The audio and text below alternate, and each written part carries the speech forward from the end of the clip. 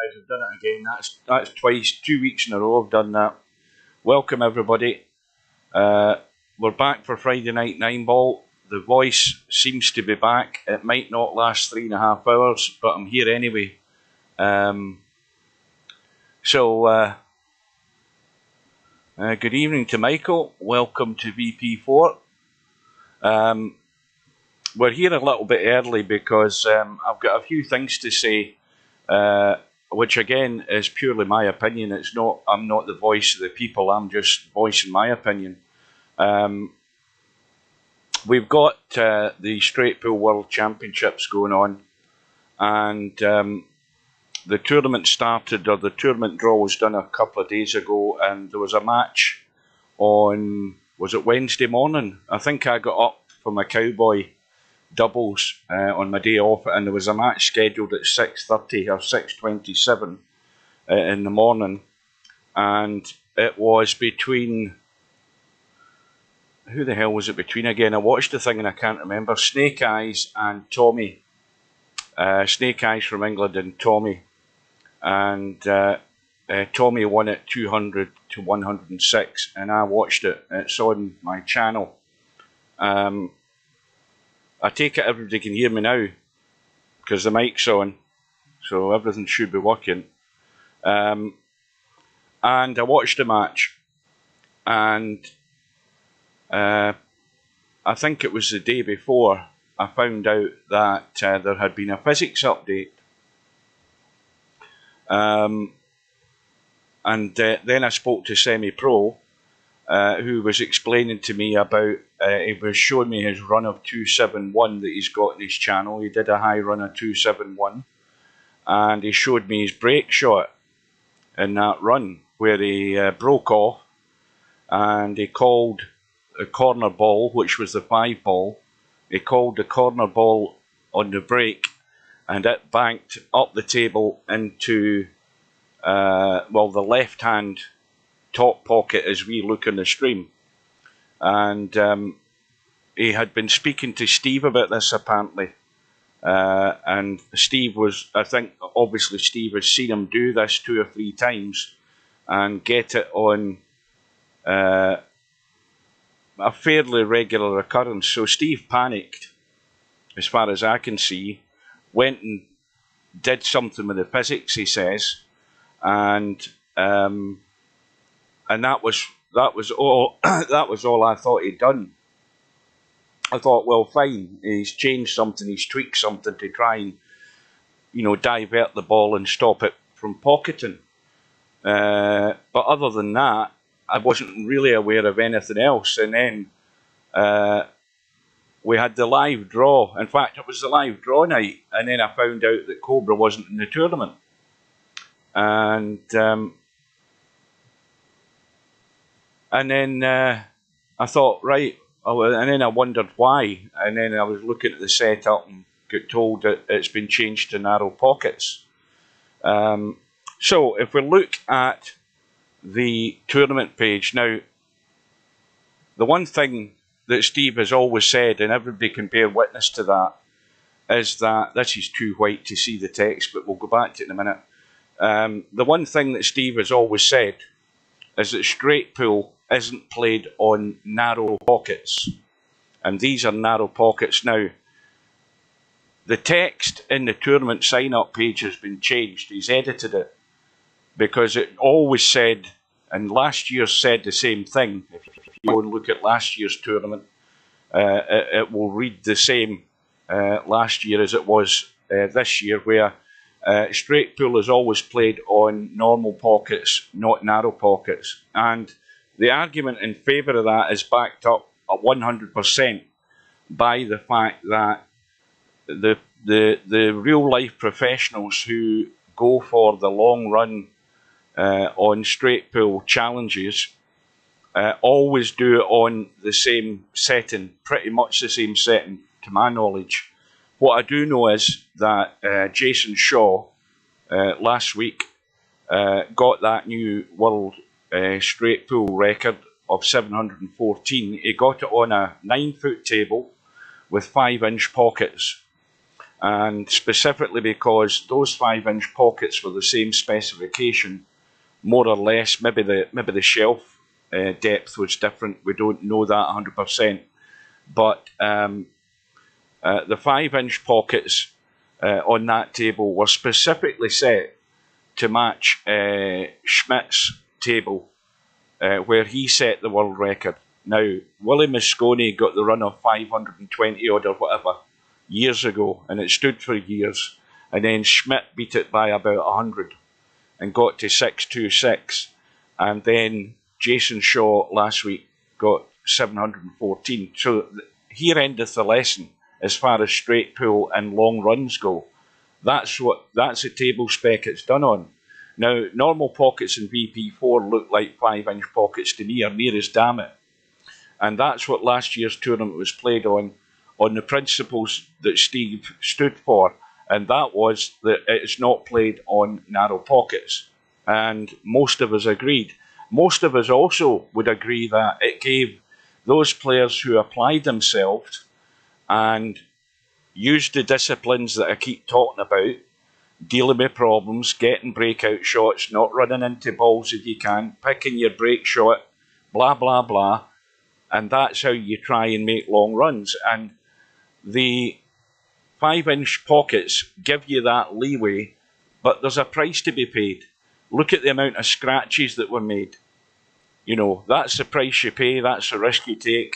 But if you get that little bit of run of the ball, you can get a decent run. Now, that match the other day that I watched, Tommy and Snake Eyes, for the most part, it was bits and pieces, because that's the way the rest of this tournament's going to be. It's going to be bits and pieces, people getting 15, people getting 20.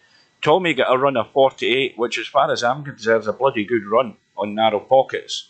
Quite a few shots were firm stuns, not just in that run, but attempted shots were firm stuns that don't go in on the tournament pockets. They don't go in, they'll always rattle if they hit the jaw and they'll stay out. Snake Eyes got 38, that was his high run. But most of Snake Eyes' visits were paltry in comparison. Tommy was generally 6-7 balls better than Snake Eyes most of the time. And, that really turned my stomach as far as what the rest of the tournament's going to be, because there are matches in this tournament I simply don't want to watch. I don't think I could stand watching, 6 balls, then somebody else in, 7 balls, then somebody else in. There's matches in this tournament I simply won't be watching, because people want to see something that's going to hold their attention, and people getting 10 and 12 balls each time doesn't do it for me, I'm afraid. I don't know about anybody else. So anyway, today I went into the room with Cobra and the other guys. Fast Eddie was there. I can't remember who else was there, because my memory's that bad. But I subsequently found, I was just in to verify, because I was sending an email to Steve, and I just verified that Cobra withdrew because the pockets were changed.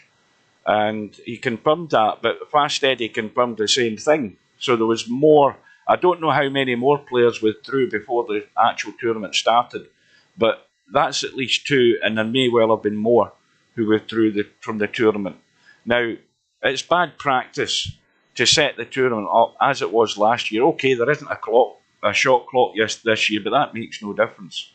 But it's not good practice to entice people into a tournament with the settings as they are, and then decide to boot that rule out the door and change the pocket settings to narrow, which is going against Steve's principle there and then. And he then changes the text on the tournament page with some bit of bullshit, which says, note, the table pockets are narrow size, which are the regular tournament pockets. Now that, of course, is correct, because that's what Friday Night 9 Ball's always played on. And it says, after the physics update, the pockets play a little easier. So we went with tournament pockets. Well, that's crap, because I don't see them being any easier. And then it goes on about the fines. This is a bit of text that's been changed from we should always play on normal pockets. It's never played in narrow pockets, and now it's played in narrow pockets. So my email today to Steve was to tell him initially that, basically what I've been saying, it wasn't a good idea to change it, and you've got Cobra, who's now not defending his title, which is a bit daft because of it, and others who decided against it. So once I found out others had withdrew, I just basically said, look, the tournament should be pulled, it should be scrapped, everybody should be refunded, and the tournament should be a copy of last year's with the tournament pockets, with the normal pockets. And as far as this calling a ball in the break and banking the ball into the pocket, if Steve panicked because he saw that happening on maybe too regular a basis, to me that's immaterial, because as far as I'm concerned, if semi-pro or anybody wants to call a ball in the break and straight pull and take that risk, that's fine with me. Because the other guys who pay attention to what's happening and watch what's happening are pretty soon going to go away and practice and learn the shot that Semi or anybody else has tried, and risk it in a tournament. If somebody wants to take that risk, let them. Don't go panicking and then changing all the physics of the game. Supposed to be to try and dodge this risky shot of banking a ball in the break. If somebody wants to do it, let them go ahead and do it. But don't decide, right, this is going to look silly if people keep banking balls in the break. It's not going to happen. It's a huge risk to take, because if it's on the normal pockets, it's more likely the ball will go in, granted. But if it doesn't work, and the other guy comes in and gets 80 odd of a run, you'll be less likely to think you're going to call a ball in the break the next time in your next match if you survive.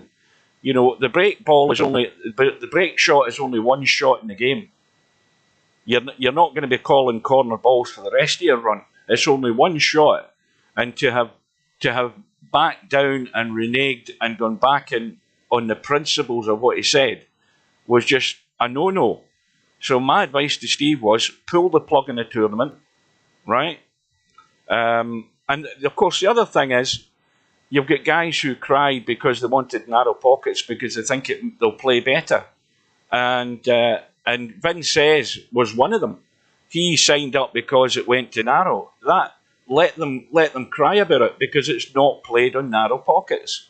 So if they don't like it, then let them go elsewhere.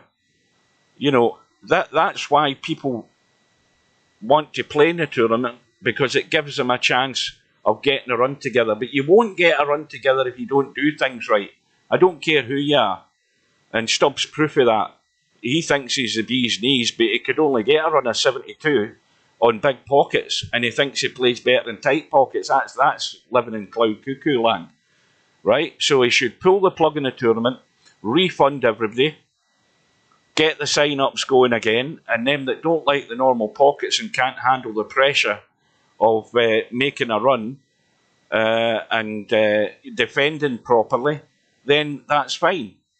And I'm sure you'd get just the same amount of people signing up, and you'd also get the guys who jumped ship once they found out the dirty deed that had been done. So whether you agree with me or not is immaterial. I've told Steve what I thought, and if he was man enough, he would pull the plug and do it and say, sod them that don't like it, I'm going to stick to my principles, and I should have done that to start with, because that's what he said. He said it's normal pockets and it should be that, and it shouldn't have been changed.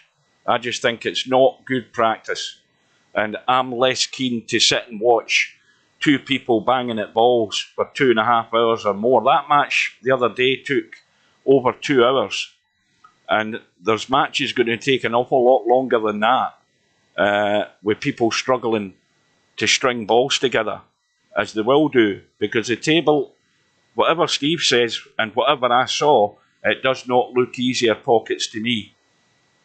So I've had my say, and I think there should be more people having their say. That's my opinion. If you don't stand up for yourself or give the proper, give your own opinion, then you know, he should react in feedback. So you should give him the feedback and tell him that it wasn't right that he should have changed the tournament settings when everybody signed up in the first place. That was not the right practice. It's not the right thing to do. So he should have got that sorted out. Anyway, that's my rant over. And anything else that comes into my head, I'll rant a bit more. We've got a full house. There's the draw. We've got Brainfill out against Travelling TT. Chimpy against Spectre Dawn. Was that a first round match last week? That sounds suspiciously like it. Mr. Fox against the Dangerous Bankster. LS3 John Boo, Larry and Jezdev. Sergaresh and Graf M, that's a name I've never heard of. DJ Redo and Jugai Bob, who's got his own YouTube channel, if I remember rightly. And DJ Simon against Christian. So I think we'll go in and see Mr. Fox and Bankster and see how he handles this handicap. Well, I mean, that to me, that's the first thing. You have to at least let. I mean, Steve will turn around and say, "Well, that's the player's choice that he doesn't sign up," but he's signing up out of. He's withdrew out of the principles of what's been done, and I think he's quite within his rights to do so, as were others. But it should not have been changed. He should have stuck to his guns and not panicked. Because who else is going to take that risk on a break shot? Be honest with you. I mean, if you look at in the cold light of day, who's all going to take risks on the break shot? You know, if you're up against any of the guys who can put runs together, you're not going to do it. Because you're going to give them a free go. They're going to come in. They might run 5-6 racks, and in the blink of an eye, you've won the lag. You broke off, called a ball in the break, missed it, and suddenly you're 60 behind. It's not on. So I don't think Steve's thought it through properly before he panicked and decided that's what he's going to do to resolve things. It doesn't resolve anything. It upsets people. It annoys people, and it certainly is. It's the more I think about it, the more annoying it is to me. It's not the rule in the break shot, Moz.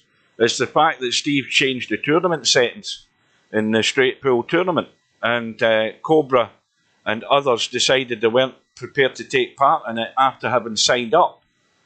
And Steve set it to narrow pockets now. When again, as I said earlier, Steve says that straight pool shouldn't be played in narrow pockets if you're trying to get high runs. And that's what we're hoping for in this event. That's what I'm hoping for. I mean, although we didn't get that many last year, I at least enjoyed watching them, the ones that I saw. So, you know, I've said that the tournament should be pulled, it should be redone, and it should be done the way it was in the first place, and sod the rest that don't like it. That's what I say. And then that allows the champion to defend his title, and it allows any other latecomers to get in if they want to. That's what should be happening. And if enough of you tell him that, then it will be done.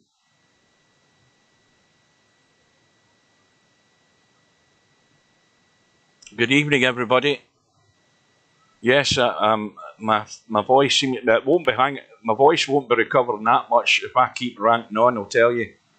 Right, anyway, now I've just realised Bankster's not getting a handicap in this match tonight, so he's going to have to show a bit more nous in this match.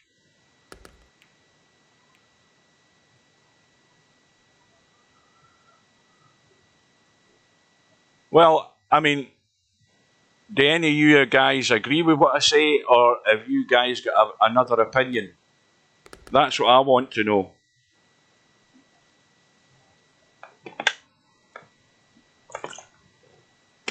Because you know I'm right.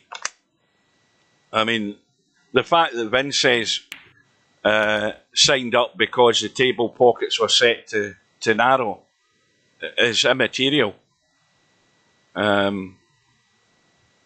Right, what's your disagreement, Moz?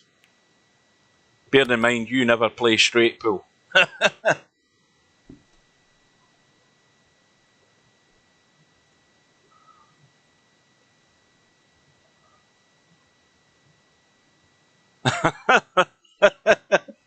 You just know I'm wrong. Well, you see, everybody knows I'm right at the end of the day, but, you know, it is right. I mean, if you signed up to any tournament, right, and this is going to be the deal, and then suddenly the tournament director turns around and says, well, you know how that was a deal? Well, the deal is this now. You know, you're not happy. Yeah, well, you might like the narrow pockets, but believe me, it is not conducive to you being, what's the word? It's not going to allow you to flourish. Let's just say that. Because players can get better in this tournament as the tournament goes on if you survive. And once you learn how you're going about it, then the normal pockets are the ones that will help you. They're supposed to help you.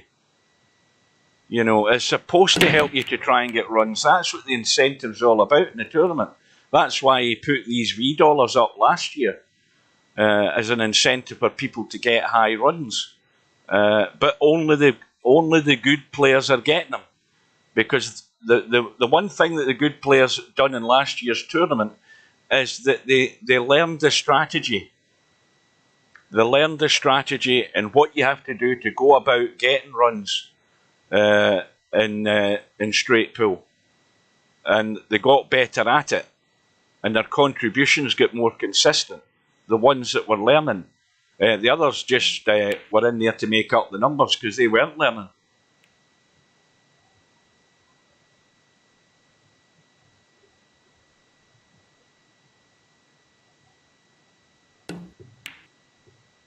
Yeah, Moz, I think, you know, the fact that you can pop balls and know where you're going with the cue ball most of the time, you'd be surprised at how much you would enjoy it, being able to string good, decent runs together, because that's what makes it more enjoyable. That's what increases the attention, and that's what's better for the viewers when they're watching.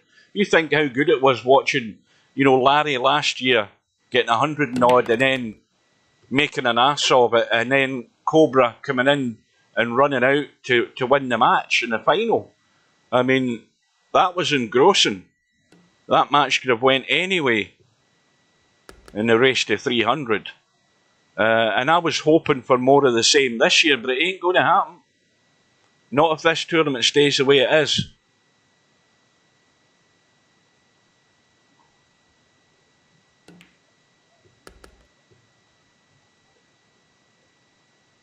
How do you struggle with bigger pockets?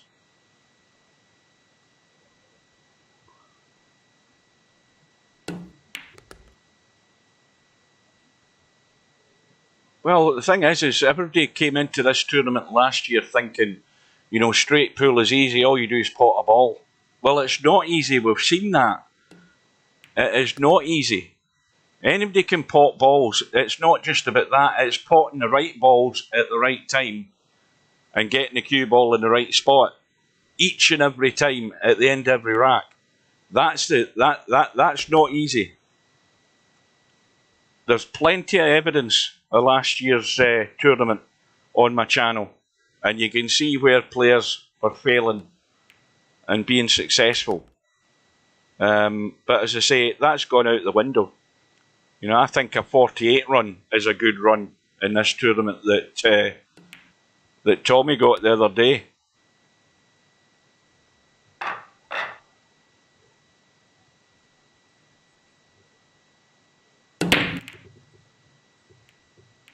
Well, that's my point. That's basically, you know, that's mainly what my point is that, you know, you sign up for a tournament, there it is, that's the rule, and here's the setup, and that's what everybody's agreed to. But then, you know, then somebody's backed down and changed the deal.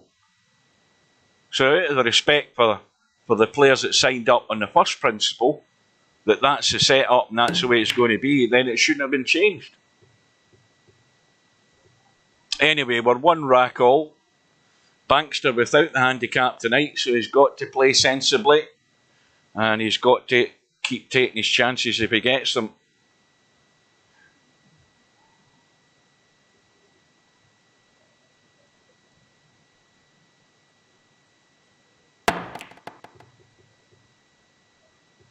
Now I'll let him stream it, Moz. He can have the sole rights to it. No, I haven't. Well, if I have had a reply, I haven't seen it. I certainly haven't had one before I came to do the stream because I had a quick check. Sunday night wouldn't be any good anyway. I'm back at work Monday. In fact, I'm actually off this weekend, believe it or not, which is why when my voice got better in the last day or so, I thought I'll do Friday night 9 ball. Then I thought I want to have a rant as well, so that was another reason.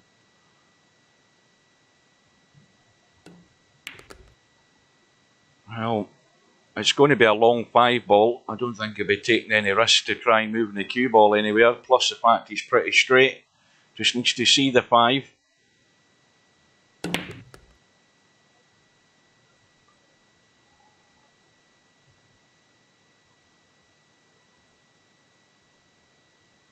Aye, that's true.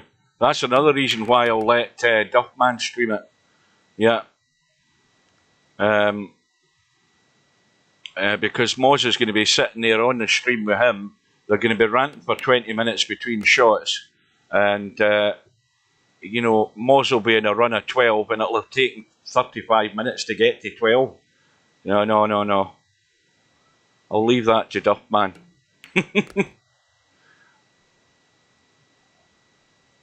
So, Mr. Fox taking his chance. 2-1 lead.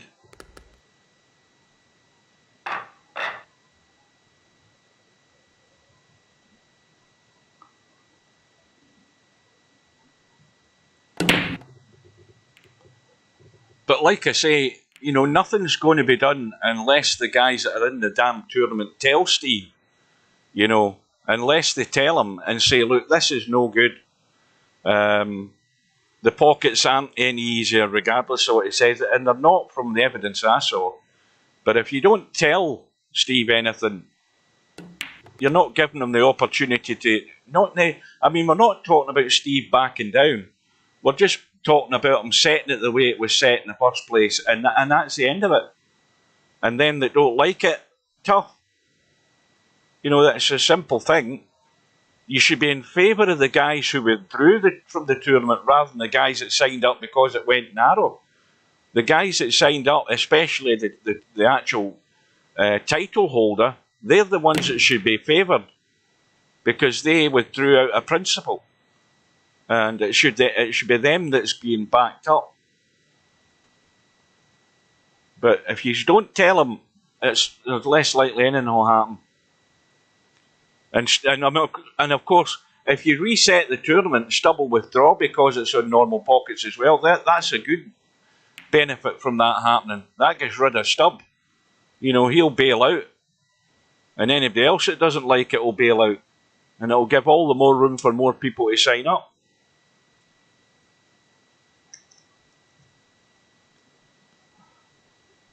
But Moz, what you should do is, you should go and set up a straight pool room in your own, set it to the normal pockets, and see how good a runs you can get. Because you will get decent runs, but you won't get decent runs unless you follow the discipline.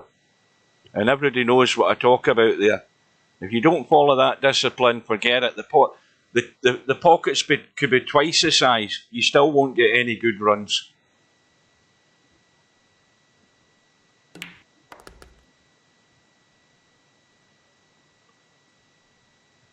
Well, Cliff Thorburn was 10 times faster than you, Moz. See that what the hell snooker match was it you were streaming? I mean, you're sitting ranting away to that to Duffman, and you're taking minutes to take a shot. I get bored and left.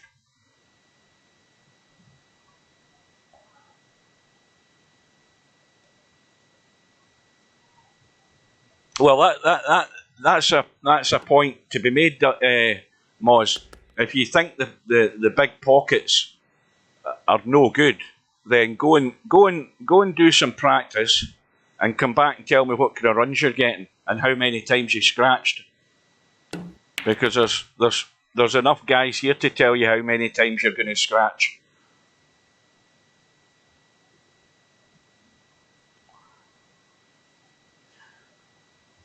Well, Bankster doesn't have the luxury of the handicap tonight, and he's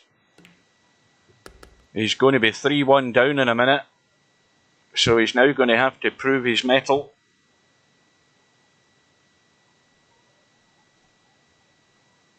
Well, I don't think there's any problem with Duffman doing a stream. It's you being in the stream that's a problem, because that way you're distracted.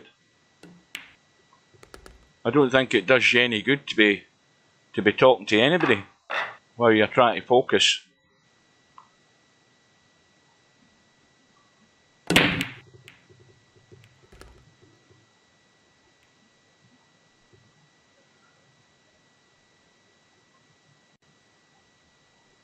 Well, ball in the break, but no shot in the one.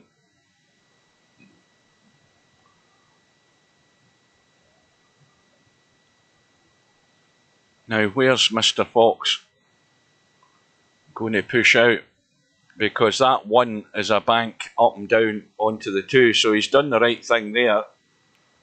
Although he's left a shot in the one, but that puts pressure on Bankster, and the 6 ball's no good. So it wasn't a bad shot pot in the two, because if he'd left an up and down on that one anywhere, Bankster would have probably tried to bank the one onto the two.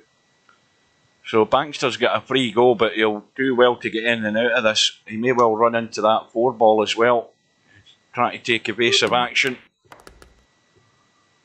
Now, the 3 ball has got a path. It's a narrow window, and now he's got to move the cue ball though to get up here for the 4, and he's going 2, possibly 3 rails, and he's going to go square. Now, this is again, this is what you do, or this is what I would do. I would just bank that and run for cover.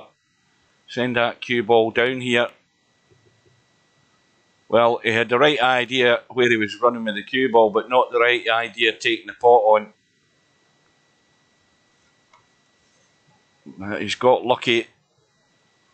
Now this cue ball from the jump has got to be finished in that direction.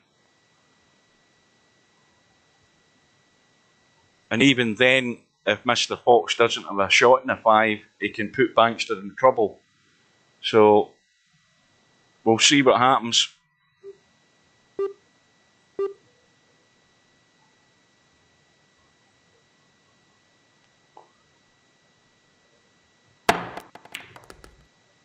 Well, did you not hear what I was saying earlier, Cobra? About the straight pool high runs in real life.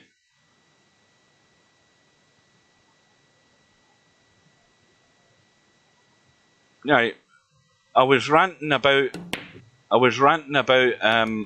Steve changing the message on the tournament page for the straight pool championship. He changed the message, which was in last year's tournament and this year's tournament, where straight pool is never played on narrow pockets. And of course, in real life, straight pool, where there's special events where the pros are trying to get high runs, straight pool's not played in narrow pockets. It's played on 5-inch pockets. And Jason Shaw's run of 714 was done on a table that had 5-inch pockets, which was the same spec as the pocket width on Schmidt's record attempt, where he got 626, I think. And that was also to beat Willie Mosconi's record of 500 odd. So it's always been like 5-inch pockets for professionals trying to get the long run record in straight pool. And Steve insists that straight pool is played in normal pockets. That's what last year's tournament was, and that's what this year's tournament was up until 2 days ago.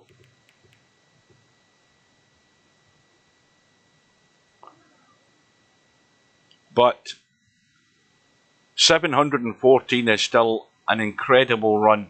The concentration involved, the time it's taken, and the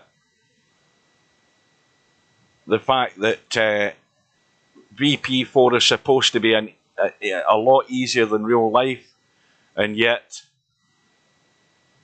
it's so tough in the tournament that only a limited few players got to 3 figures in the tournament last year.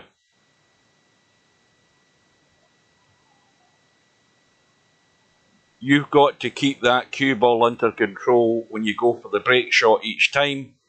And if you think about it, to run 714 balls, 50 odd racks of pool, and eventually scratch on the 715th ball is amazing. It's incredible with those pockets not to have scratched until that time.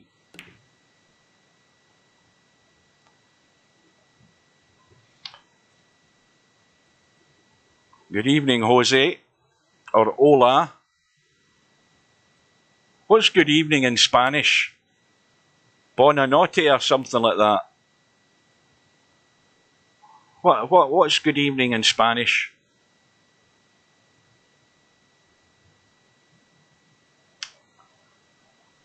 Well, Graf M is obviously somebody who's signed up and not aware of what the setup is for tournaments, because the poor guy's ended up forfeiting, or he's been in the match and bailed, one of the two. Buenas tardes, that's it. I knew it was something to do with Doctor Who. Jose won't get that joke.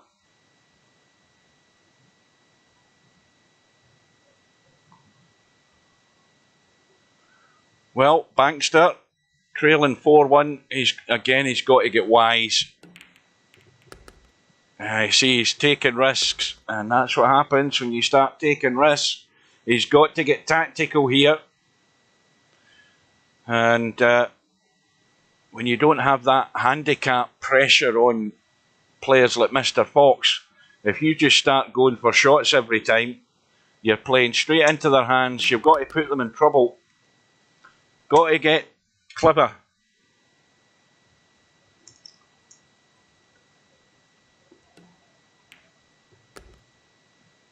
I can bring up that bracket now.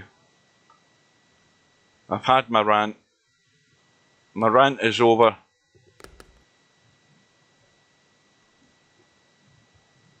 I couldn't be bothered changing my little picture to Friday Night 9 Ball.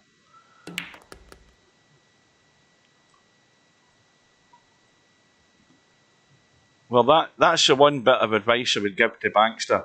When you have that handicap, that's fine. But when you don't have the handicap, then you've got to start using your head and making it difficult.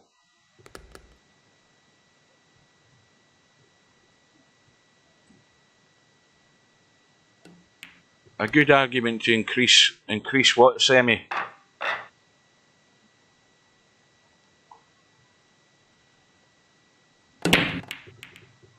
Oh, the total. Aye, I told him he should increase the overall match setting in straight pool to 750. That'll give anybody an incentive to try to try and beat Jason Shaw's record.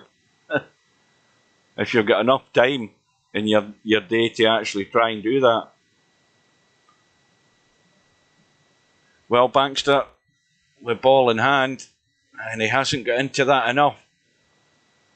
But he's going to have to go across the table twice here. Needs to hold the line. And again, an awkward cut. He's going to be running up the table, and he's going to be awkward on this 5 ball. Unless he checks the cue ball up. Yeah, it's all getting dodgy here. Well, he can use the 8 ball as a stopper, but he's got to. I think he's got to hit this fairly firm, because if he doesn't, he might just run off the 8. And hoping he still has a shot in the 6, which he does. Well, now he's got a good chance now. He doesn't want an angle where he's running into this 9. He wants to be able to come back off this 7 like that. That's perfect. And it should be a long 8 ball up the table. Well, that's again, he's not getting into the cue ball. Got to go through with a shot.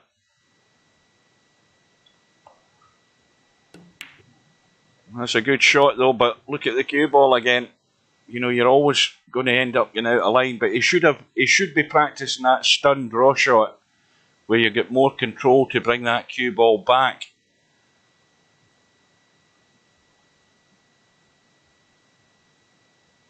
This is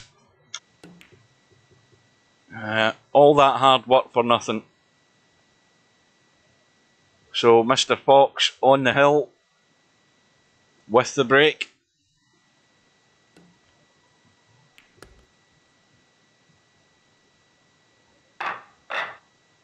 So it's not looking good for Bankster without the handicap.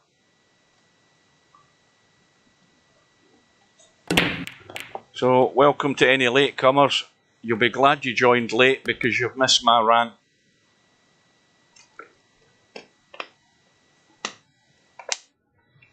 If you want to see my rant, then you'll just need to watch the stream once it's finished.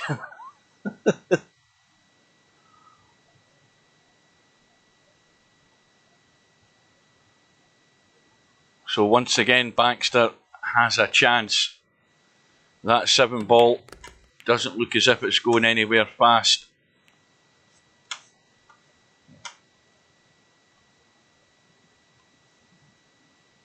Now, the angle's there to stun this in firm and go over to the right side as we look. But he hasn't been brave enough.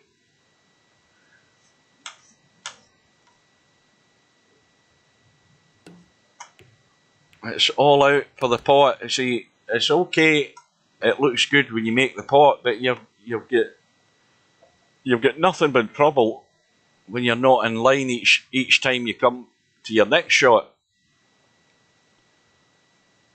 And we know the 7 ball doesn't go, so it's going to be a bit like deja vu to the last rack. Do all the hard work, and then just leave Mr. Fox to pick you off and seal the deal. And there's the fatal move right there. He's run into the 7. He's missed the 5. Sayonara. Hasta la vista.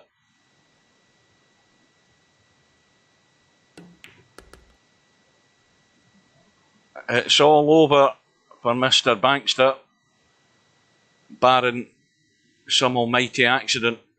Now the 7 ball is too tight past the 9 to go that side.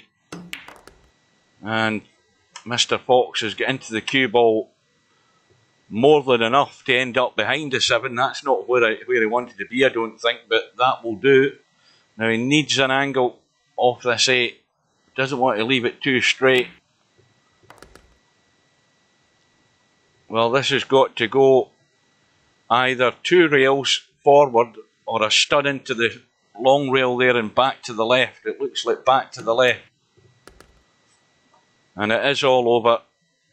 Well, Bankster has met his maker as far as trying to win a match without a handicap, because he didn't go about it the right way. All-out attack is not a good idea when you're not in shape most of the time, and that's probably the major reason why it ended up 7-1. So Mr. Fox goes through. We've got results through. Larry has beaten Jesdes 7-4, and Christian has used the handicap to beat Simon 7-4. So, quick look at the bracket. We've got Larry to play Mr. Fox next. Christian's waiting on the winner at LS3 and John Boo. That's Hill Hill. Let's dive into that. John Boo getting the 6 ball, and John Boo at the table. But of course, looking at the table, the 6 ball isn't there, so John Boo's going to have to run out here to send LS3 to the 1 loss side. Hairpig, what do you think about this straight pool tournament change that Steve made? Welcome, by the way. Are you in favour of it, or do you think it's a bad move, changing the pocket size when everybody's already signed up? Well, that's a sensible shot by John Boo. That's the type of thing I'm talking about.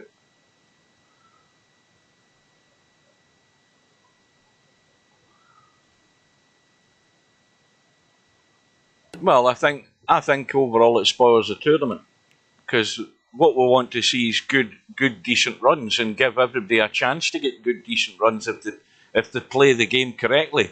And you know, he said he's changed the physics and the pockets play a little easier. I don't think they do. I haven't seen any evidence of it. Basically, it's in narrow pockets, and the high run for the tournament's 48. Well, that won't help you, John Boo. That's a big sellout. Great chance. After having played the good safety, he's gone and blown it in a 7 ball.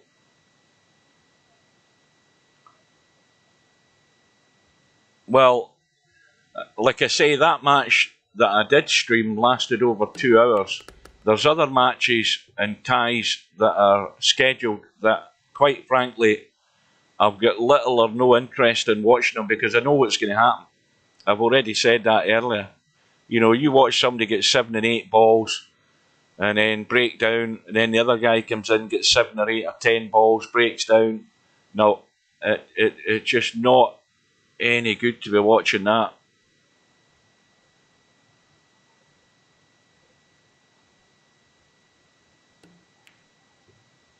Oh dear, LS3 has overcut the 8. Again, trying to be clever to hold for the 9. You got to go full-blooded to get to the 9. And John Boo's going to, well, unless he does something crazy here, he's going to scrape through.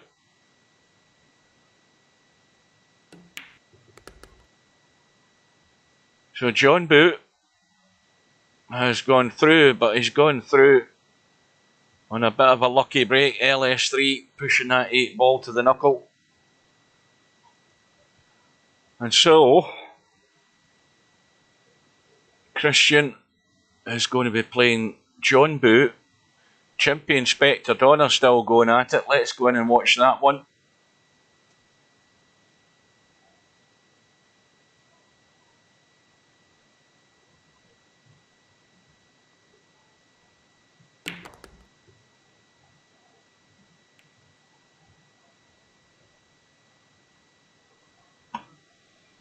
So Spectre Dawn with a 5-4 lead, scratch match, no handicap. And he's going to have to pull off a good cut in this 4 ball.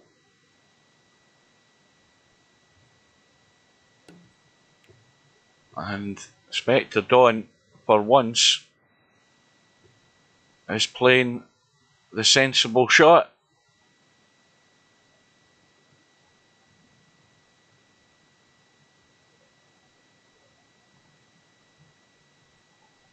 No, Hairpig.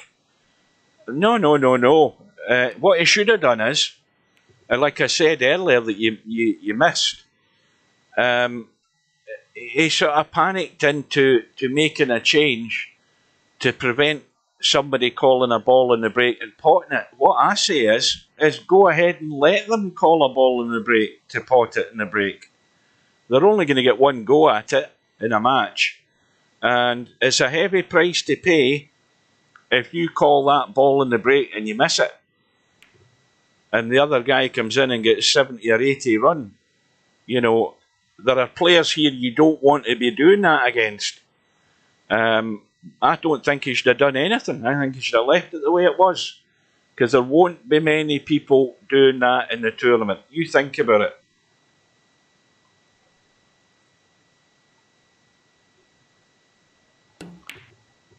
You know, I'd be quite happy for a guy to call a ball in the break and miss it.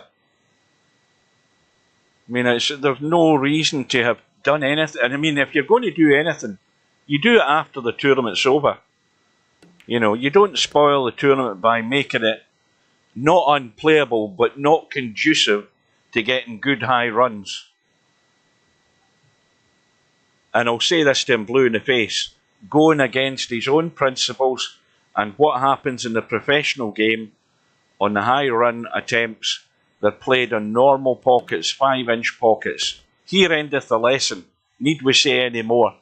Don't bottle out and change things without thinking it through long and hard, and most of all without asking a few opinions before you jump and do it.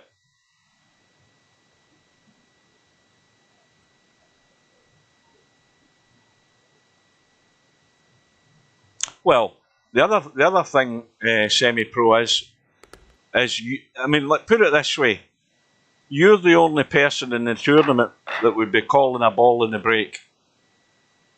That's all I need to say on that one, because I don't think anybody else will, and I've never seen anybody do it in the tournament. But in VP3, you'd call a ball in the break every time. You ask One Eye that one, because One Eye only ever plays straight pull, and he was an expert at calling a ball in the break, calling a ball into the side pocket, whatever you want. You could do that in VP3 till the cows came home. Larry will confirm that. Seen that many a time in VP3. VP3 was way more predictable than VP4 ever is.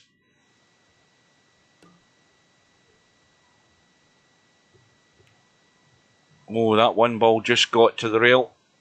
So, Spectre Dawn, one away. And Spectre Dawn's been cautious because Chimpy's no mug. He's been around. And you don't want to start taking liberties, because he knows pretty well what he's doing.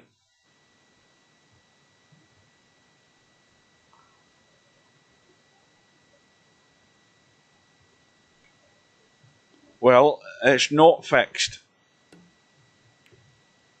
I mean, I agree with what you're saying, that it's a solution to the break shot call, but it's not a fix.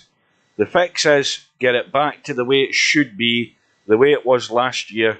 Let Cobra defend his title, and let those other guys that withdrew because of it, let them back in. One Eye, Ron. One Eye, the guy that only ever plays straight pull, but he doesn't play it good enough to be wanting to enter a tournament.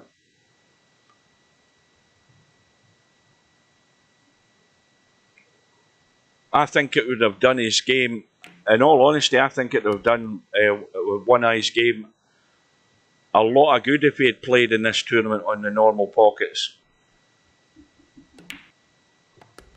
Because he would have had the opportunity to actually structure the run and get that break ball, get the break shot, and keep runs going.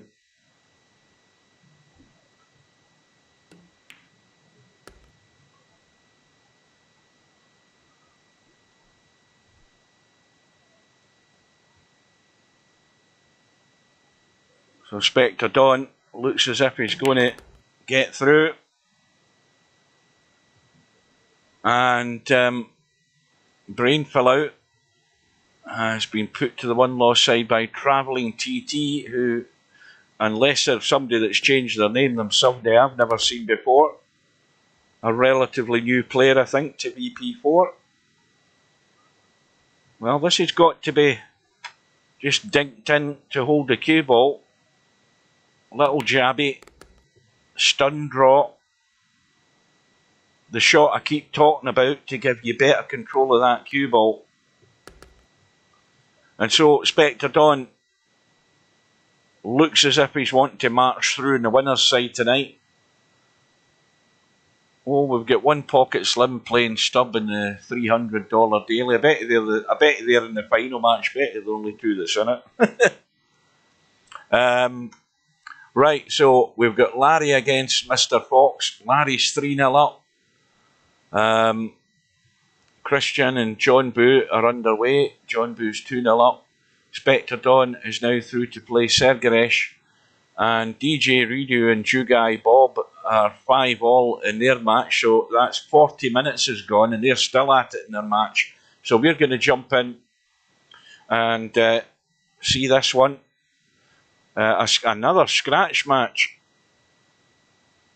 And Larry's 3-0 up. Mr. Fox looking to get off the mark. He should do anyway.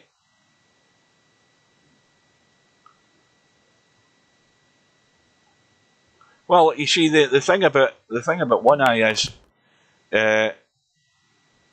he plays it on narrow pockets all the time.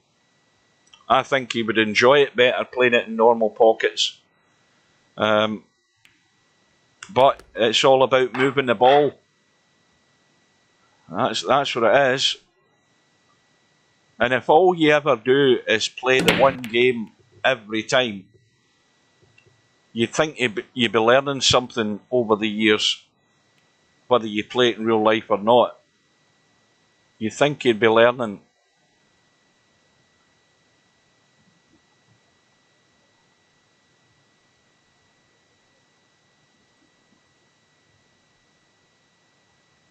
So, Larry going for the bank.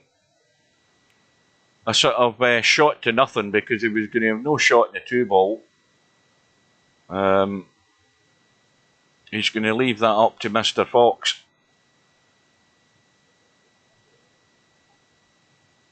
who really should be just playing a half-decent safety if he can, once he pots this 2. In fact, he's decided he wasn't going to pot the 2, but he's now nudged the 7. The 1 ball's around the angles, hit the 7, nudged the 2, and the 2 and the 5 are dead set. Now, who's Dom 94? Just as well he disconnected because I was never going to answer it. So, what Mr. Fox has done is teed it up for Larry. And it's dead set, this 2 and 5 ball. Is it? Well, somebody asked him what he wanted because the rule when streaming is don't answer PMs. You don't want. Well, maybe if he snakes friends, he'll be pissed then, won't he? Or is it Snakes himself? Aye, he'll be pissed. Is that another profile he's got? In fact, he hasn't been around for a little while. I'm not saying that's a bad thing.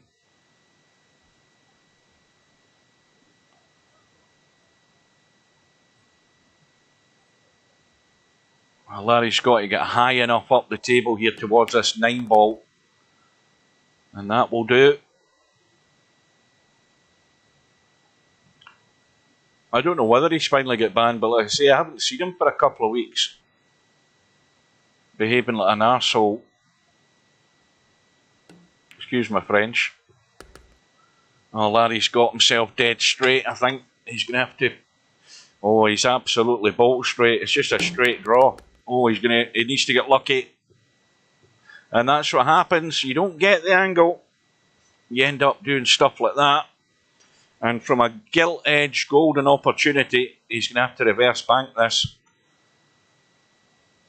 Cross bank it, whatever you want to call it. And it's going to hold the line. It never does what it used to do. So Larry's chance is gone. You think there was no way that could go wrong. And the only way it was ever going to go wrong is going exactly bolt straight on the 7. Maybe he should have took the risk and tried to pinch a bit there and force that around the table, that cue ball. And Mr. Fox Banks the 9. Back to within 1.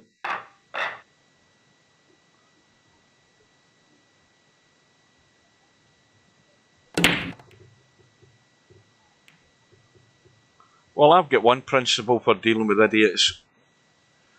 Don't go near them. Whether it be in VP4 or in real life. Just cut them out. Have nothing to do with them.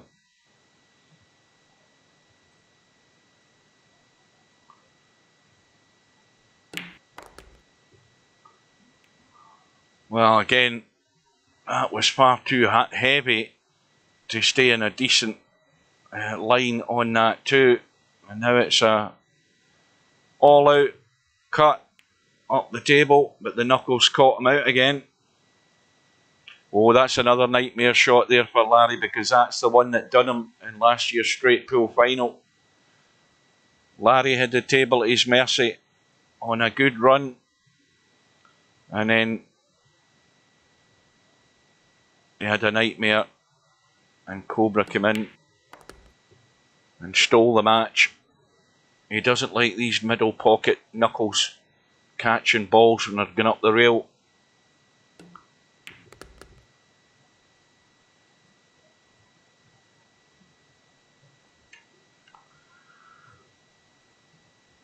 Well, this needs a nice stun. Got to make sure you get it right though, because you don't want to end up hooked behind the 8 ball. I mean, you can run forward and come off the short rail and back into the table like that. But again, you've got to watch the pace. I think he's okay, because that 8 ball's just in the spot that you don't want the cue ball to be going. Well, that match is finally over. It's took 50 minutes or 49 minutes for a race to 7 match between DJ Redo and Jugai Bob, and DJ Redo's gone through, and they never played all the racks either. You'd have thought it would have went hill. But that's what happens when you've got players, who play at a lower level and struggle. They're getting themselves into trouble. It will take that long to get a match done. Where's this cue ball ending up? He's okay. Well, maybe not. It's one of these little tweakers.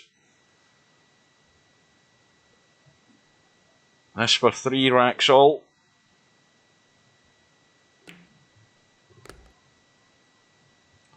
Well, Larry's not, from what I've seen tonight, Larry's not finding his pace tonight again. He's just overhitting. I mean, to get on that 2 ball, obviously he had the collision, but the weight of shot was still too heavy in the first place. And that gave Mr. Fox his opportunity. So we're back all square. But it's a dry break and another. Well, you're always going to say, you know what I'm going to say, the balls are all there, they're all on. All you do is move the cue ball in the right spot. Now again, Larry's just left it too open. He needs to get this out into the table. He needed a better angle. So he's now going to leave himself the higher cut in the 3.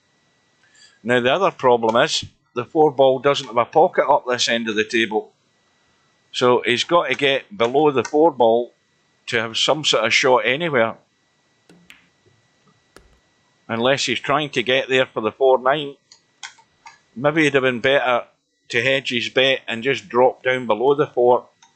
Because this is no way to be playing a combo. And it could be a big sellout again unless he calls the bank.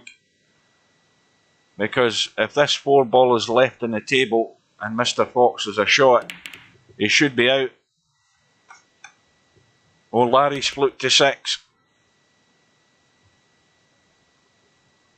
And LS3 has battled to get through that one lost side match with DJ Simon. Final rack decider. She goes through. And meanwhile, Larry, is he looking for a safety or is he looking for the bank? Because this cue ball's not heading in the right direction if he plays the bank. It's running into that corner, and he's trying to avoid that. And he's got the bank. It's in the corner, and he's got another testy shot. And the cue ball now is running over here.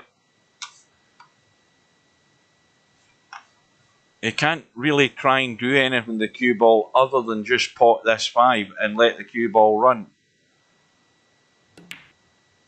Yeah. Well, that was certainly not the place you want to be, but I think he's got away with it mostly.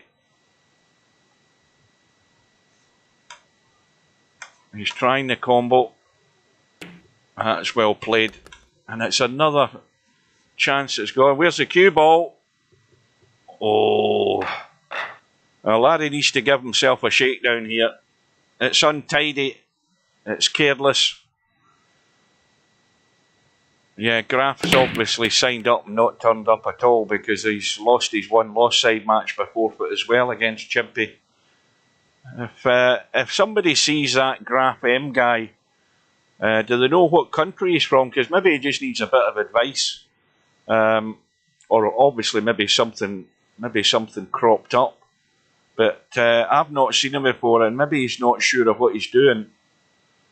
So it's pointless signing up and not knowing how to join the tournament and stuff like that. He just maybe needs some basic advice.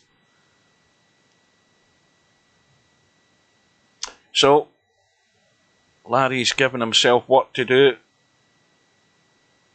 He's now trailing by 1, and this table again wide open.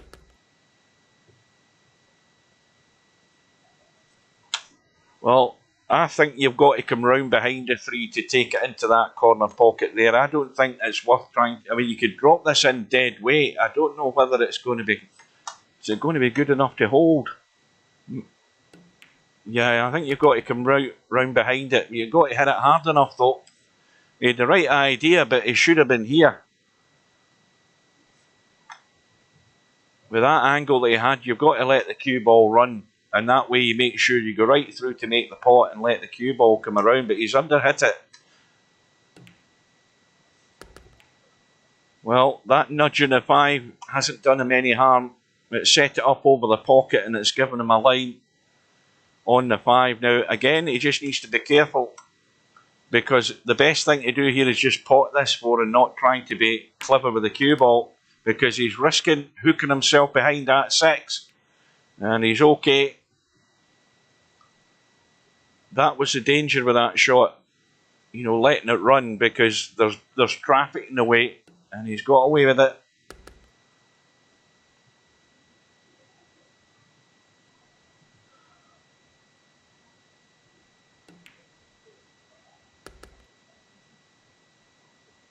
Now, well, where you don't want to be stuck to the rail, so the best thing is to draw back up the table far enough past the middle pocket to be running this 8 ball into that right corner. That's a shot. I mean, if you run through, stick yourself to the rail, it gives you, well, he's got to go right forward and back now. He's putting a wee bit of English on this. He maybe doesn't really need that, though. He's trying to get good, and he's going to scratch because of it. The commentator's eye called it again. He didn't need the left English. He just needed to take his medicine and pot the ball and leave the cut. He tried to get too good, paid the price, and he's gifted Larry the chance to get it all square.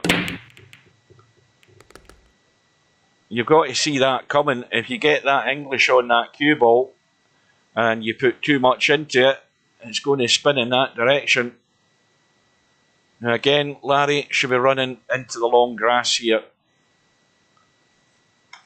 And he's failed, because that cue ball should have been down by the 5 ball, and he hasn't got cover behind the 7. And Mr. Fox trying to be really cute, and all of a sudden the duff shots are coming from Mr. Fox.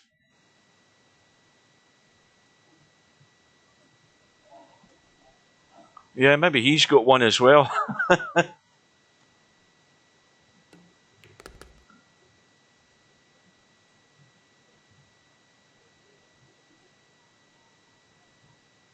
Yeah, well, that shot that Mr. Fox had there, first of all, he shouldn't have put the cue ball where it was. He should have drawn back up into the table and took the 8 ball into the corner, like I said. The fact that he run towards the rail meant there was less he could do with the cue ball, so he then thinks to himself he needs a bit of left English to bring the cue ball into a better line to get onto the 9.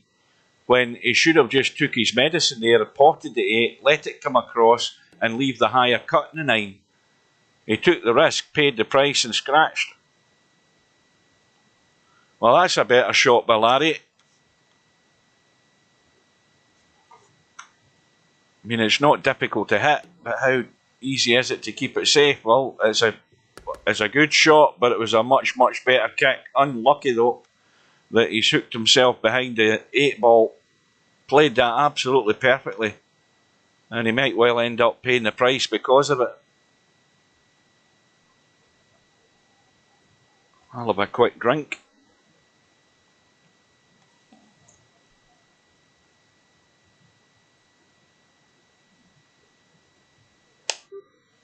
Oh, why? I mean, you'd sit there, you'd pick all sorts of things out your mouth. You know, bogies or boogers, as you say in the States. Pubic hairs. You know, all sorts. Scabs off your hand. Phlegm. You name it. If you've got a dog hair, cat hair, every sort of hair. And I'd sit there with a nail file scraping the wheels and scraping all the gunk off it. And then you'd come back to VP3 and then you'd be playing for 2 or 3 weeks, and the next thing you go to play a shot and then you get a proper mouse fart. A good old-fashioned proper mouse fart. Them are the days. You could use that as an excuse in VP3.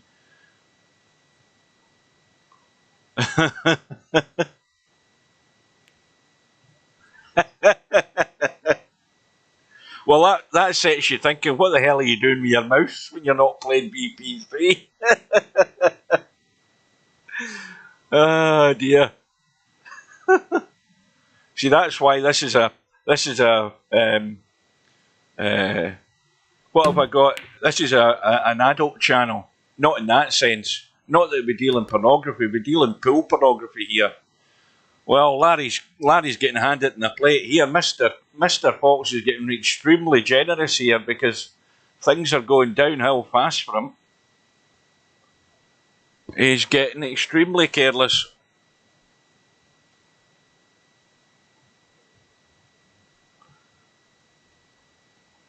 Well, Larry is certainly going to find himself in the lead. Now, what can Larry do now to gift it back to Mr. Fox? That remains to be seen.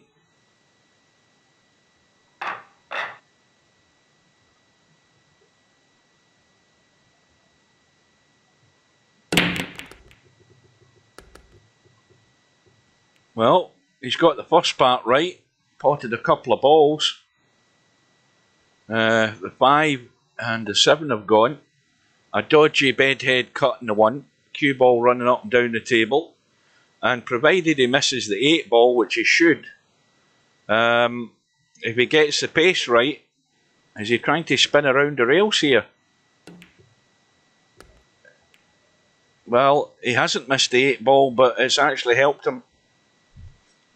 He's perfect in this 2 ball. He just needs to drop it in, and well, he hasn't rolled through either, and that is a terrible shot, Larry. That is really poor. Again, as I said earlier, he's struggling to find his pace. It's neither good nor bad or anything. It's not getting to the spot. And he's given himself an awful lot of work to do.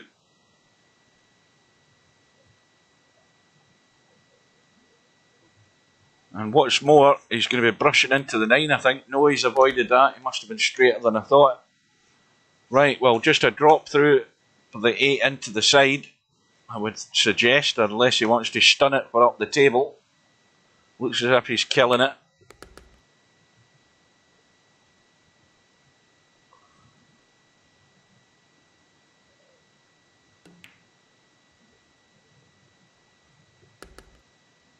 So Larry, by hook or by crook, and mostly by the capitulation of Mr. Fox, Larry's got himself one away. John Boo's gone through against Christian, 7 racks to 3. And Larry, I think, has come up dry. No, he hasn't. Now, wait a minute here. What the hell's happened here?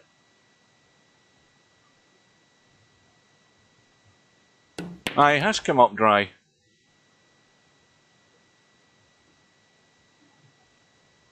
I was imagining a ball had gone there. I'm looking at the ball rack. Not the ball rack. What does you call the thing at the end of the pool table? Well, anyway, I'm looking at that in the HUD, and I'm convincing myself that a ball's missing. Well, Mr. Fox, that's the word I was looking for. The ball tray. Yes. I don't think these are horrible shots to try and judge. He needs to watch he doesn't hook himself just behind that 6. That's well played. But he can, I think he can get to the 4, but how tight is that in the rail? He's a couple of millimetres off. And he needs to watch that he leaves it high on this 5, because you don't want to go right down behind the 9. And he should be home and dry here. I don't see anything disastrous happening here. The safe shot here is hit this firm ball up and down the table. Well, he's leaving it short, so it leaves him more distance between the cue ball and the 7, unless he runs it.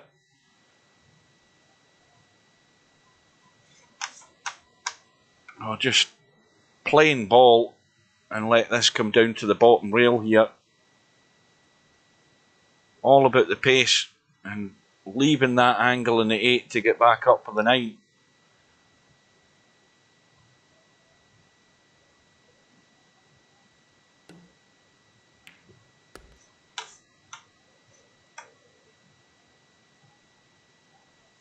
Well, again, do you want to risk coming to the shorter side of the 9, or do you want to just try and get up? If he's chickened out, getting there. That's at least a foot short of where he wanted to be. But the bedhead cut is on. The 9's well off the rail, so he should be getting this. Back to within 1 with the break, and wanting what everybody wants, a ball and a shot. That's all he's asking. It's not a lot to ask.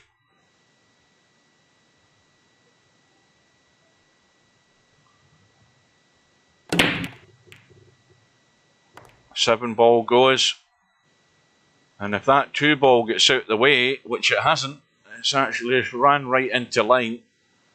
He would have been perfect in the 1, and now it's a thin cut in the 1 into the side. Cue ball running all over the place. If he takes that on, in fact, if he hits this thin enough to make the cut, he might run into the 3 and have absolutely no shot in the 2 other than a reverse bank. Now he's hit it thin enough. He's avoided the 3. The cue ball's going to just skim past the 5. Thank you very much. That will do very nice. Now, I think the safe shot here is to stun in behind the 3 or draw across if he can get into it enough. He's managed to get into it enough.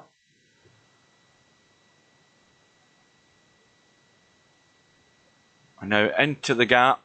If he's brave enough, there's loads of room to get into the gap between the 4 and 9. But go high enough. But don't go close to the 4 like this. Oh.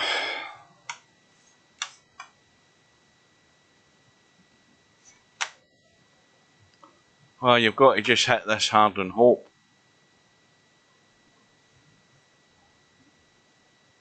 That's all you can do. You just have to hit it so that you're getting enough pace to get it moving and keep it on track to the pocket, and then hope the cue ball stays in the table and hope you have a shot, because you've got no other control over the shot.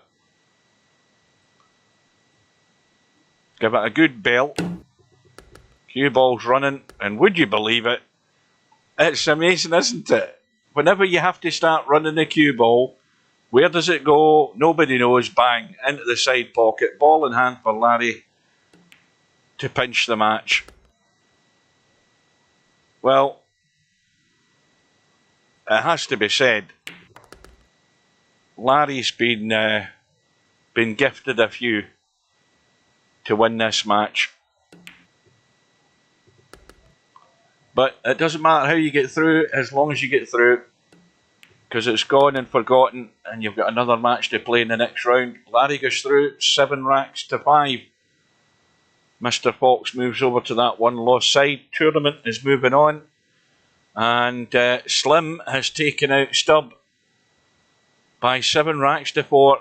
That's a disaster. Stubb's $300 lighter. Right, so we've got that match to update. Now Larry's now going to be playing John Boo, and John Boo's getting the 5 ball. Very dangerous. It's not 5 and out, he's just getting the 5 ball. Spectre Dawn is all... Oh, here there's... let's go into that one. Spectre Dawn, 5-4 behind against Sergaresh, who's getting the 8 ball. But Spectre Dawn should be all square here in a second or two. I take it Stubb took it well. He's not coming in to tell us anything, so I presume he's bailed out. In fact, I'm surprised the match actually finished.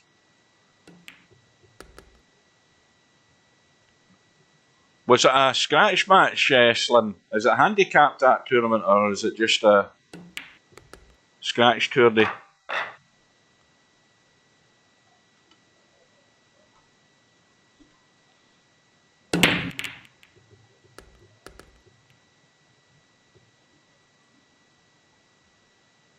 Oh, you get the 8 ball.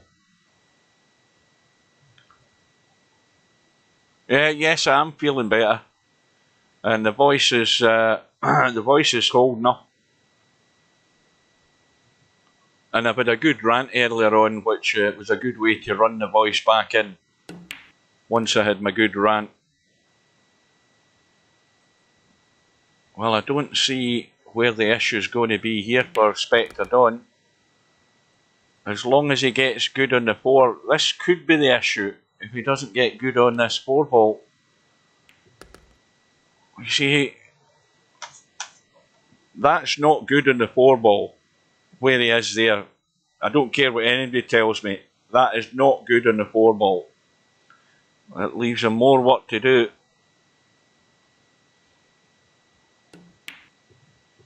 Yeah, but the thing is, Popman, this has not just been a sore throat. This is something that developed eventually into a sore throat. But, I mean, if you felt the way I felt the last couple of weeks, it just felt as if you'd been run into the ground. I don't know whether that's... I mean, it might be a combination of work as well. Don't forget, I was getting up at 2 o'clock in the morning on Christmas week. And I'll be honest with you, I hadn't been getting enough sleep. But see now, I'm going to my bed at... last night I was in my bed at 9:15 and I slept like a log. Had to get up to the bathroom twice during the night, but each time I went back to bed, I was out like a light and the alarm got me up.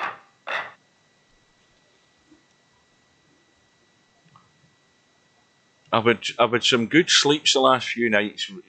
You know, proper REM sleep. You know, dream sleeps I've had. And you know you've had a good night's sleep when you've been dreaming. And you feel great in the morning when you get up. Even though you're still knackered, you feel a lot better.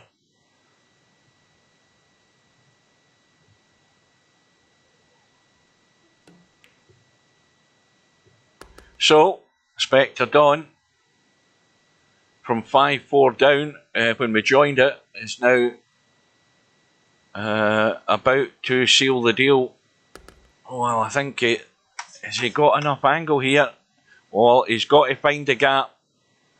He's got to stun this firm and get into the gap between the 8 and 9. And he's just got there now. It's a little dink to come in behind the 9 to get high enough for the 5. Unless he wants to do something else crazy. He could come around 3 as he could try to take the 5 in past the 9. It looks like it.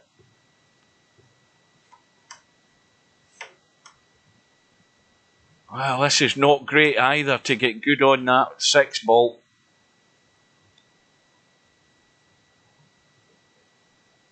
Oh, was it 5-1 to Sergresh? Oh, that's a good shot. That's an excellent shot. Well, it really doesn't matter what your position is if you can do that. And just drop this in. Nothing to do with the cue ball. Drop it in.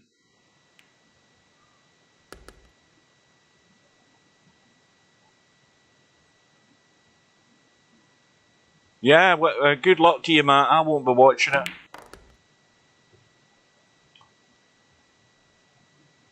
But I say, your target is to see if you can beat 48 as a high run. That's the target. Well, really strong performance from what we've seen with Spectre Dawn there. And according to LS3, he was 5-1 down in that match. And he's won 6 in a row. And looking really strong. With a 7-5 victory over Sergresh. And Sergresh getting a 5 ball. So clearly early on in the match, Sergresh was getting the benefit of that 5 ball. Quick look at the bracket, see how things are going. Larry is 1-0 up against, oh sorry, I'm talking with John, I'm getting mixed up with John Boo. What was Sergresh getting? Was he getting the 8 ball? I need to get out of my chair. Hang on. What the hell? Where is he?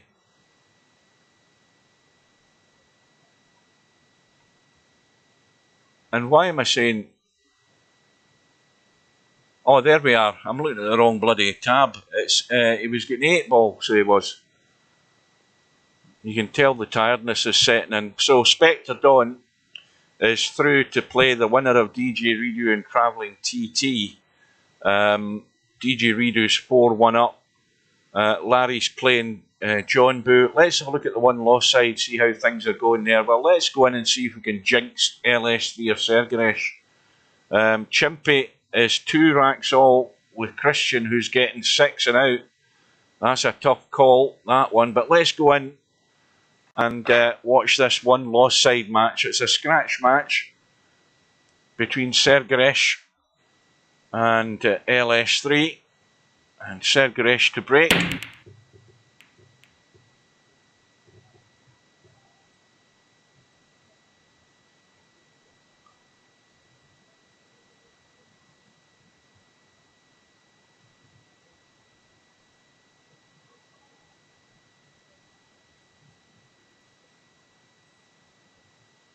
Who's that said they just done 2-4-5 in practice? I missed that chat there, I was too busy looking at the bracket. Or 2-4-8, whatever it says.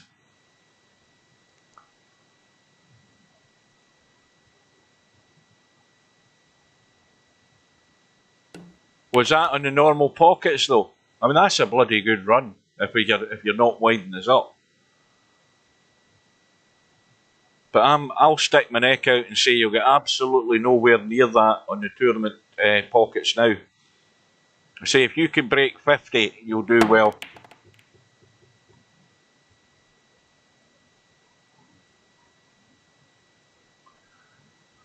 So, race to 4. There's no handicap. LS3 has got a problem, and here's his first problem. Is that she's potted the 3 and the 2 and going to have to squeeze and hit the rail, and that 3 ball more or less at the same time for that 3 ball to go in, just to cut it, but not too hard, because you still want to have a shot in the 4. And that'll do, and loads of room to get inside that window, that line, down the 7 and the 8 and the 6 to get on the 5. Loads of room. You've got to make sure you get there, so that will do. And then the problem starts, because how do you do anything with that 6 ball? Now, you could just kill the cue ball and leave the cut into the side. Yeah, the settings are changed to narrow pockets now, Matt, so the complaint has been made on your behalf by me. I sent him an email. I told, I gave my opinion of what he should do to make it fair on everybody, but changing the pocket settings while everybody signed up is not the right way to have done it.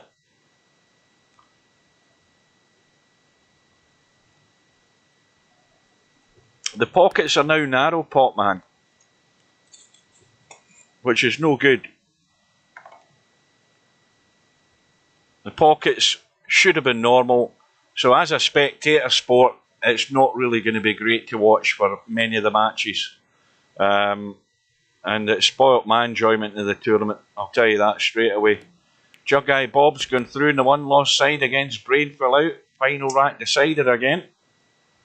So he's hanging in there.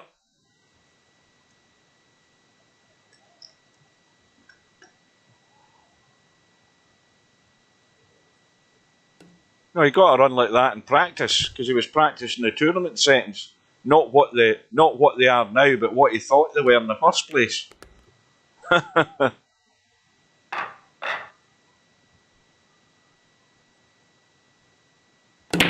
Yeah, I mean, if anybody hangs about the 2 places, they'll go into that place. They'll go into shooters and have a good laugh. That we can't do a proper tournament without jiggering about and messing about with things that we shouldn't have been messing about with.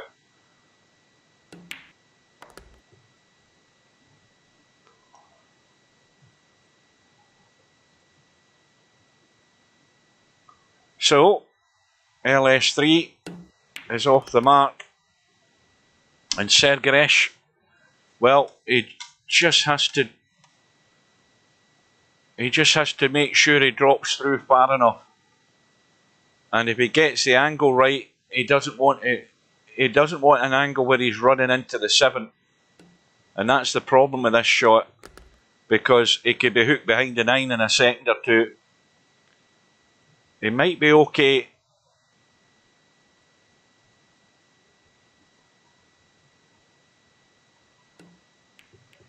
Then again, he might miss the 4. So he was trying to take evasive action there to make sure he had a sight in the 5. He's forgot about the 4 and LS3. Well, goodness me. We will say no more on that shot, LS3.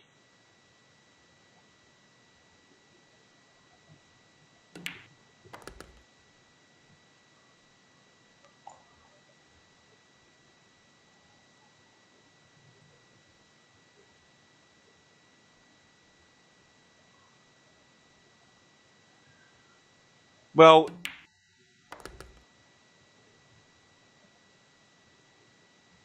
now that's a problem for statistics. That's a thing about statistics.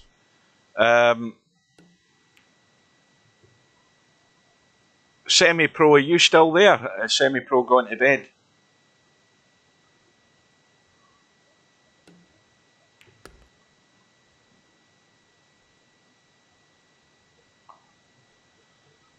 Well, maybe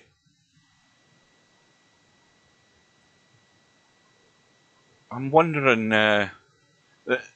See, the thing is, straight pool statistics don't take into consideration what your pocket size was, I'm assuming.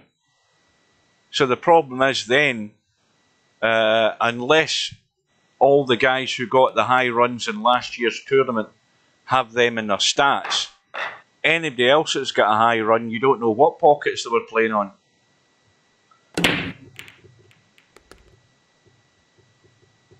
which is why when Steve decided to allow snooker to be played in the 10-footer, I told him, you need to make sure that if you play snooker in the 10-footer, it doesn't affect your stats.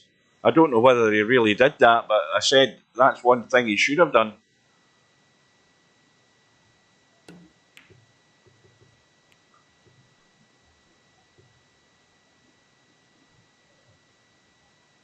Well, the one thing about Vince says is he moves the ball very well, and any player that can move the ball very well, can pop balls very well, is giving himself every chance to put runs together. But I say I don't care how good they are. They'll need to be extremely good to impress me and get anything that would qualify as a big run with these settings.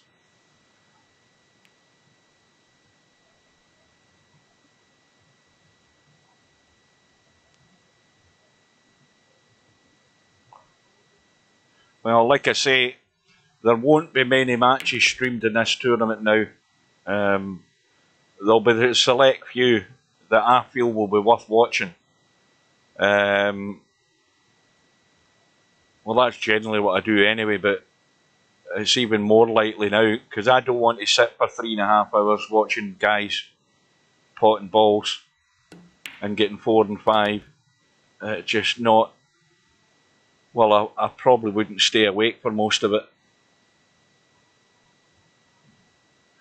Well, LS3 2-0 up. Going to really make it difficult for Sergeresh here if she can take this out.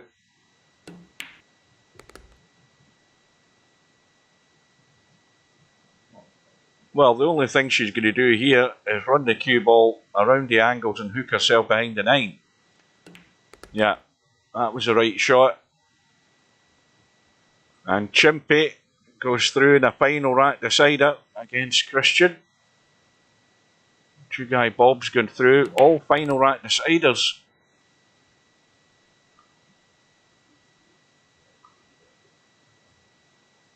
Well, not with respect to the fact that you're always playing 9-ball in the narrow pockets anyway. It was only ever straight pull you were playing them on normal pockets in the tournament. And bearing in mind that I think pretty much all the guys, with the exception of 1 or 2, that are in this tournament never play straight pull anyway. When do you ever see Cobra playing straight pull tournaments? Never. Not that he's in this one now, but I mean, there's more than him.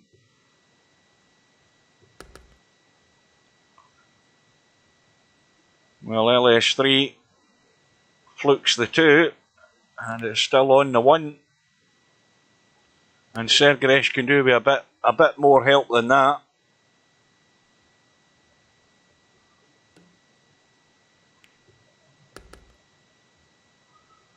Oh, did they play? I'm glad I wasn't anywhere near that. That must have took some time.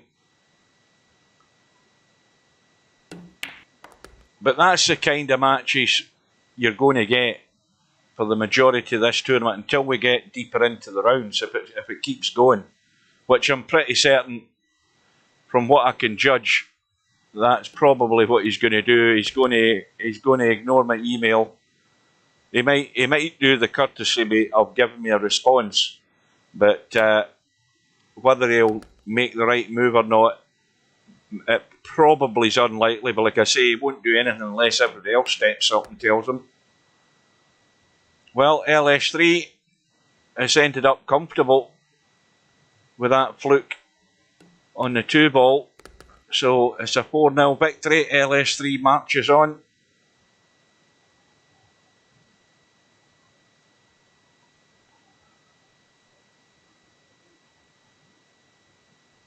Right, so things marching on. LS3 has gone through. There's going to be quite a little bit of a wait in the one-loss side on that side of the bracket until results come through from the winner's side. Larry is 3-1 up. Spectre Dawn is still waiting because DJ Redo, and let's go in and see this travelling TT guy. I've never seen him. Where's DJ Redo from again? He's from Germany. Travelling TT is from the States. And Travelling TT's getting a 5-ball.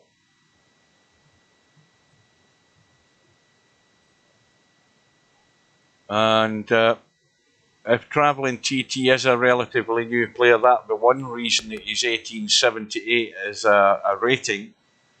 But if he is a new player, his rating's heading in the right direction, because you start off at 1500, so the assumption there is he's going up the way. I don't even know who TJ Turner was. That was somebody I've never seen either. If he's already changed his name, that's going to go in. Oh. Well, let's see what sort of level that Travelling TT plays at. It won't take much looking to find out. Now again, he's got enough angle for the stunt, and yet he's playing. Yeah, he hasn't played it though. You've got to get into it more than that. That's about 1.5 feet short of where it should have been on that 4-ball. And now, well, the brave shot, the shot I would play is the one I love playing in Cowboy. You stun the 4 in, you put top left-hand English in the cue ball, and you go around the 3 rails, or maybe even 4, to get on that 5-ball. That's the cocky shot, that's the flash shot to play. But he got himself in trouble there by not getting enough oomph into that 3-ball, I think it was. Now, again, DJ Redo's played the sensible shot. Is TT going to play the sensible shot? You know, just roll to the 4, do nothing. Don't start playing into your opponent's hands by going for something you really shouldn't be. Although if he gets this, which he has done, and that was well done, he should now be looking at being out. Now, if he can get himself dead straight in the 6 and just drop it in to that top pocket like that. Now, in fact, tell a lie, I've forgotten the handicap again. There we go, I've done it again. He's got the 5-ball.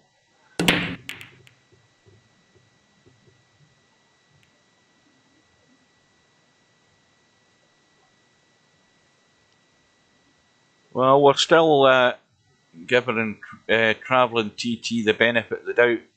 Just played one shot there where he just left himself short. But we're back all square.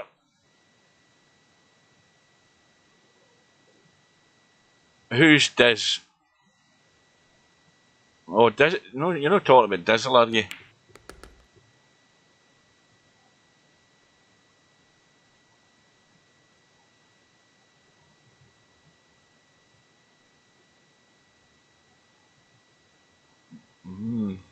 Well, that's certainly not where you want to be. Looks as if he's trying the bank again on this too. Well, what you don't want to do is draw off the 2 and follow the 9 in, but that's what DJ Redo's going to be trying here. Just to draw into the 9. In fact, if he draws to the rail, he'll be safe because he'll just kick the 9 in. Oh, well, the commentators curse again. He called it. He should have drawn to the knuckle and he would have chipped the 9 in. He ends up following it in.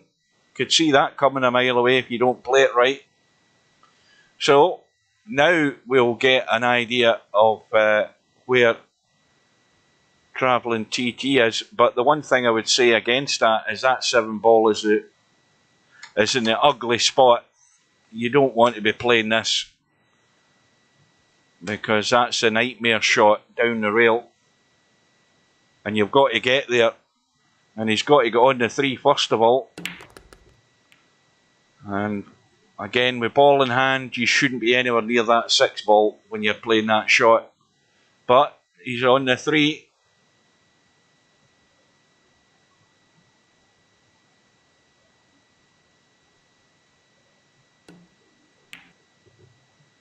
Yeah, you know, you end up laying yourself that sort of distance. If again, you know, if you're struggling to pick the line in a shot at that distance, that running into the 6 does not help the situation. But this could help it if he nudges the 7 when he's potting the 3. That's what DJ Redo should be doing, and that's the shot. That's the clever shot. If you've got that opportunity, get that 7 ball into play. And now he has got to be careful, because this cue ball wants to come back across the table. He's got to make sure he still can see a line on that 5. And the pace looks good. Is it going to be behind the 9? No, he's going to squirt by. That'll do. Now again, dead weight in the 5 unless he wants to go across the table twice. But dead weight will just bring the cue ball back into the table enough to leave a decent shot in the 6. He's gone twice, but he has to get back across. Again, if this goes too square, he has to avoid going too square on this 7 ball. He can't hold it from the right side. And that is perfect. That was well judged.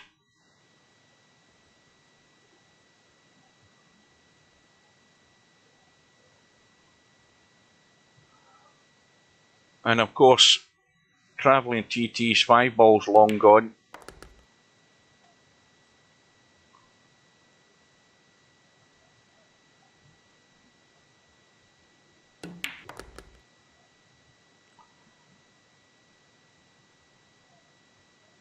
But DJ Redo always has to be careful. You know, if you get in and you pot the first 3 balls and then make an arse of it, it doesn't make it difficult for TT to pinch another rack back. We're just having to get to the 5 ball. So the break from DJ Redo is dry. The reverse bank is on in the 1, obviously, and the cue ball could be running into the 8 and 9, and you're just hoping that you'd be able to see the 2 ball. So this, well, he's played a little dinky cut, but it was always going to mean the cue ball's going to end up nowhere. Now, the safety shot is on. The safety shot is cut that 2 ball to the rail to go that way, send the cue ball that way, and down here, something like that. That's the safety shot. Avoid the 5 ball and cut that 2 ball to the side rail, to the end rail. Cue ball runs down here out the way, and you leave that distance between the 2. Well, he's doing an awful lot of looking and thinking, but he should be playing the safety. This is where, you know, lower rated players don't think. You know, he's trying to do something that ended up in really not much, but he should have been going for distance. I think he's maybe got away with that. Yeah, he has, but that wasn't the safety.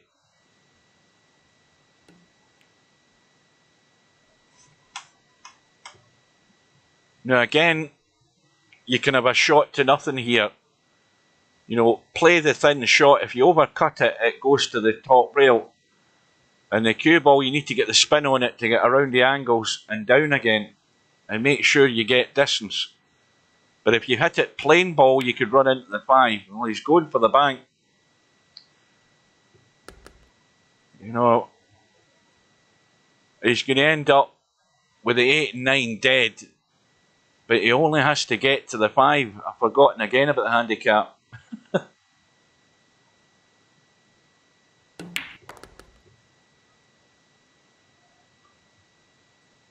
Well, now, if you'd play this the simple way, you let it run and just get into the table. You've got to let it run. It's got the spin on it as well. That will do. So we're back all square.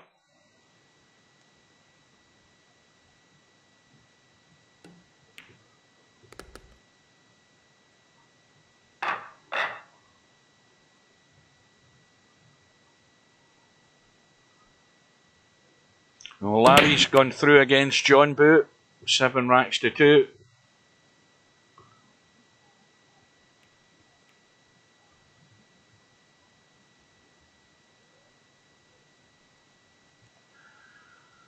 Now, does that 6 bank?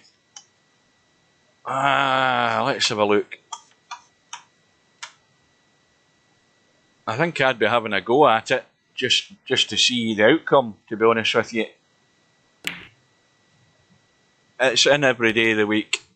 The commentator's eye has done it again. 4 ball hanging over the side pocket on the right.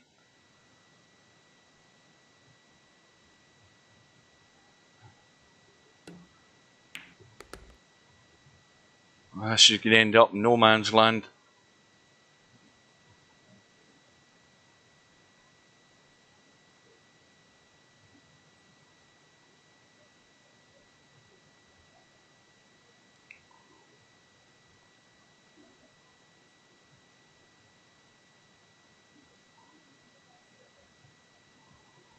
Why would you think it was? Why would you think it was Sylvia? That's a good shot.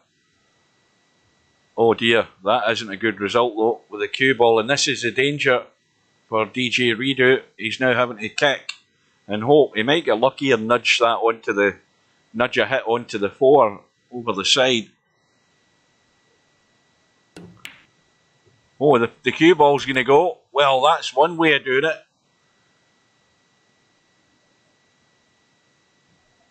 That is one way of getting there.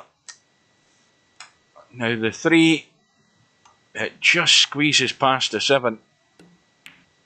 But he's decided to play the safety. And he's got away with it. And now he's nudged the 9 onto the 5. So that's locked things up completely. Now, cut the 5 the 3 that way, go that way with the cue ball, and if you get the pace right, get that 3 ball right down the table.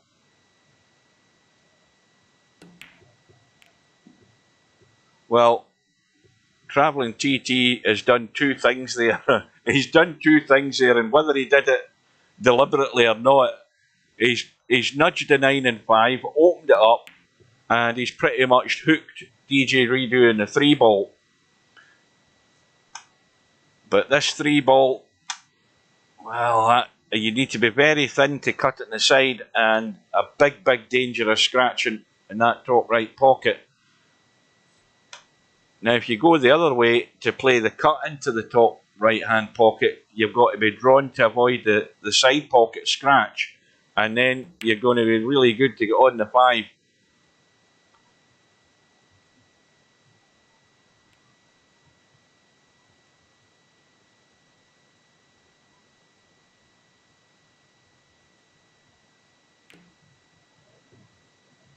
And DJ Redo getting tactical again.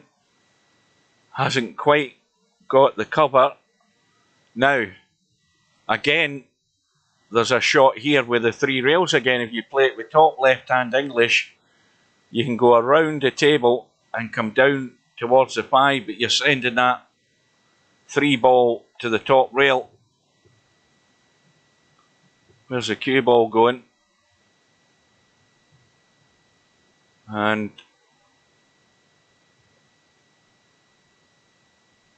what's the angle like? Well, it does cut in, but he's going to finish somewhere over past the 8 ball.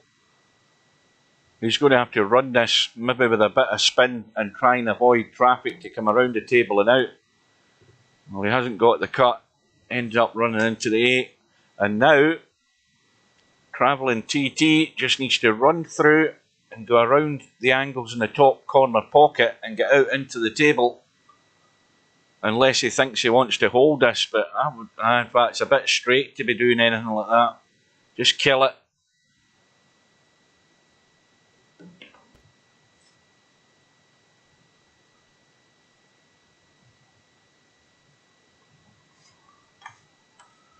Well, are we going to be on the hill? Or there we are. So Travelling TT's got the break. 6-5 lead.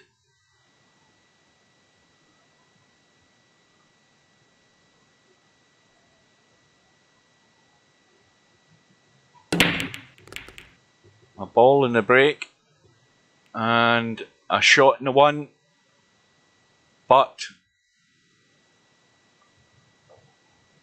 well, in fact the good thing is the 2 ball has gone in the break if you're travelling TT, because if he pots this one and can get to that right side rail, he'll have a combo for the match. Got to get really good on the side rail if he can. That isn't it, but it's still a reasonable opportunity to play the combo. You just got to have a good look at it, use your shot clock. It's got to be cut slightly away to get that just beyond half ball, that 5 ball.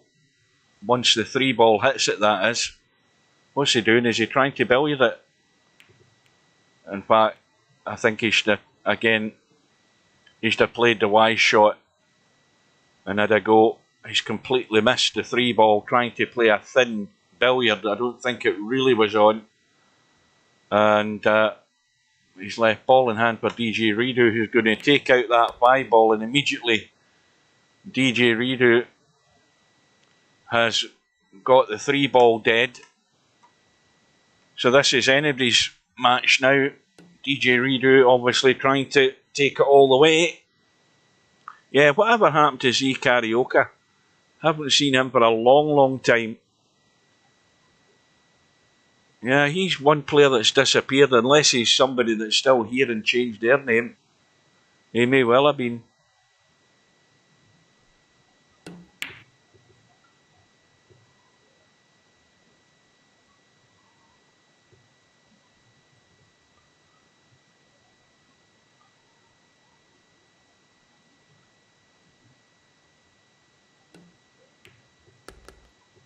Where's this cue ball ended up? I think he's okay. Or is he? Yep, just get there. Now, if he's going to spin this cue ball again, he needs to watch the 8 ball on the side rail. He's avoided that. Now it needs to run out into the table. Now, well, do you want to try and come round behind the 9 and out into the table? No, he's trying to be clever and get into the side pocket, and doing that he's got in the right spot as far as the cue ball goes, but forgot about the 6. And travelling TT has got a bit of a problem as well, trying to get anywhere to have a shot in this. He's dead straight pretty much, got a slight angle. He can stun up past the 8 if he digs into this.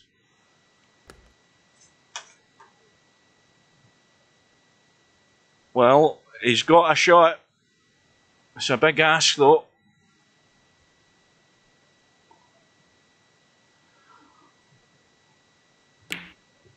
Oh, he's played that well. That was a good one. But now this looks all so easy. But it could be, if he's going to do anything, he could end up with the same sort of shot if he goes too far, but now he's forgotten about the 8.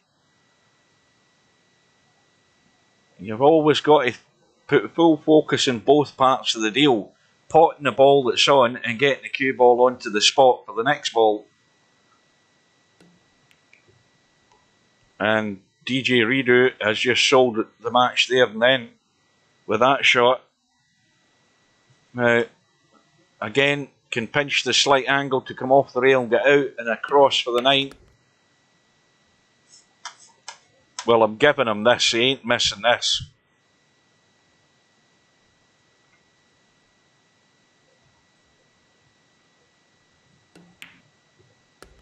So, travelling TT goes through, and whoever he faces on this winner's side is going to be getting a generous handicap, which again, we know how dangerous it is. So he goes through against DJ Redo, 7 racks to 5. Larry's won his match, so let's have another quick update and see where we stand. Larry's through. He's going to be playing either Spectre Dawn or travelling TT, who's getting a handful, 6 and out. he's getting against Spectre Dawn. And Spectre Dawn, of course, isn't in the mood for being generous. We've seen that often enough. Now, on this one loss side, we've got, we need to dive in and catch the end of that. Mr. Fox and Jug Eye Bob, who I think is from Norway or Sweden. I seen him on his YouTube channel. No, he's from Finland. I knew it was one of them snow-capped countries. That's a name I haven't seen for years. Years and years, that name. Sleepy. Or whatever his name was. But I've not seen that for a long, long time. These people could all be dead, of course. They could all be just expired or COVID victims, one of the two.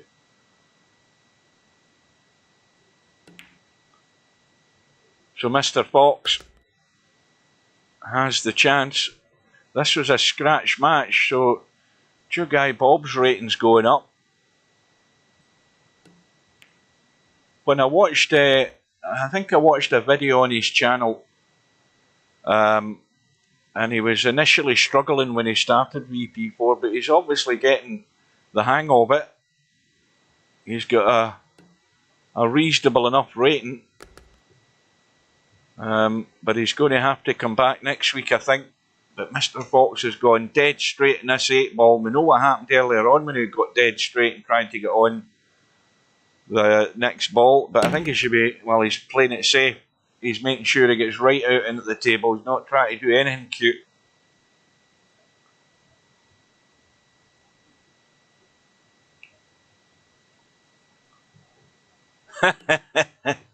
Yeah, Winkett Me's been on now and again, but doesn't hang around for a long time. So Mr. Fox has gone through on the one loss side, and he will now play Chimpy. I mean, is that not a rematch from earlier on? Oh, did I get that wrong? Who the hell was playing Chimpy?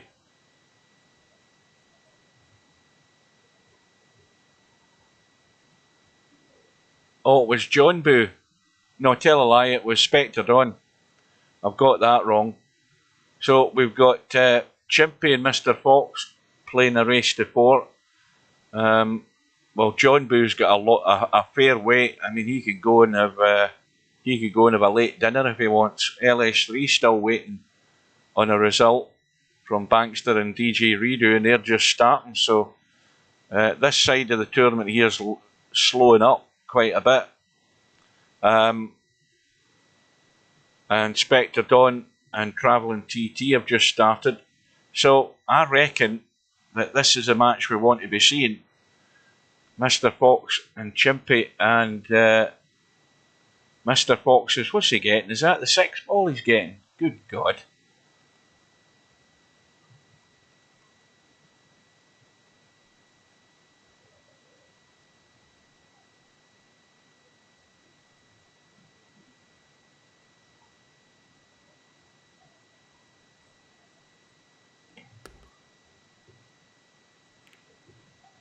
Mr. Fox might be taking a bathroom break.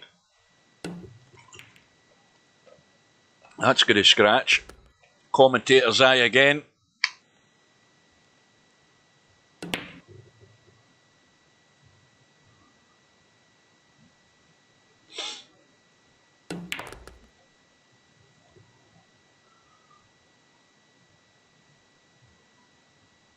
Did I ever tell you about my sensational run in the Virtual World Snooker Championship, Hairpig?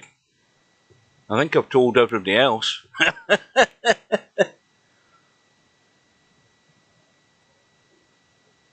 I was behind in every match.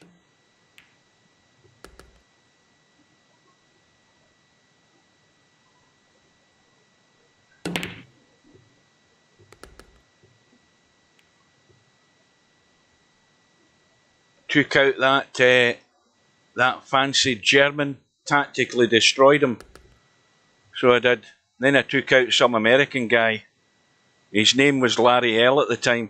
Took him out. But totally destroyed Dow. I think I bored him to death. And then, was it Matt that done me 10-1? And that's when I did have a dodgy mouse. Who was it? Was it Matt that done me 10-1 and I was lucky to win one frame?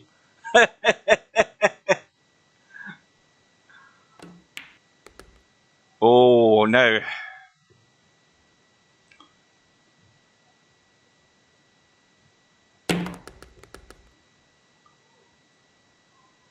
How long have we been going? We've been going for, what, just an hour and 52 minutes, I think it is.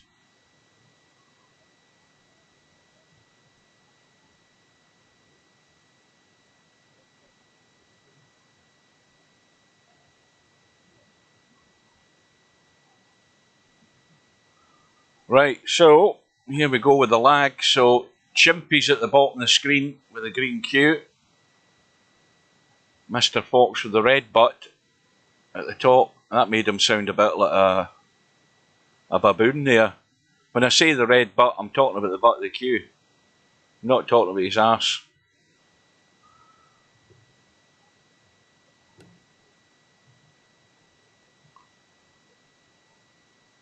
Well, that's a perfect lag. You'll not beat that. So Mr. Fox wins the lag, the all-important lag. And Mr. Fox is getting the 6 ball, which is, well, that's what happens when you've got a rating of 2353.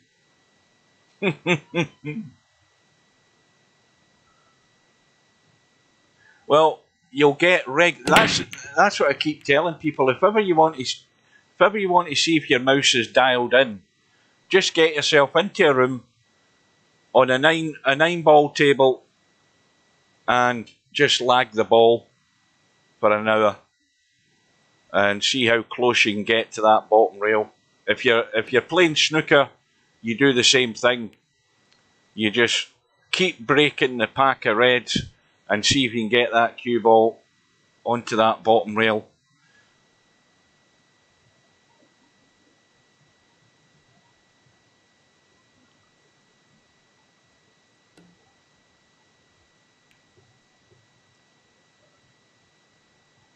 Now that is an excellent shot. That's a full snooker. So Chimpy's going to have to go 2 rails, probably 2 rails, because you want to try and kick in behind the one if you can. Might be enough room.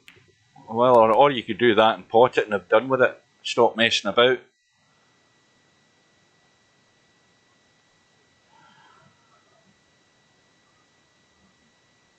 Now, of course, again, you run for cover. You play the sensible shot. I mean, it leaves the enticement of a cut in the 2, but the best you're going to get here is a 3-6 combo down the side rail. He's trying to use that 8 ball, and he's used it pretty well. And it's not the 8 ball, it's a 4 ball. So now it's the old kick and hope.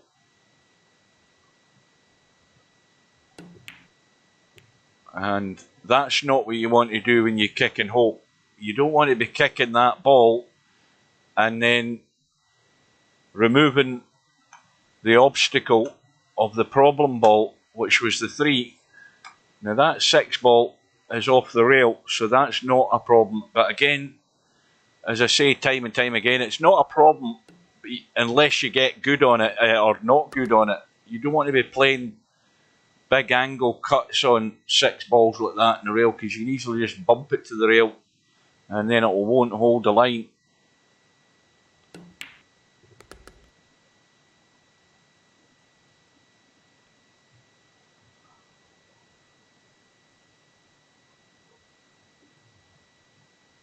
Oh, I think there should be plenty of room just to drag this cue ball onto the 4, pot the 4 and just hold the cue ball for the 5.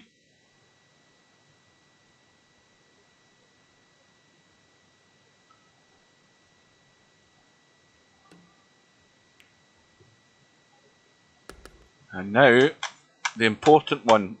Nice little angle off the 5. Nice well, again, I say nice little angle. It's actually a bit straighter than I thought. But you can pinch a bit, as long as you can make sure you can get right on there, but not too straight in the 6. And this is, well, there is an angle. And he's trying to spin around and get out. And now we don't know what then. Oh, I've forgotten the handicap again. He's got the 6 ball. I mean, you don't expect somebody like Mr. Fox to be getting the 6 ball. And he's not even looked at the HUD. And now he's found out he's getting the 6 ball. So in a race to 4, when you're giving somebody the 6 ball who can pop balls, then you're really up against it. You've got to keep it really tight and you can't be missing anything. But the break is dry.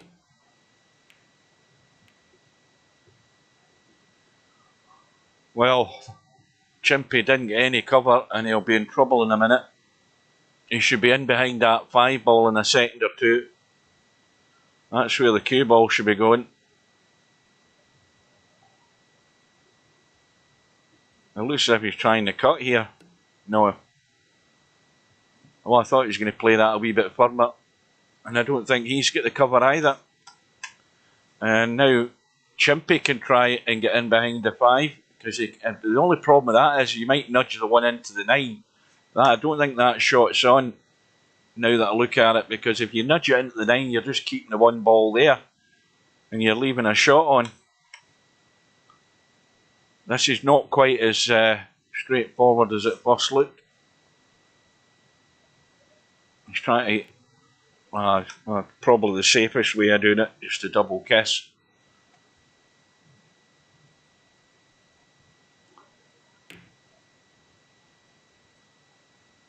Yeah, but see, the thing with this setup now in narrow pockets, I think, is it just brings everything closer, you know, to players who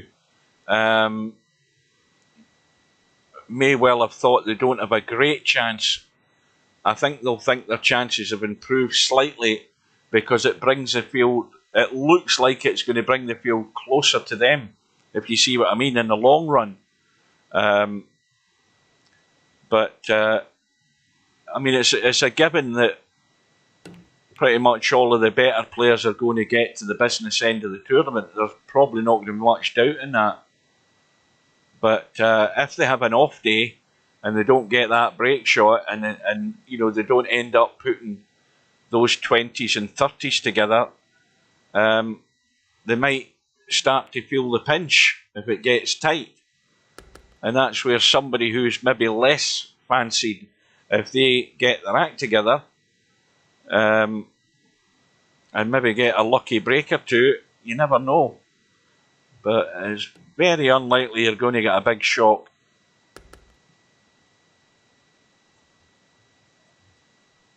Put it this way, it's asking a lot for that to happen, especially when it's a race to 200. You know, you've got to be really good for a long period of time to get to 200 before the guy who's favourite on most occasions in this thing. You know, it's more likely that the better guy will always be scoring more in his opportunities than the unfancied player. That's the way to put it, I think.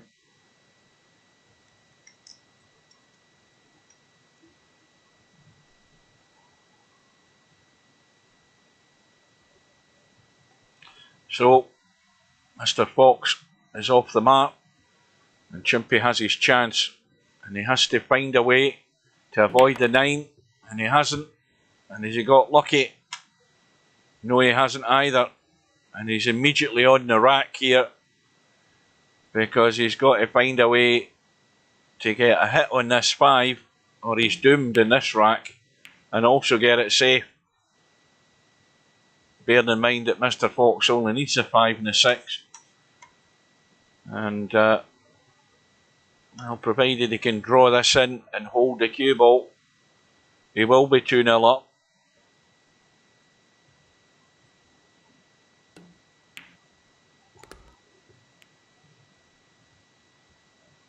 Yeah, I'm surprised Spectre Dawn isn't interested in the straight pull, considering how he can pop balls.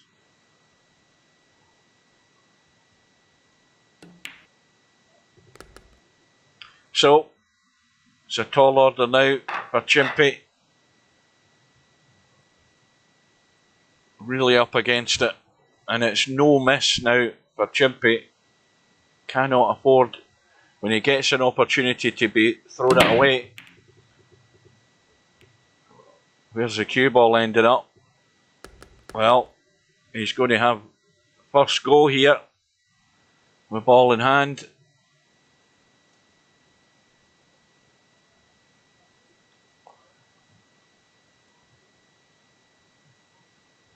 He doesn't like the normal pockets.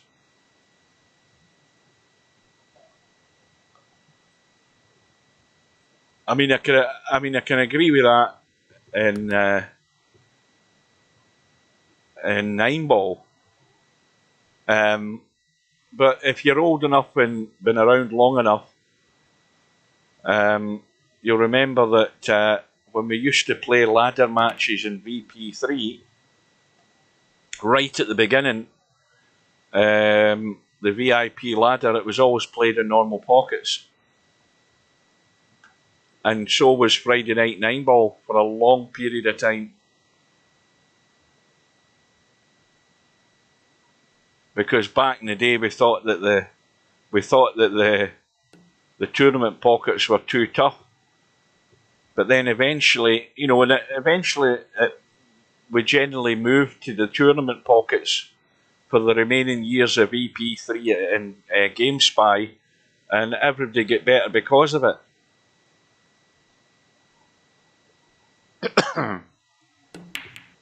Cue ball nearly kissed into the side, but that is a chance gone.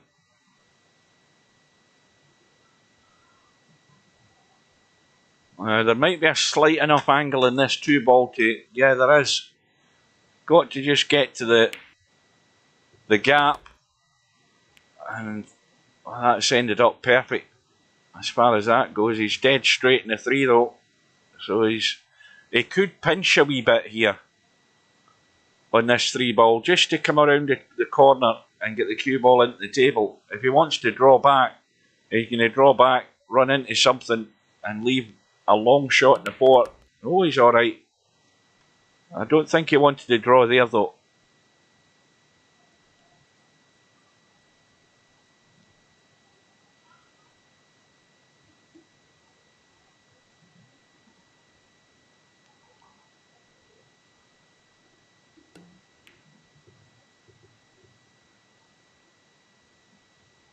Well, Chimpy now is going to be taking a big risk if he plays the reverse bank. He can thin this 4 and try and get down behind the 9 and 7. He's got to hit it thin though. But he's gone for it and it's perfect. And now he has to back himself all the way to get on the board.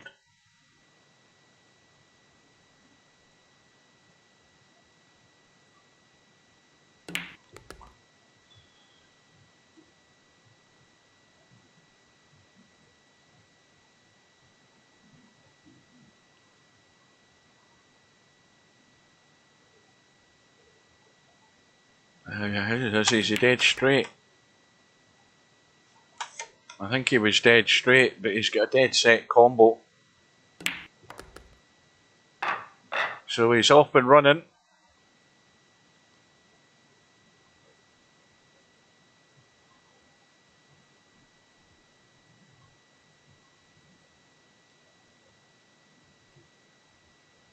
What tournament was that final with Stubb and Vinces? Was that 10-ball or was it 8-ball?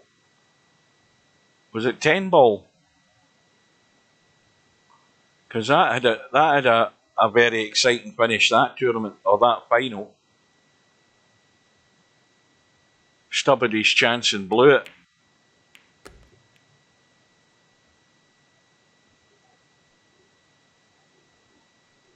And Vinces was like, getting to the business end, he was like, was he not 4 or 5 racks behind or something?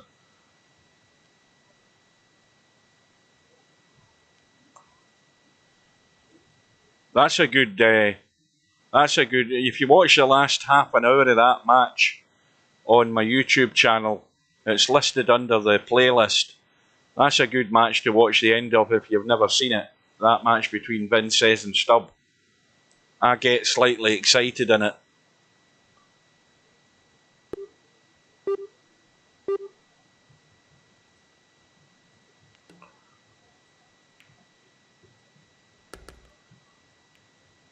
Well, Mr. Fox is going to be one away in about 30 seconds time.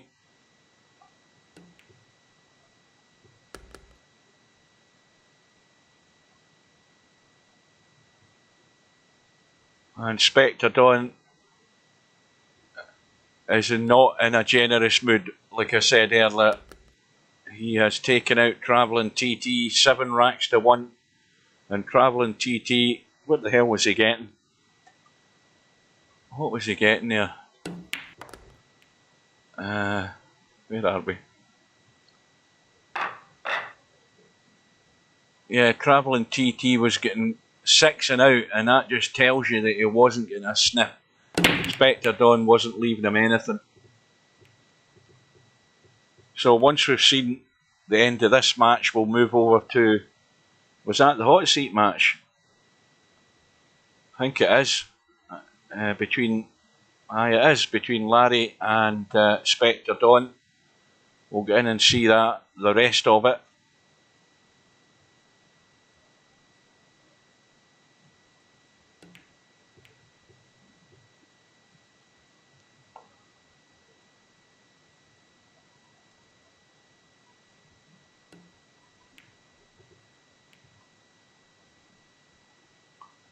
Oh, that is a nice tight safety because there's no line. He's blocked by the 4. He's going to try and, well, he could try coming down the narrow gap behind the 5.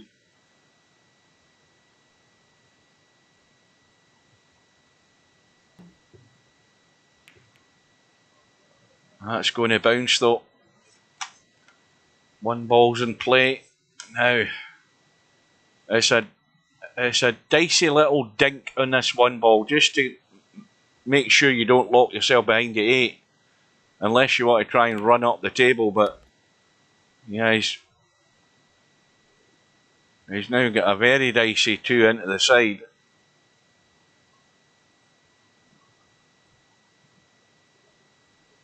Just got to be dead weight.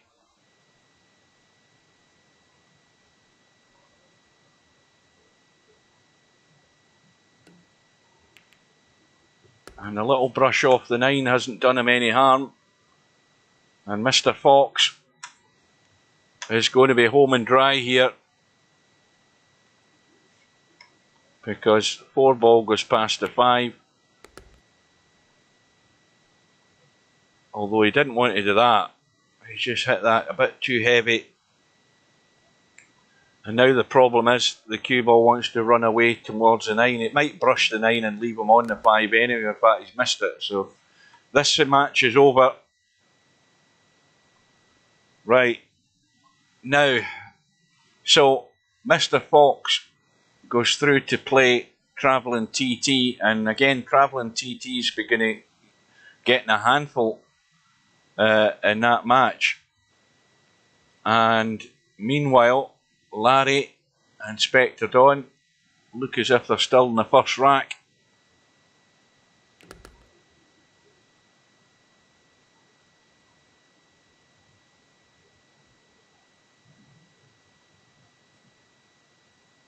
So Mr. Fox through by 4 racks to 1.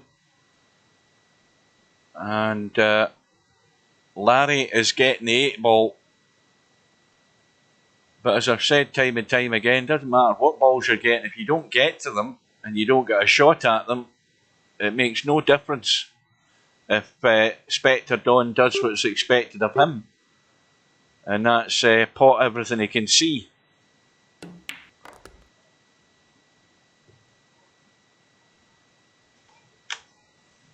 And he can just see the 3. And it's nice off the rail, plenty of room.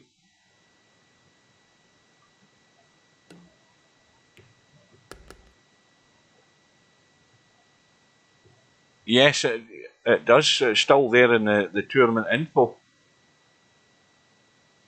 Bankster goes through. Bankster survives to fight another day. He's won a final rack decider against DJ Redo. And remember, Bankster is the dangerous man with a handicap, although he wasn't getting one against Mr. Fox. In fact, let's have a look. How does that shape up now? Well, Bankster's now playing LS3. And is he getting the 8 ball? I think that's what it says. Let me get out my chair to get my nose right onto the screen to see if I can read that red text. Yes, he's getting the 8 ball. See, that should be black text. I've told him that 100 times. I can't see that red text. And it should be bigger as well. Well, that's gone wrong. Now, that 9 ball, I think, will cut. You've got to slam it, but he's not going for it. And the cue ball, of course, would be running all over the place. He's gone for the cut down the rail. And Larry, as long as he doesn't scratch, and Larry's going to have to draw off this 9. Where's Larry's cue? Is Larry gone? Oh no, there he is. He's going to have to draw off the 9 to avoid the scratch. Just a little stun. A stun draw.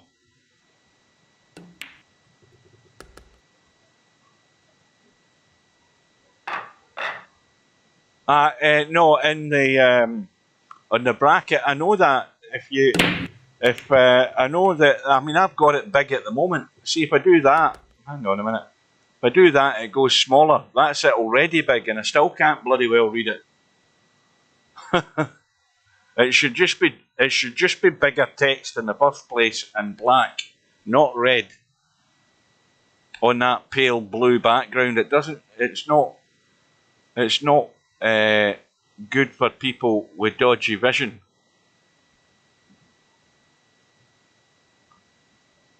So Larry got the free gift in the first rack, and all because Spectre Dawn didn't get the shape on the 9. And back, why am I saying Bankster? Larry only has to get to the 8 ball. And this is the crucial part here, because he has to get good on this 4. And now it's going to be the draw. Somewhere past the 7.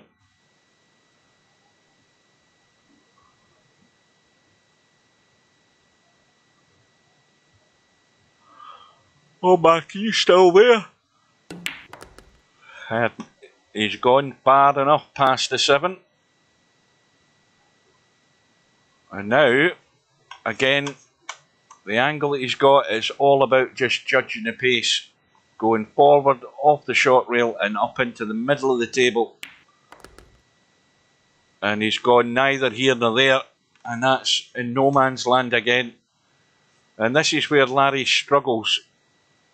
You know, when you end up not in the right shape, you end up having to dig out stuff. And this is where the consistency goes. And you end up having to pull out shots, and then you end up having to pull out another one. So this for the rack, for a 2-0 lead.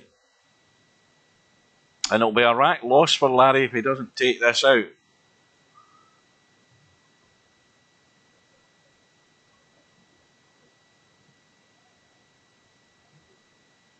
Aye, that's the word I was looking for, Slim. It needs to be a better contrast of colours.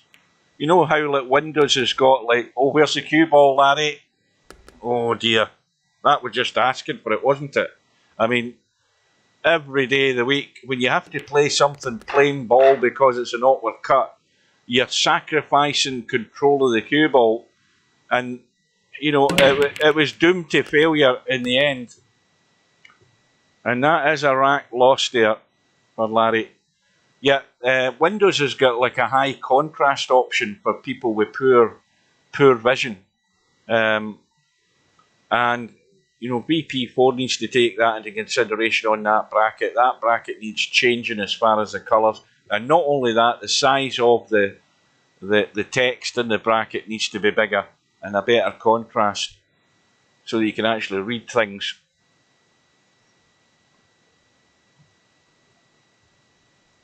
So Larry's going to have to redeem himself, because that just went from bad to worse, that rack. Oh well. Larry's got away with one there, I think. Although it's an easy escape, you know, just to jump over the two, but he almost scratched.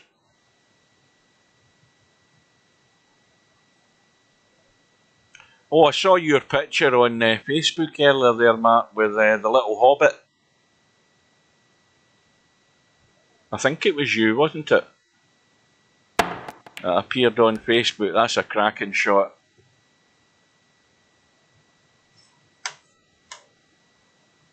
Now what does he do? Really thin cut in the two, let the cue ball run all over the place and just hope you have a shot in the four. Yeah, it's got a high contrast mode. Oh dear, he's okay, and he's got a shot in the four.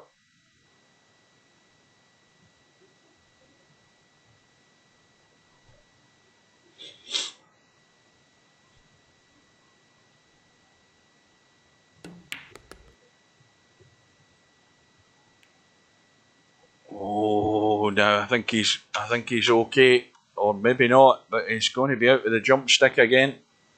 I thought he just squeezed enough there to have a shot in the five, but this is maybe a chance for Larry.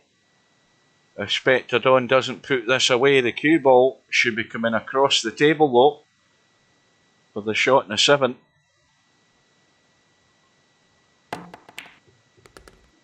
Well, was there ever a doubt? Well, you just drop this seven ball in, the cue ball's heading exactly the right direction into the gap with the 7 and 9, not the 7 and 9, the 8 and 9. Just a plain ball, dead weight roll, and the cue ball's heading in there. I think Spectre Dawn's probably one of the best players at rescuing a situation more often than not. Even when he's not in great shape, he's proved that in Friday Night 9-ball umpteen times. He's very good at rescuing a situation, and as long as you can keep, you don't want to have to rely on that all the time, but if you do that more often than not, then you're going to be a very tough cookie to actually beat.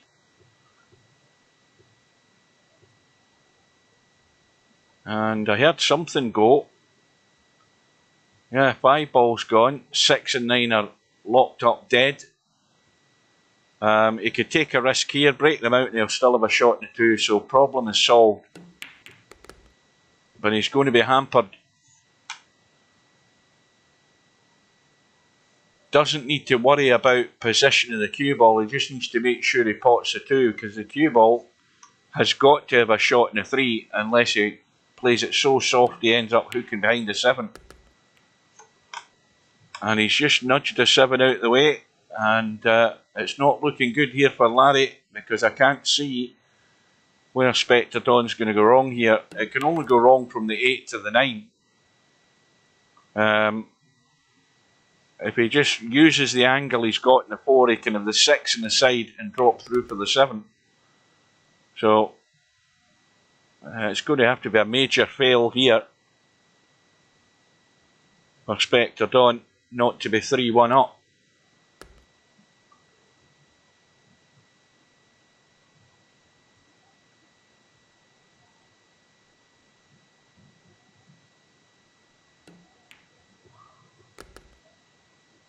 And he's got plenty of angle. And again, I've mentioned this before, whenever you play this shot, you want to make sure that you're not coming in that direction. Whether you go this way or that way, you do either, but this way is a no-no. And he's come that way, and the angle just running away slightly, but that's not where you want to be. But he's got it off the rail and rescued another one.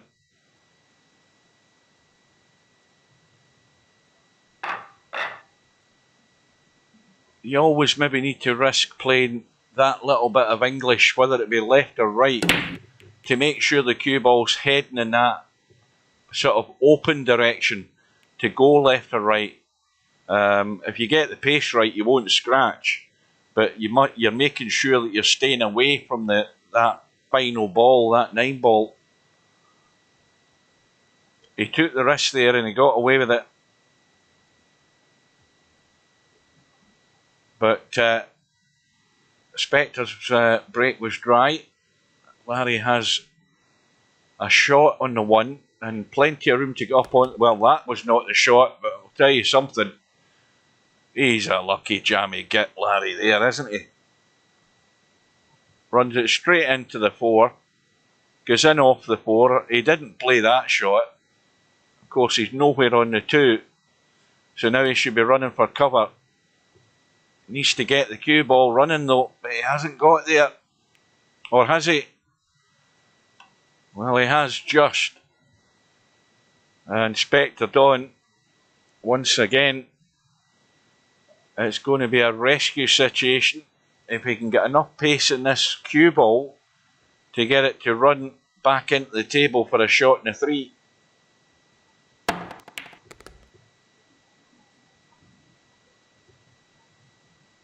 Well, he's almost got there, but it's another really thin cut.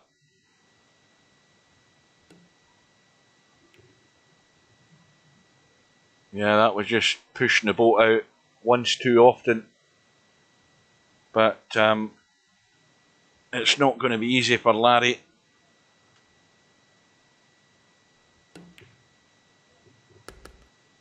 And the cue ball is going to stay in the table this time. It's going to have to be a 5-7 combo. Now, if we look at the 5, and Larry's having a good look at it, he's got to sort of just punch that 5 into the rail slightly, I think, because if he just hits it straight down, that's just going to hit the knuckle. I don't think it'll drop. He's got to just nudge it to the rail to come out like that. And then the problem is are you still going to have a shot in the 5? And the answer to that is no. And now it's paramount that Larry hides this 5 ball or the cue ball and stops Spector Dawn having a shot of any description for his chances of getting back into this match. And that is a shot. That is excellent. And for once the mouse was reliable,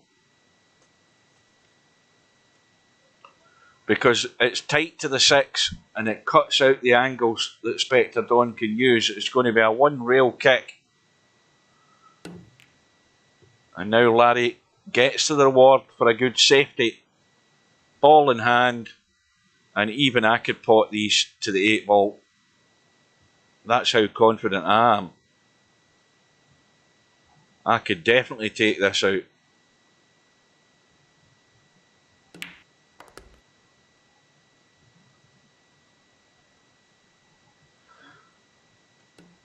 Well, LS3 isn't interested in any handicap that Bankster was getting because she sailed through 4-0 on that 1 loss side. Larry's back to within 1.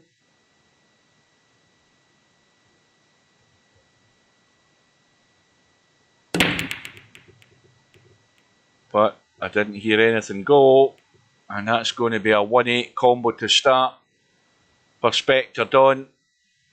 And it's going to be 4-2 in about 3 minutes time.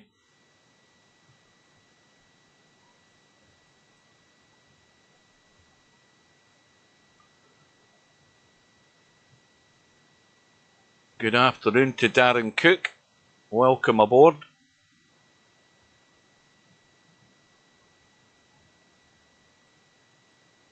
Now, what's Spectre Dawn doing an awful lot of thinking about? Is that 8-ball right in the point? Maybe that's the worry. Let's have a look. Yes, that's the problem. That's why he was taking his time, and again, the right thing to do. I was just wondering why there was such a delay. It was right on the point. Took his time, made sure he had a good look at it, and well, he's having a good look at this one as well, because he's got loads of room to cut it down the rail. Across the table twice, and well, the simple shot is just drop the 2 in and play the 3 up in off the 7. That's you not taking any liberties and just keeping it simple.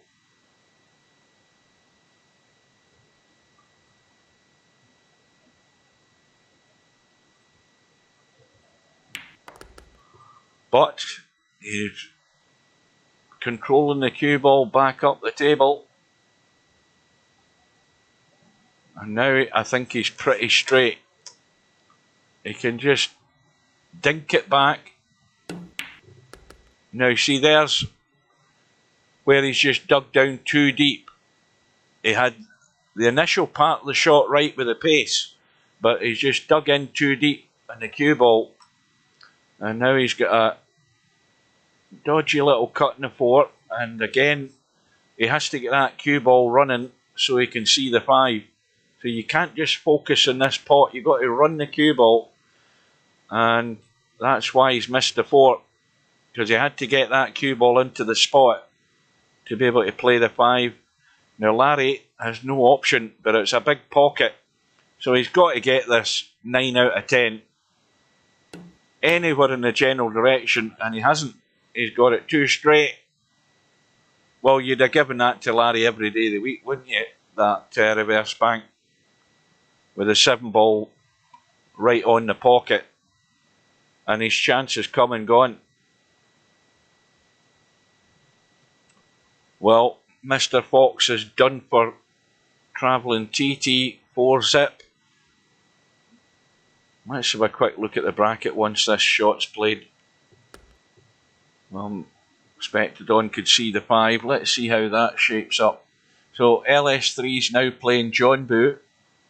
They've just started, and Mr. Fox can now go and get a coffee, because he's going to have a little wait while their match is underway. And meanwhile, Spectre Dawn is just plodding on, doing the business.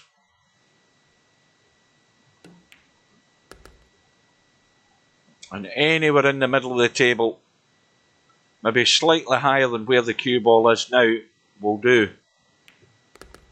Perfect.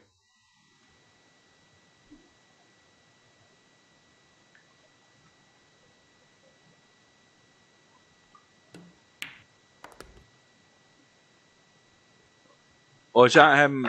Is that how their match started? Fan. Wanwa.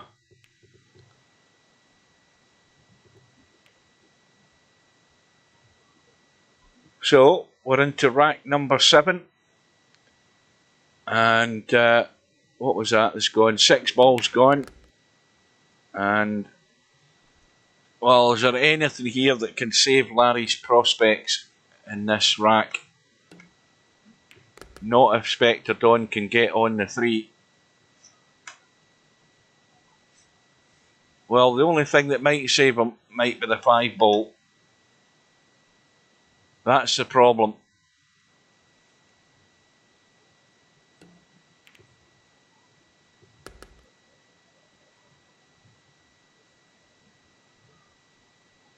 Now, what does Spectre Dawn, or what can he conjure up here to get on this 5? Does he just get the cue ball out into the table and play the 5-7 combo, which is nowhere near set?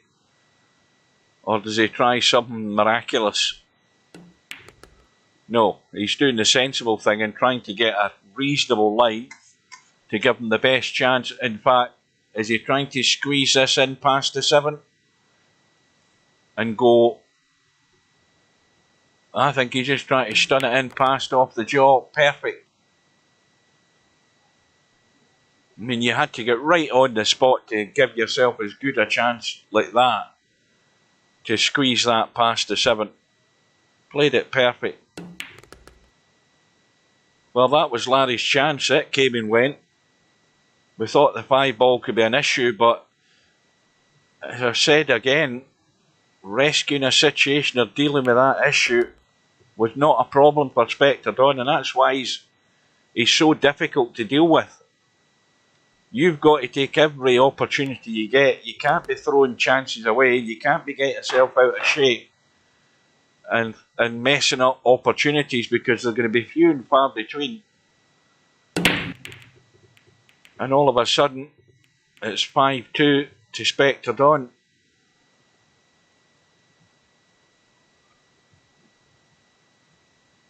And now Larry's got to the table from the dry break.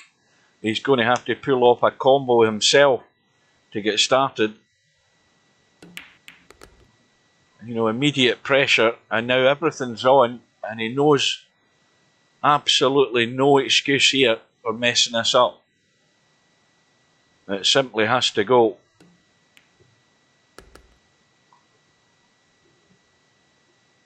And again, that's not ideal. He's just have to dink this in and try and hold the cue ball, drag the pace off it.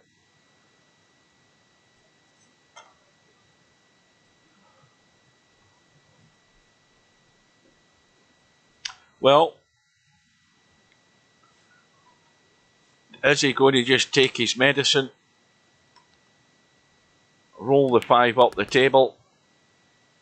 Well, he's going to have to stun this up the table to bring the cue ball that way for the cut in the 6.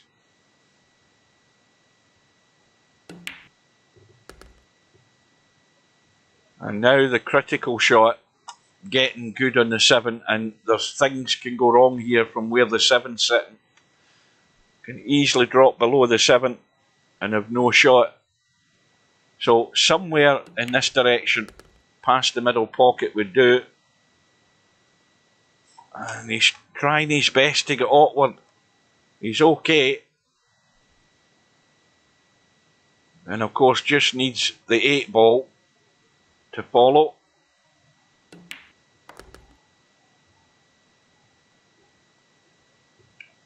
And there's your top down view for the night.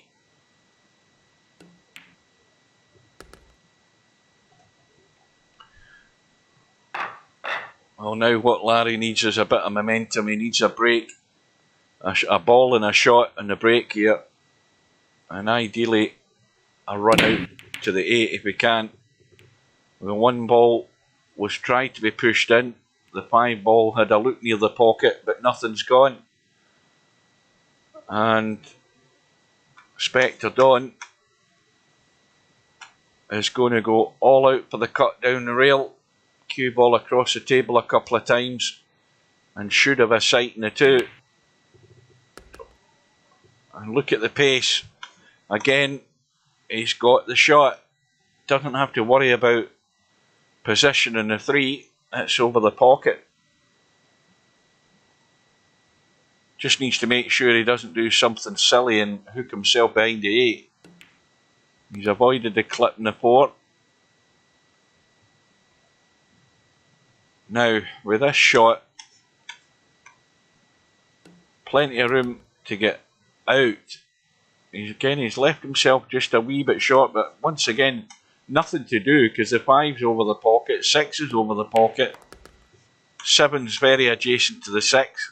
Where can he go wrong?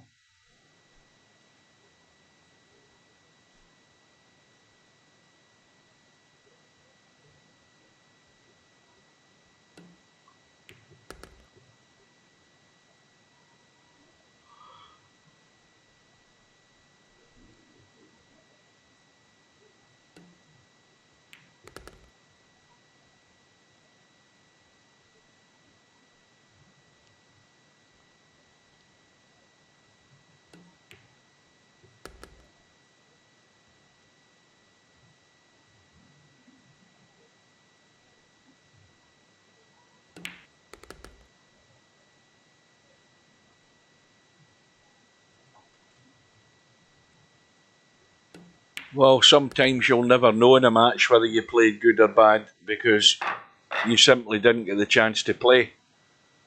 And Larry's had bits and pieces, but Spectre Dawn is one away from yet another Friday night 9-ball final. Unless Larry can dig deep. But again, Spectre Dawn's the ball in the break. Where's he going to pick a shot this time? One ball doesn't go in any of those pockets. So you'd assume he's looking for a half-decent safety.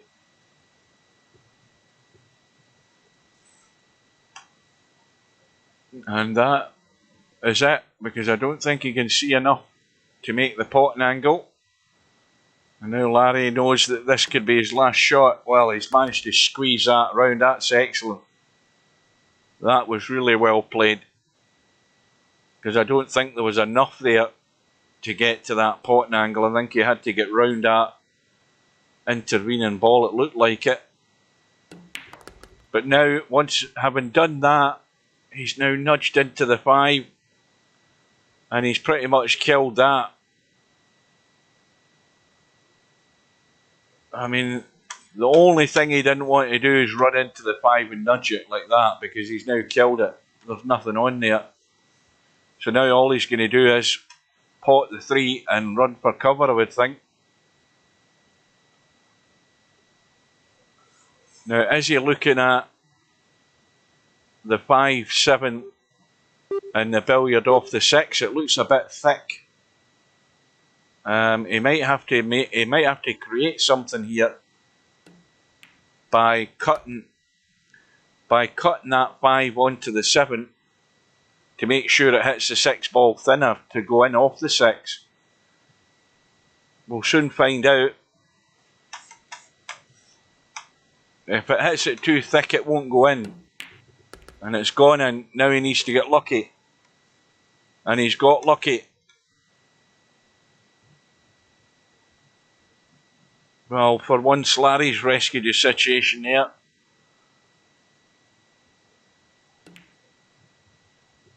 Oh dear. And no sooner have I said that than I've jinxed him in the 5. Again, the focus there was in 2 things. Making the pot in the 5 and making sure you're half decent in the 6. And, well, all Spectre Dawn has to do is get low enough on this left-hand side to make sure he can see the 6. Well, he's going to the short side. And that's in bedhead territory. And I would assume he's going to try and dink this in and take as much pace off the cue ball as he can. But he's got to get the pace in it to pot the 6. Right, good evening LS3, thanks for joining. And he's hung the 6, and Larry breathes again, but these are difficult to judge. He's going to have to use the angle. He's checking it with right to hit the rail and stay on that side of the table, but it still squirts away.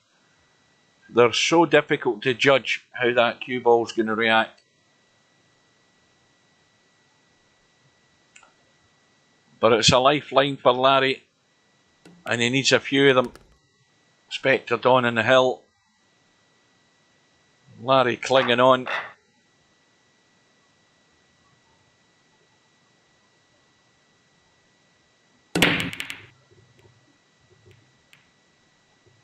And Larry's getting no joy. The only redeeming thing about that break is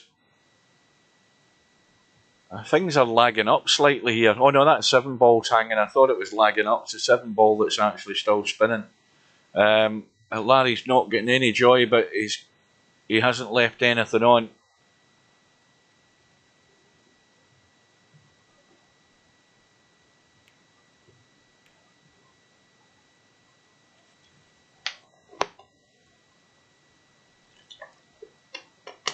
And I don't think Larry can push through. No, he can't. He looks as if he may well be lining up the cut in this one. And he's taken the 2 out as well, and he's still got a shot in the 3.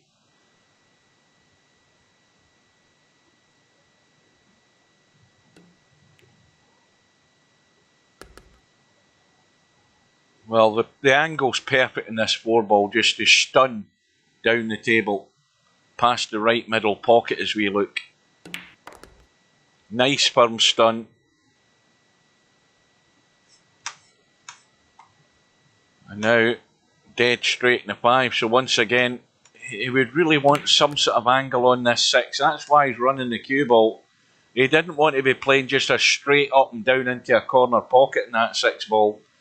And now again dragging the pace off this cue ball with the 6. Just to get the pace to pot it, but to kill the pace in the cue ball now. He's got lucky there, because there was no saying what the outcome was going to be. But he'll take it. And he's got to again go up the table. A nice firm stun anywhere up the table. Plenty of room past the 9 for the shot in the 8 ball into the same pocket.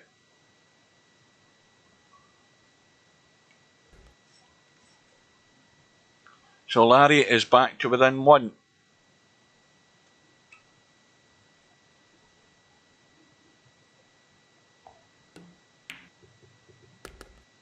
Used all of the pocket though. Now this is when you want your ball in a shot. Needs something to roll for him. But if he comes up dry and leaves something on, he might feel his chances are doomed on the winner's side. Cue ball, it tried to go in, but he's had a couple of balls and I don't think he's getting any luck. Does that 1 squeeze past the 7? What went? The 2 and the 5 have gone, and the 1 isn't going anywhere, but he can lock the cue ball.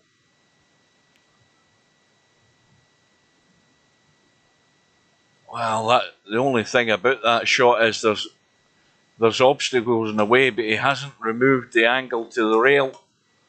And Spectre Dawn, well, I don't think he maybe took enough time over that. He seemed a bit in a hurry. And Larry's got ball in hand, so he's got his reward for the safety.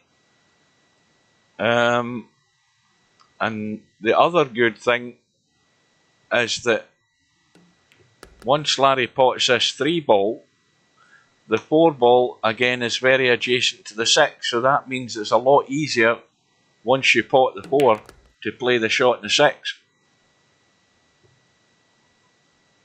And this should be going hill, dare I tempt fate by saying that.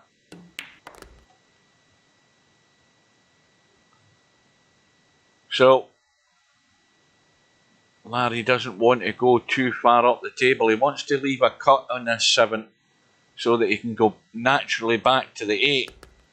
Let's have a look, and that will do nicely.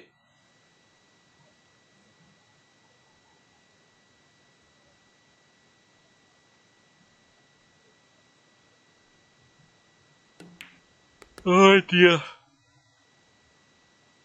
Well, we didn't think it was going to go all the way, but it is. Larry getting the benefit of that 8 ball now. And now breaking for the match. Oh, cue ball's heading in this time. That's a disaster. Just what you don't want. But Spectre Dawn has got ball in hand, and would you believe it, he's not got a shot. He's going to have Larry in dire straight in a minute, I think. But, well, does he think he can make the cut combo in the 7? It's a bit tight. I think he would better just nailing this cue ball. He's not trying to nudge it in off the 4. Now he's looking at every option to try and get this ball into a hole, when I think he should just be nailing it tight.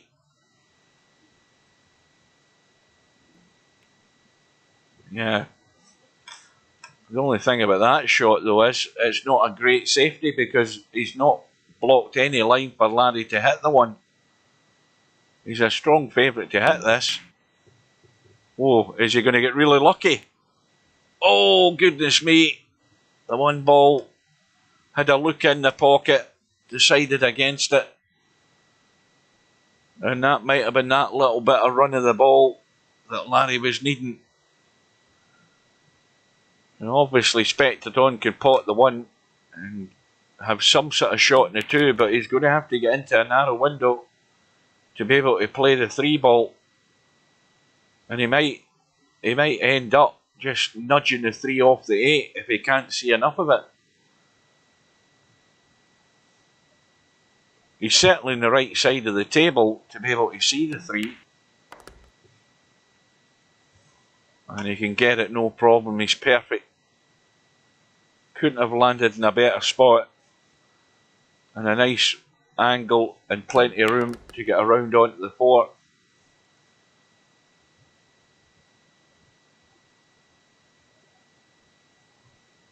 Well, it looks very likely that Larry's comeback is going to be snuffed out.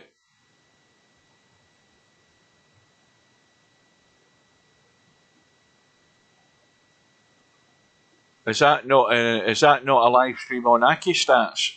The Derby City Classic, or Derby City Classic, as you guys in the States say.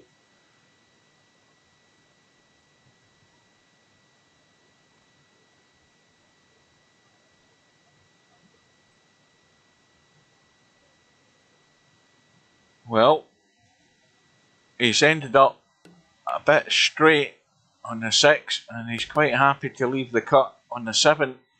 And remember how these balls double in size when you're trying to squeeze a ball past the 8 ball. And he's got it all the way. So Spectre Dawn is through to yet another Friday night 9-ball final.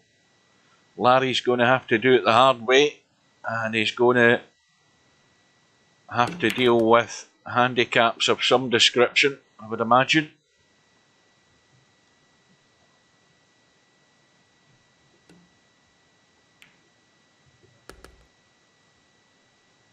So the hot seat match is over. Now let's have a look. Everything's on the one-loss side now, of course, until we have the second finalists. And at the moment, we've got Larry now waiting on the winner of the match between John Boo and Mr. Fox. And it's now 2 racks all. And John Boo's player 1 in the HUD, he's getting the 6 ball as his money ball. Again, very dangerous. And Mr. Fox, who's just tied the match up, has come up dry. 2 ball over the pocket. And the 3 ball again, very adjacent. Now, what you don't want to do here is nudge the 7 and it ends up blocking you in the 3. You've got to make sure you avoid that at all costs.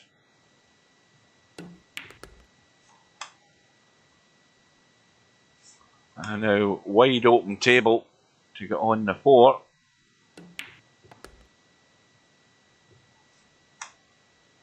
And this is dead straight, and this now means that if you try and pinch a bit, and that's the danger, he's tried to pinch it when he should have probably just pinched a bit the other way and tried to draw it, put it into the right side of the pocket. It might have been a slightly safer shot. As it is, he's not left anything easy. And this is really ugly, this 4 ball.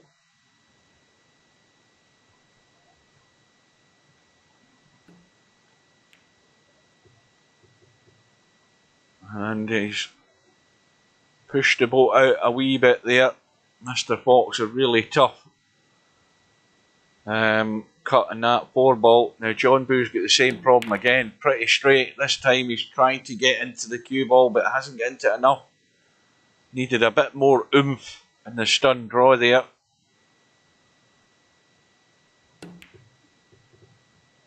And is he going to get lucky? He most certainly has. Oh, that is That is a good roll. Right, good night, Darren, or Vertical Liquid as he likes to be known. Thanks for watching.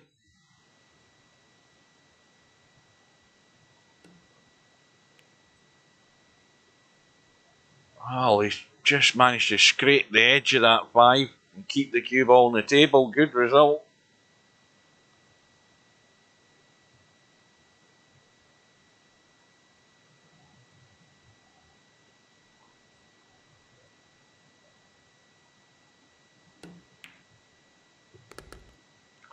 Now I wonder if John Boo wants to keep the white background in that picture of his, or whether he wants it to be a transparency. Maybe it helps having a white background to be able to see the images.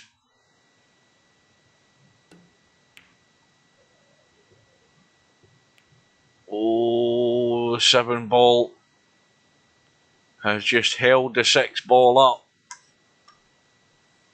Now, he's just got to scratch this and no more. And I think it's got a double kiss with a spin as well. I don't know, but it's locked the cue ball onto the 7.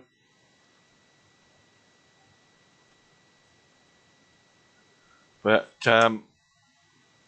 he pretty much dead straight. He's trying to force a bit of spin just to get it out. That'll do nice.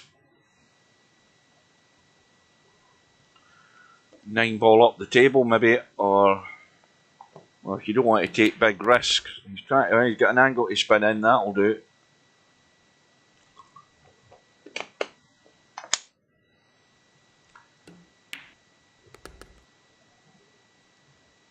So Larry's lying in wait for the winner of this match.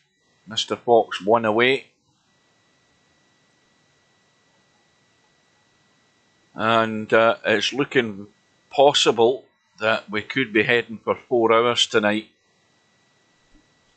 because we are 5 minutes from 3 hours. That's a scratch and a break, isn't it? Cue ball went into the bottom right hand corner. I think it was the cue ball. No, it was a 9. That's my eyes gone again. Of course, the 9 ball being the money ball, we've got spot money on, which means that if it goes down in the break, it comes back up. And the player remains at the table, but Mr. Fox had no shot other than a push out.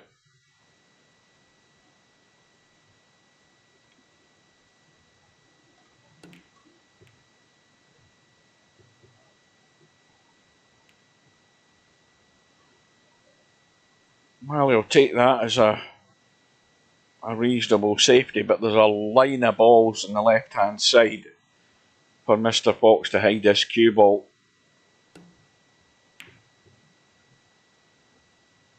And he doesn't want to be potting the 1 if he doesn't have a shot in the 2. I don't really think he played that. I think he was mostly looking for cover. And that is too hard, because that's cue ball is running around the angles for a free go here for John Boot to take this match all the way.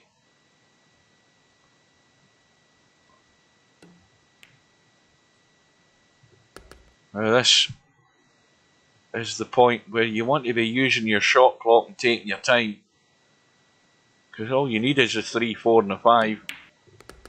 And that again isn't it. He needed to get into that a lot more to get over to the right side. And he might have blown his chance here.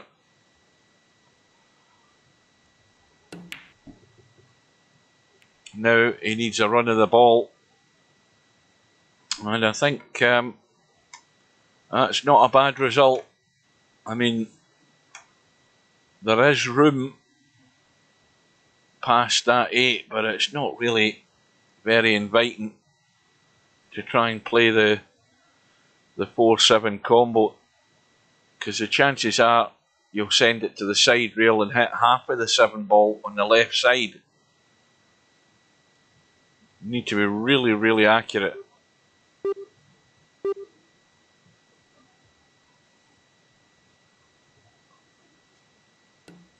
No, he's going the other way. He's trying to get distance between the two. And that's now a problem for John Boo because he's right over that 7 ball. And it makes it so much more difficult to hit the right side of this ball in order the distance between the two of them.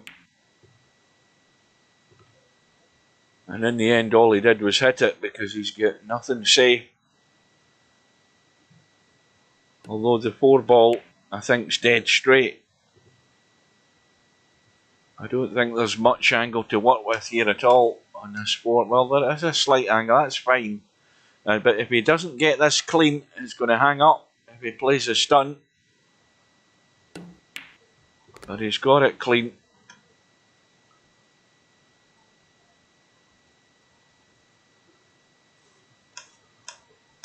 Well, again, it's all about just judging your pace. You just either want out into the table for the long 6 or you come down to take the 6 into the side. And it's out into the table for the long 6 and a roll through for the 7, and this match should be over.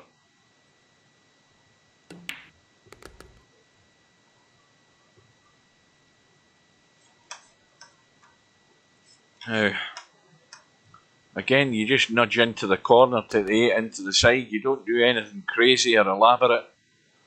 And now the angle that he's got in the 8, it just allows you to pot the 8 and the cue ball follows the right track to go up onto the 9. You've nothing else to do other than just pot the 8 and, well, what's he doing? Is he stunning? He could have just rolled it through.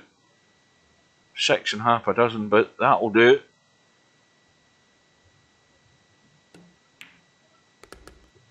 So Mr. Fox wins the match against, who was he playing against? John Boo. I'm falling asleep here. He goes through by 4 racks to 2, and Larry is lying in wait.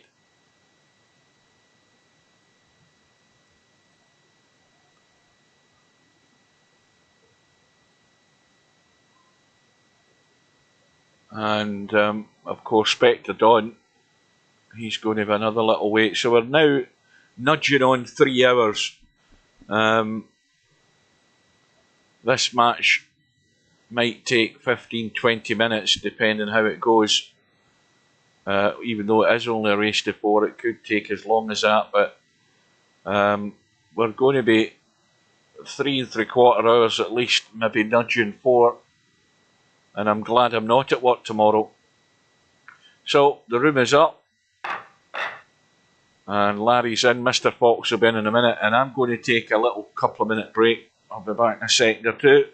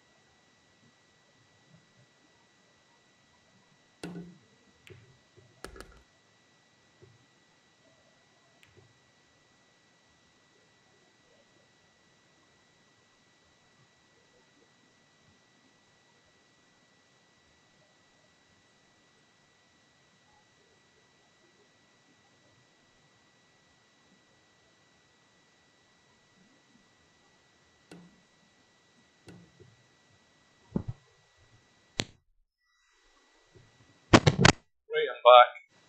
Ah, back in time just for the lag. Well, let's just say I can see a bit clearer now. Now that I've taken care of business. Because 3 hours is a long time sitting when you're drinking a fair bit of water. I'll say no more. One match looking like it will be 4 hours. I told you. I mean, that's just torture. Sitting watching that race to 200. So, it's a scratch match between Larry and Mr. Fox. Race to 4. So, it's sudden death in a race to 4. Well, Larry may well have tried to play some sort of billiard shot there. Is he going to be made to pay the price? Because they're all on. It's dead straight though. Absolutely plumb. He can pinch a bit to try and get the cue ball out and around. Because if he doesn't do that, he may well not have any sort of good shot in the 2 anyway. 8 ball and 3 ball guarding that pocket.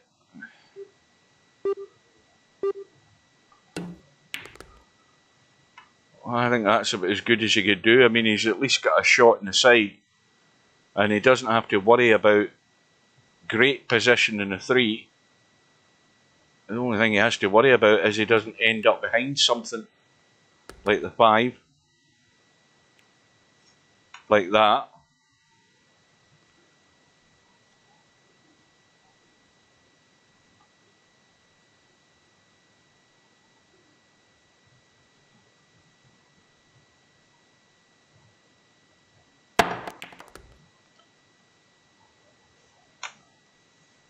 Well, I think he can just get there.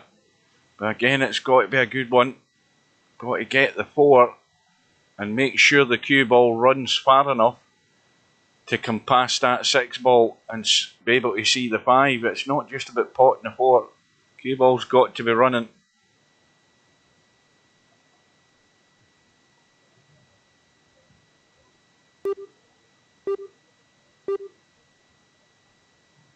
You know something? I'm absolutely starving. What did I have? I had I had chicken arrabbiata, some Italian thing, pasta. I mean, I had that. What time was that? Was that about 5 o'clock this afternoon? I'm absolutely starving. And the worst thing about that is it's this time of night. You don't want to be going to bed in a full stomach, but I don't want to be going to bed in an empty stomach either.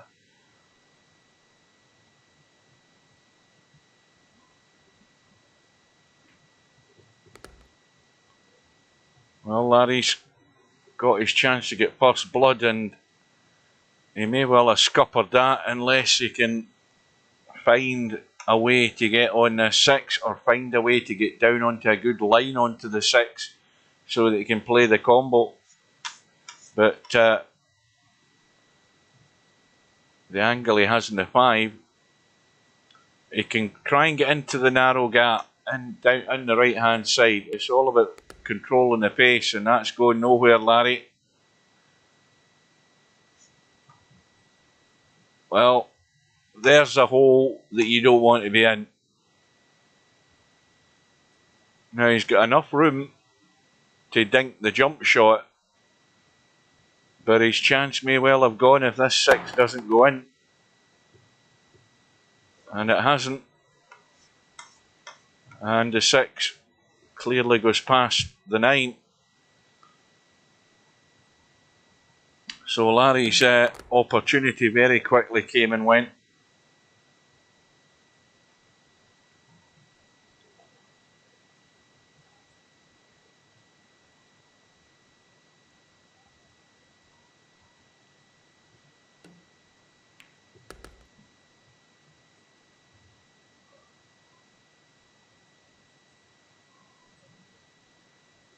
I think a bit of toast and cheese will do me after this. Something very quick. but I need a little nibble.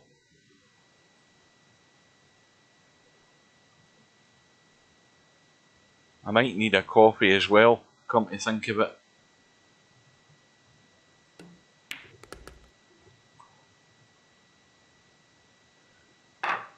So, Larry had his chance.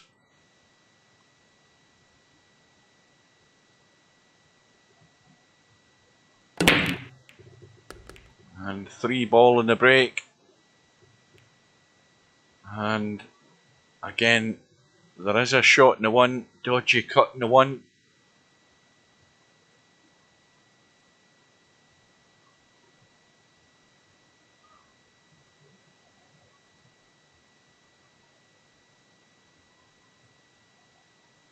I think there's certainly room past the 4.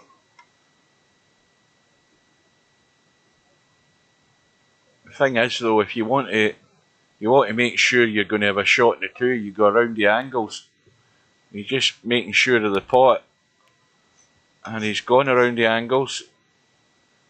Has the shot in the 2. Again, no worries about getting on the 4.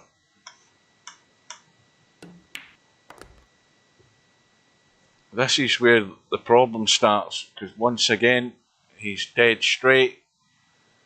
And he wants to make sure he doesn't draw straight into the corner pocket. I think he's fine as far as that goes. Oh, this is going to... Has it got to bounce?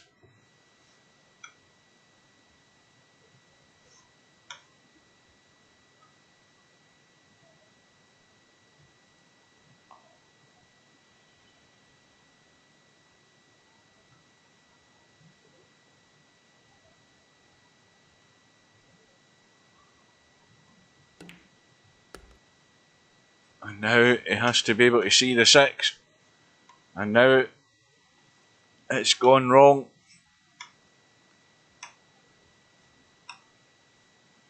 And Larry, well, is there enough to edge to see that? Well, he did his best, but that was really a tall order. But there's where you want it to end up if you don't get the 6. It's really tough now. And Larry's got no option. All out for the cut, completely blind pot. You just pick an angle that you think's right and have a go. And good luck. Well, he's looked at one option. Now he's looking at the other.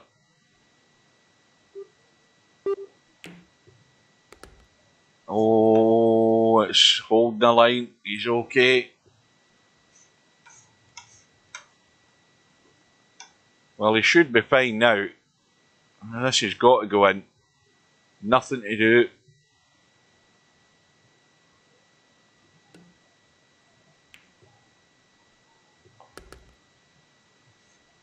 And again, nice angle. Cue ball into the table. Not a problem.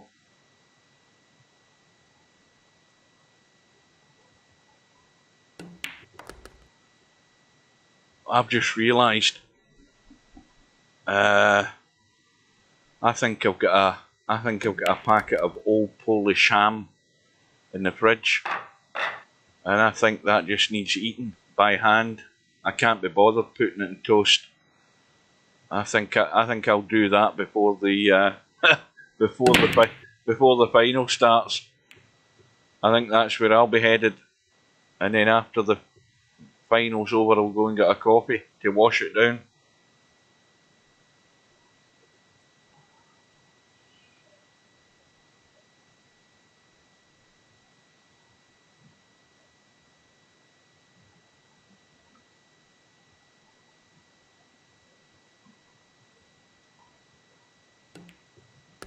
Well, Larry, as usual, came up dry. Mr. Fox has had a shot in the 1, and he hasn't really got very good in the 2, and lots of work to do with the cue ball with this shot, because the 3's been guarded by the 4, and it's got a pocket to go into. It's got a couple of pockets so you can get low enough, and he's obviously trying to get the cue ball there. but the pot was difficult enough without having to try and move the cue ball. But again, the end result isn't bad.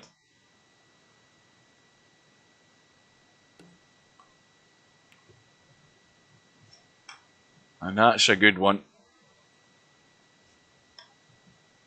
There's no line up and down the table to get to the 2 without using some form of English. He's trying to check it, and that's excellent. That is really well played, because you have to put the English on it to distort the line of the cue ball. And again, Mr. Fox has got a great end result. Now this 2 ball's going to be exposed, but at the moment Larry doesn't need to be alarmed, because the 7 and 8 ball are going nowhere. And again, the 3 ball is still awkward, so once again he's got the cut in the 2 and the cue ball running. And as long as it doesn't run too far like that, he'll still have a shot. Is there enough of the edge of that? There might. Does he think he can get enough of it to pot it? Yes, he has.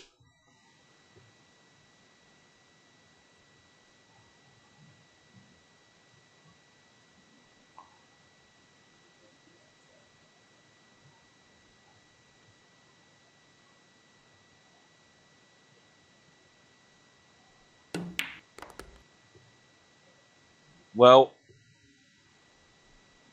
he's gone a bit high on the 5, but that's not the problem. The problem is having any sort of angle. And the other problem's the 9 ball's in the way, possibly, to actually come down and hit this 7 and 8 and be able to do something. And,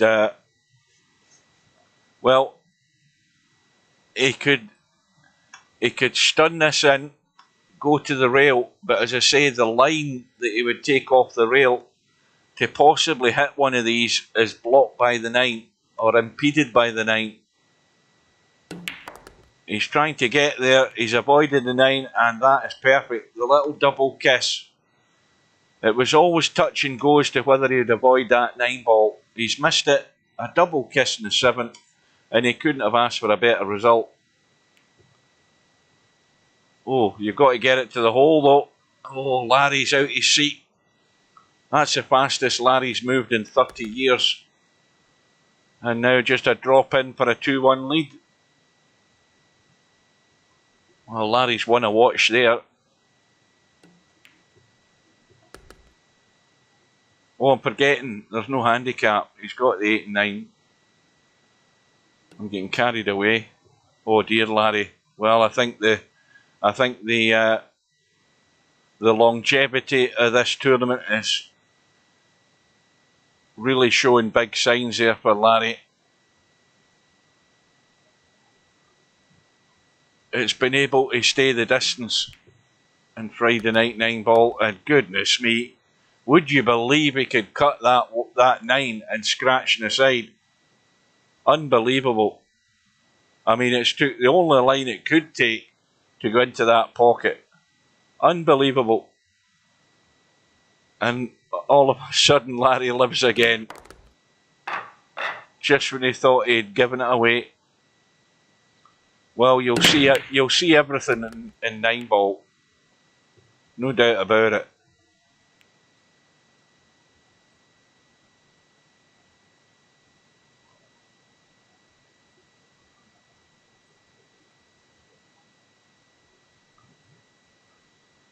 Well, Larry's got a ball, the 8 ball's gone.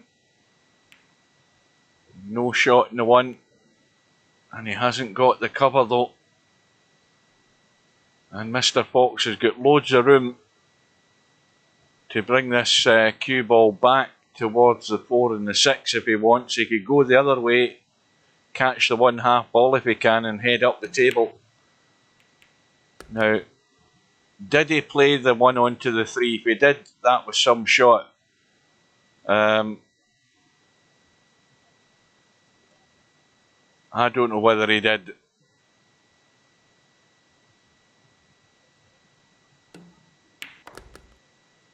He's checked it with left hand English to come down the left hand side, and he's pretty much got there now.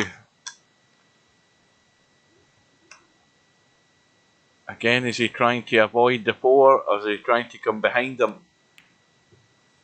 Yeah, he's just cutting it.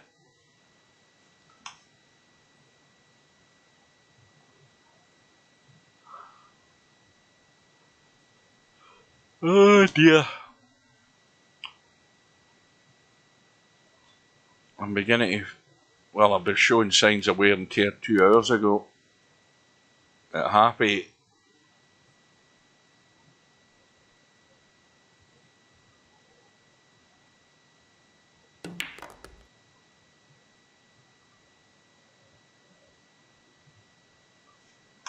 Well, again, it's just about getting high enough into the table. That's unless you want to stun across to take the 7 down into this pocket here.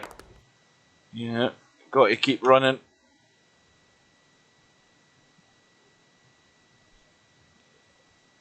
And once again,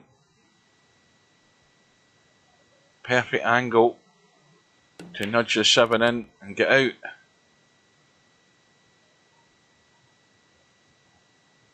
So, we're going to be back all square, barring accidents.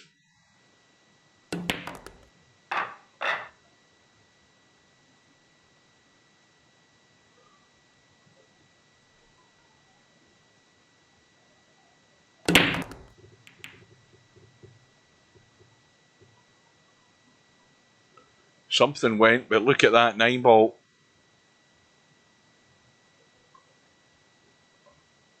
The 9 ball might not necessarily come into play as far as a combo goes, considering where the 2 ball is, because when he pot this 1, he's going to come down to the bottom of the table, play the 2 into the same pocket.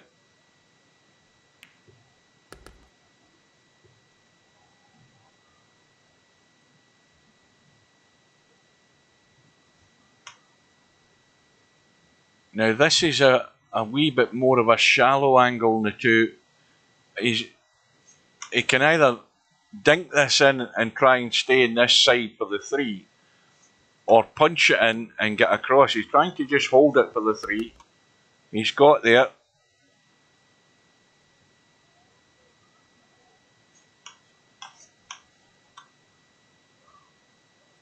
Well, keeping it simple is just leave the long 4. Like that. And again, it's still a decent enough angle. Pot the 4, let the cue ball do its stuff, and you'll be on the 6. But let's have a look at this 6 to double check. It's off the rail.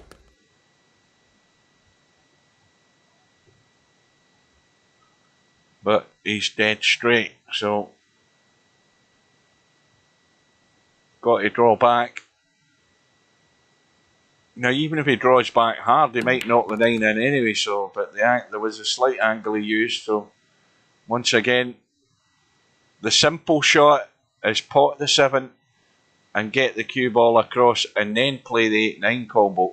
You're not trying to get on the 8 other than just come across to be able to get enough to run it down the table onto the 9. Could have done with a wee bit more, to be honest with you, but I mean, he should be getting this every day of the week. There's a big margin of error.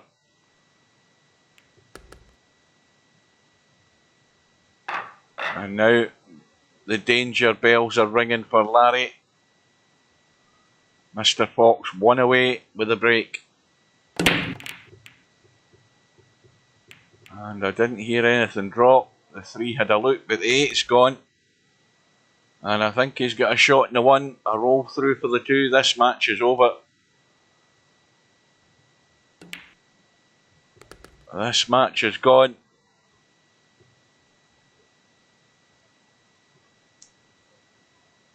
I'll leave an angle again to chip the 3 in and bring the cue ball out. A pizza curry by mistake. I thought it cancelled the pizza. Now I've got a vindaloo, naan bread and chips and a 14-inch pizza. Goodness me, at this time of night. and I'm going down for a packet of Polish ham in a minute or two. And because I can't be bothered waiting till everything's over, but I definitely need something in my stomach. I'm ravenous here. So well, I'll tell you what, you'll be sweating like a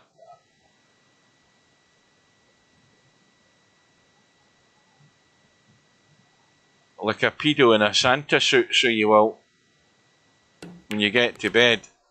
Once that starts digesting, you'll actually warm up.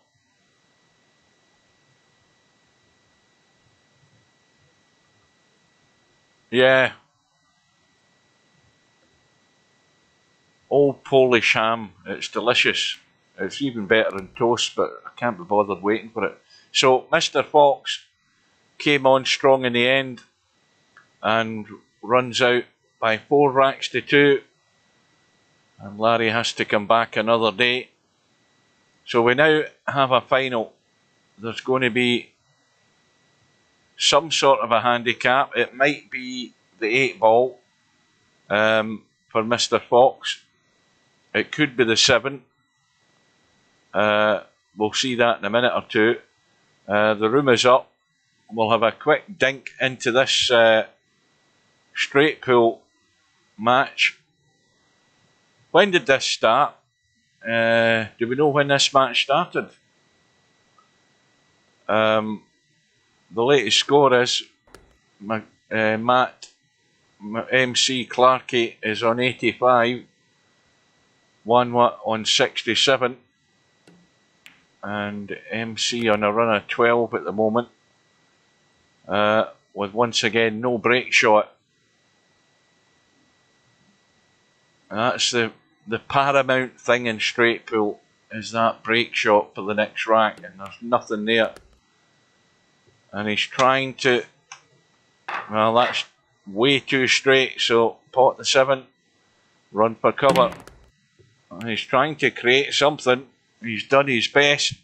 I don't think he's got anything though. So we'll leave them to it. And meanwhile, we have a Friday night 9-ball final. And it's going to be between Mr. Fox and Spectre Don. Now the lag will probably go. I'll be back in a minute. It started at 9 and that's 90 minutes into it. I'll be back in a minute. I'm going for my Polish ham.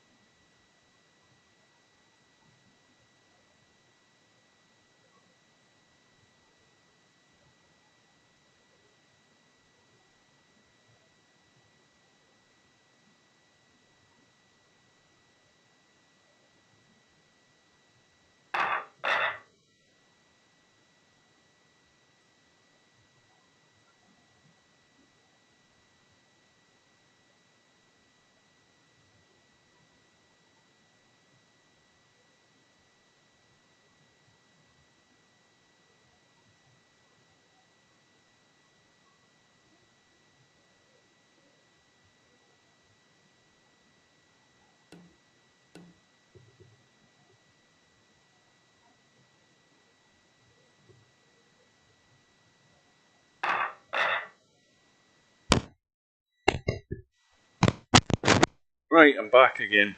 Well, the good news is, for anybody who's got a partial interest in the goings on in astronomy, wait a wee minute, my mic cable's caught up here, hang on a sec, before I wreck the place.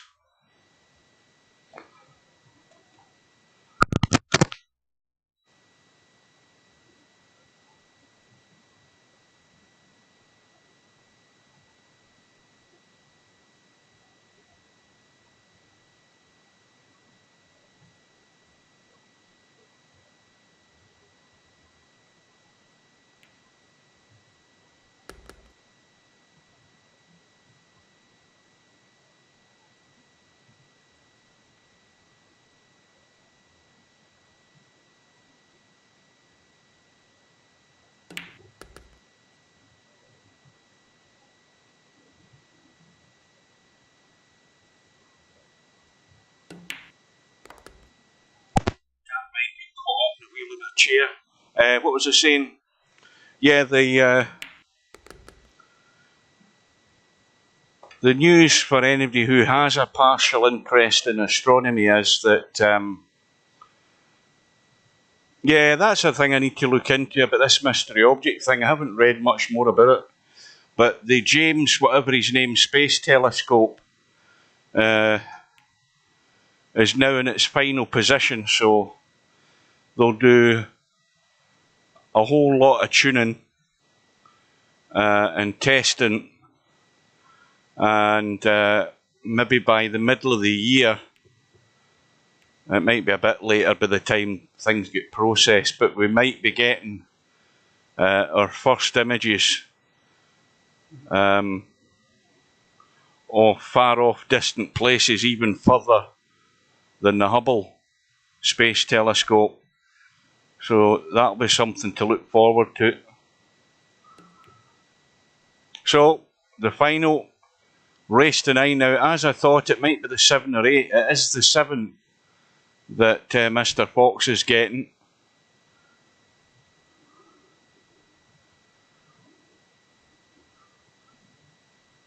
Right, so I'm going to have a nibble here because my stomach can't wait any longer.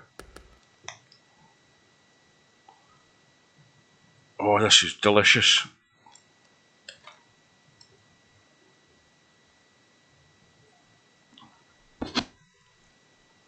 Mmm. That's lovely. Excuse me guys, but I'm starving.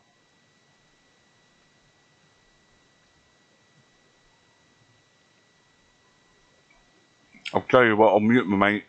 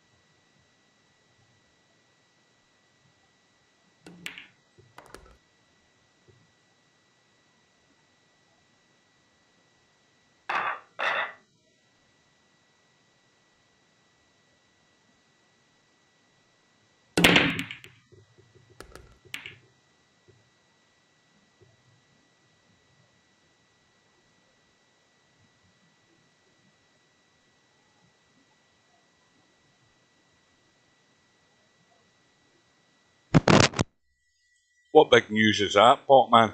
The good news is that the Polish ham has been consumed, and it was absolutely delicious.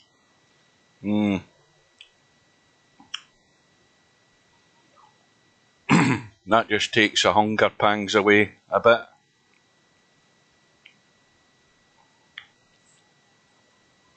Welcome back, Semi-Pro. You're back just in time. We've got a final.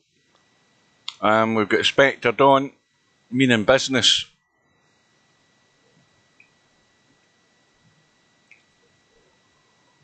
Mr. Fox getting the 7 ball, but as I've said time and time again, it doesn't matter what ball you're getting. If you can't get a shot at it, it's no good to you. And you can't be doing stuff like that either in the process.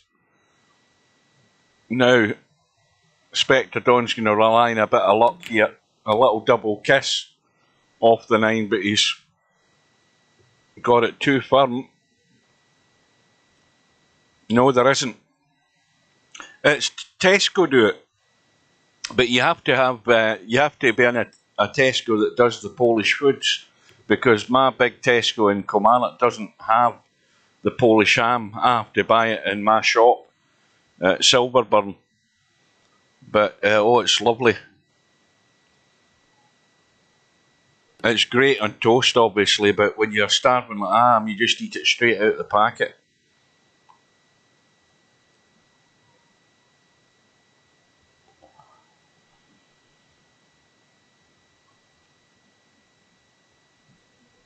Well, the thing about this is that Mr. Fox goes into this match knowing he's got the 7 ball, but what's also playing in the back of his mind is that whenever he's getting a shot, he can't miss. He has to get there. He has to get to that 7 ball every time. He knows it, and especially now that he's 2-0 down.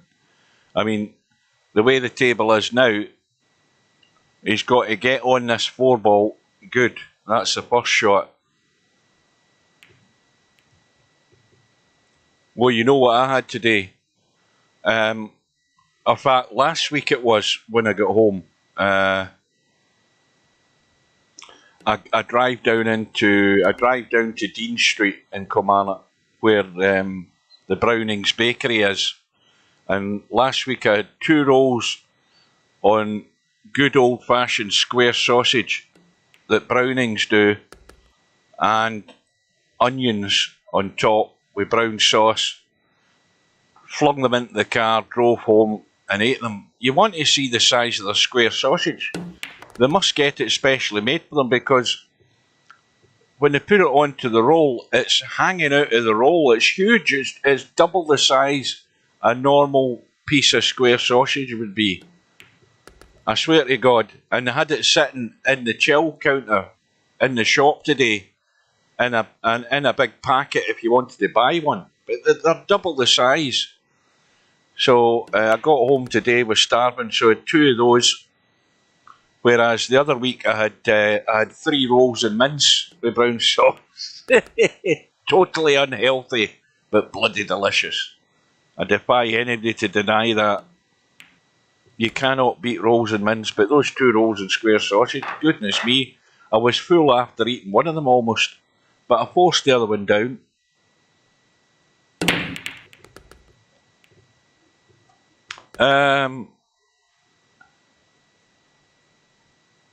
Well, I would say most of the supply issues have been sort of resolved over here. I think most of our shelves are fairly well stocked. There's the odd thing that's a bit thin in the ground. Toilet rolls come and go. It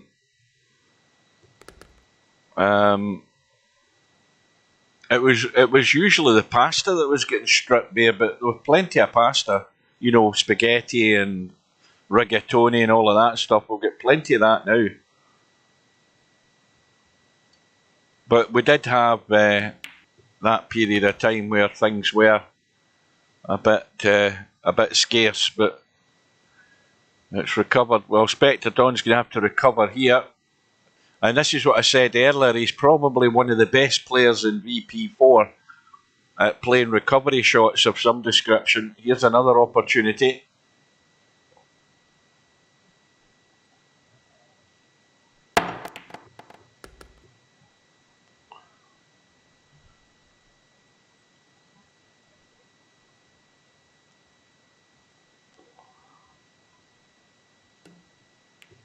Well, Mr. Fox is going to have to get on a roll here if he gets a chance. Because this is right now not looking good, shall we say.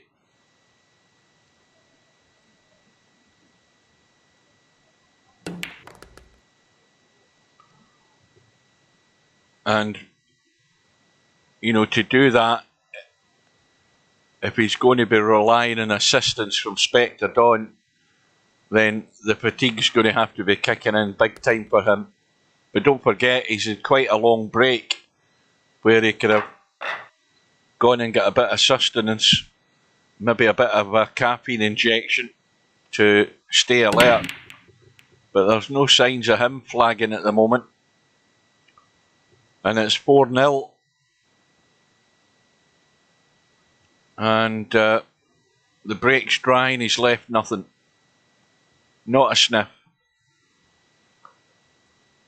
And if I was Mr. Fox, I wouldn't be doing anything to that 3, 5 and 6. I'd be trying to hide in behind it, but I certainly wouldn't be opening it. Not at the moment.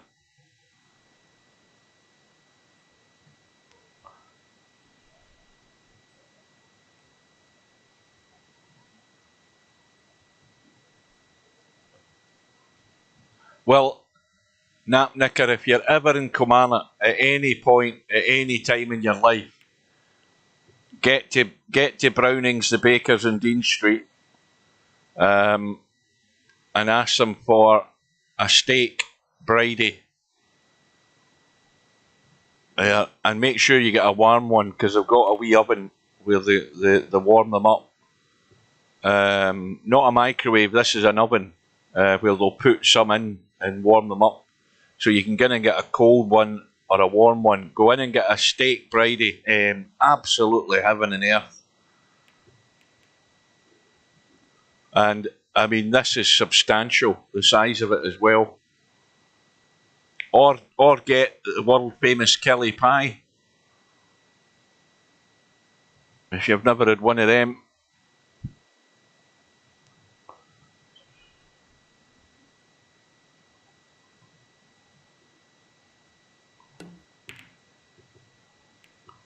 Well, Spectre Dawn tried to create a shot there. Now, Mr. Fox may well have to play the billiard off the 1 onto the 6. And then he has to, again, just rely on still having a shot in the 1. So he's got to bring the 1 into play. And now it's all about the luck. And he's okay. I mean, he's got a cut down the rail. He can dink this into the side dead weight, but he's going to leave it really awkward in the 2. So he's got to take the risk and punch this in a bit. That's a good shot. He had to get that cue ball into a more favourable spot. Oh, that's the thing about pies. See what you call the traditional Scotch pie, the mutton pies. I've always hated them. I never liked them at all. But, I was eating Kelly pies at Rugby Park years and years ago. They had the best pies in Scottish football, so they did.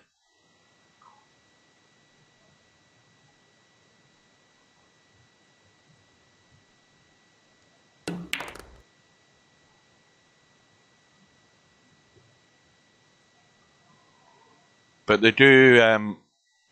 You can also get the steak and haggis pie. They're nice. They're very nice.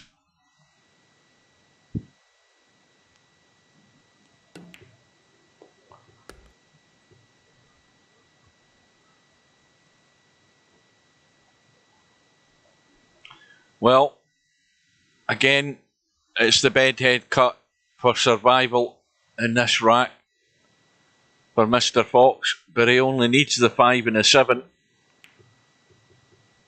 And that had to drop, and he's got himself on the scoreboard. .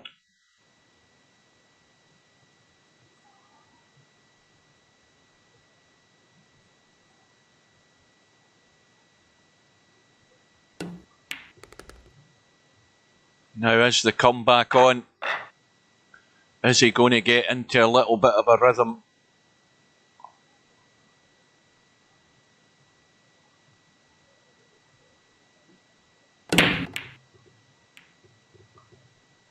And unless something drops pretty sharpish, the answer's going to be no. It's dry. Inspector Don can run for cover here. Tuck that one ball towards the 3 and get down the table. Well, he hasn't. Had to avoid the 8. And Mr. Fox has got to be careful here, because if he tries tucking that one ball behind the 2 and 3, he may well just bring it over the pocket. Yeah, he's played the double kiss. Probably the safest shot. But again, this time, a feather edge in the 1 is all that Spectre Dawn needs.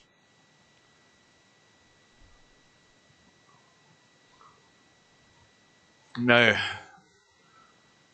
ideally he wants to hit this full in the face if he can, and try and kill the cue ball. No, he's not. I thought he would punch it. How's that finished up? Well, he certainly can't pot it.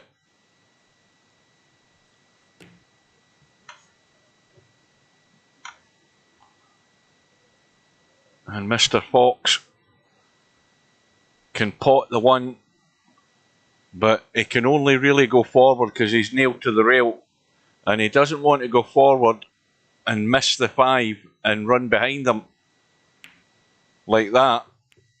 And he's also missed the 1 anyway. In fact, I think he was on the 2. The little nudge left him on the 2, but he's missed the most important thing of all. And that is still a good chance gone. They are few and far between, and he just has to take them. But he's got a lifeline here. The 5 ball's dead. That's doing nothing. 7 balls in the way. So it's again about how Spectre Dawn deals with the problem. And if he can get a good line in this 4 ball, he can run straight into the 5, and he's got every opportunity to do it. Although that might not be it. He might have to try and go. I don't know whether he can catch them. I don't know whether he can actually pot this like that, run there with inside right, and come in. Well, at that pace, he's trying to be really accurate to get a cut in the 5, and believe it or not, he's got a cut.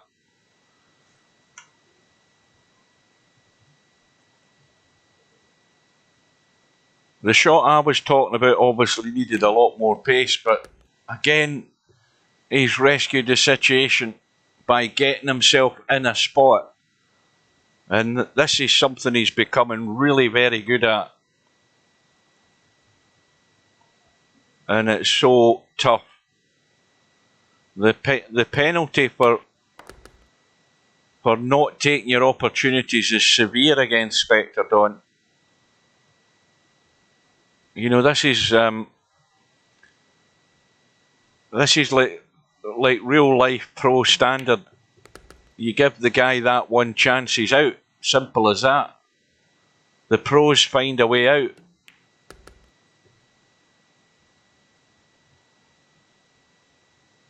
And that little flicker of hope there for Mr. Fox snuffed out immediately. Well, I said we might get to 4 hours, and depending on how this match goes, I'll say that again, we may well still get there, because we're 3 hours, knocking on 3 hours and 50 minutes. It could obviously be all over fairly soon, but if somehow Mr. Fox finds his feet, we could break the 4 hours. Well, mind you, we've broke the 4 hours as far as the stream goes, because I was started at 6:45, I think, tonight, for a rant. Now this time Spectre Dawn hasn't got a shot. Now, is he going to be deft enough to dink this 3 ball? What's he looking at?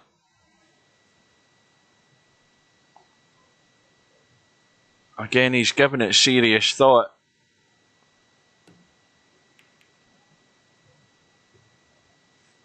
Yep, that's left nothing on. But the obvious line is you think that and come somewhere round here. Well, he's going the other way, but ideally he wants the cover, and he hasn't, and he's left a 3 in play, and that will cut. And that's how penal it's going to be. We're going to find out, because you've got to get it tight. And the cue ball running around the angles. The 5 ball is not pretty. In fact, that 5 ball is frozen pretty much solid. Inspector Don decided that there was no way he was taking any risk at that.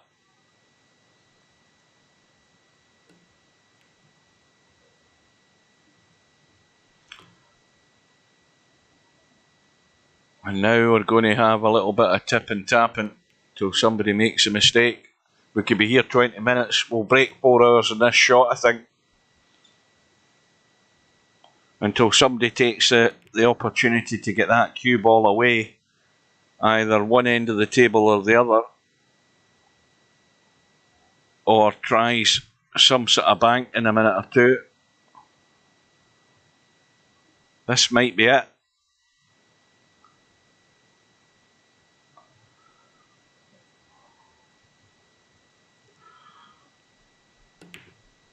Inspector Don's took the bait, and this time it hasn't worked. So it's one of few chances that Mr. Fox has had, but again, it simply has to go.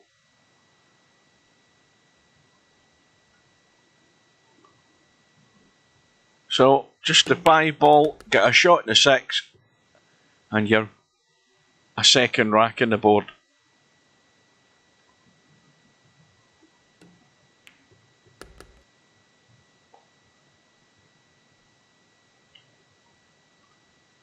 Well, Inspector Don was willing to take the risk. Somebody had to make a move. He tried the bank, didn't get there, and that's what gave Mr. Fox his lifeline, his chance to take the balls he needed just to the 7 ball to get another rack in the board. Couple of balls going this time. The 7 ball was one of them, and that will come back up.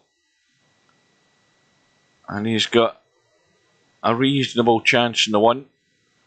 The 2 ball has also gone. And he couldn't avoid the 8 ball, but he's got second prize, I think. Cue ball blocked off by the 9, but he's going to have to, I don't know whether he can, is he trying to go across the table twice? He's trying to go across the table twice, or is he trying to spin this? Oh aye, Big Massey could follow this in. Well, he actually got it, but pulled the 9, so again, there's a glimmer of hope here. With ball in hand, 3 ball and 4 ball not a problem. There's a window to get on the 5, and everything else is available. Again, he's got a choice here. There might be enough angle to get the stud out past the 8. The safest route is to go forward. Well, he's come inside the 8, and the problem with that is whether he can avoid the 5, the 9, sorry, when he cuts the 5, and that he could scratch here as well. That could hit the 9 and roll across into the opposite corner pocket. I think he'd have been better going forward. The other problem with that is that he went forward, he still would have been running into the 9 from this side.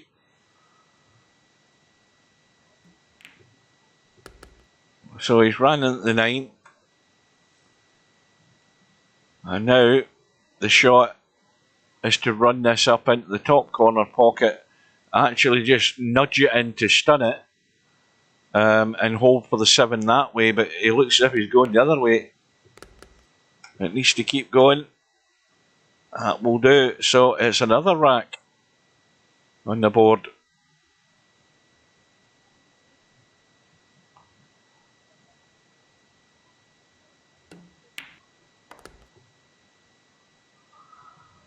Back to within 2 with the break in rack number 9.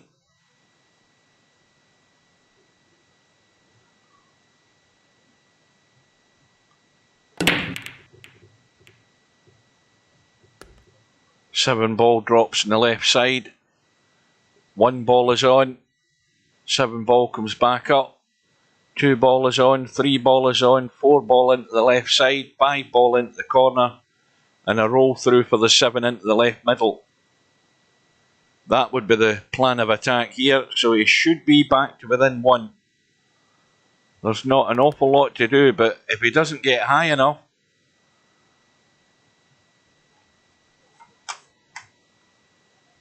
well, I think whatever you do here, you make sure you run into that 5 from the side rail if you can. Or it's hard to say whether he's going to chip it thin or hit it thick, this 5 ball.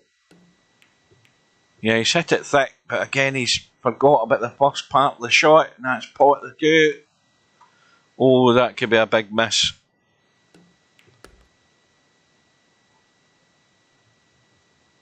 And that was a glaring opportunity there to get back within 1. And now Spectre Don's got everything there at his mercy, and it's very likely the inevitable will happen.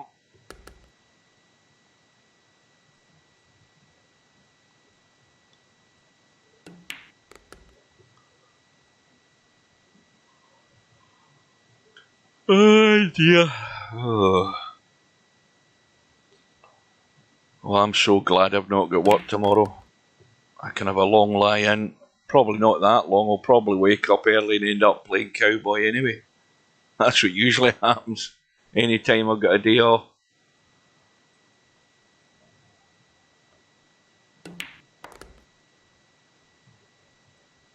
Well, this is the one that always has the potential to go wrong.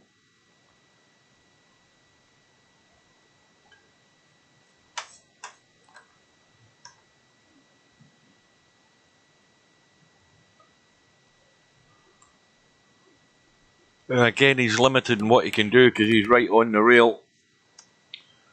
And the pace looks pretty good. And that will do very nicely. Nailed that one very well. Straight across and out for the 9. And Mr. Fox will be kicking himself. Everything about his shot was fine.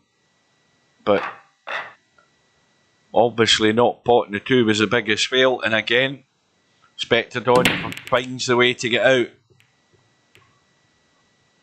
for a 6-3 lead.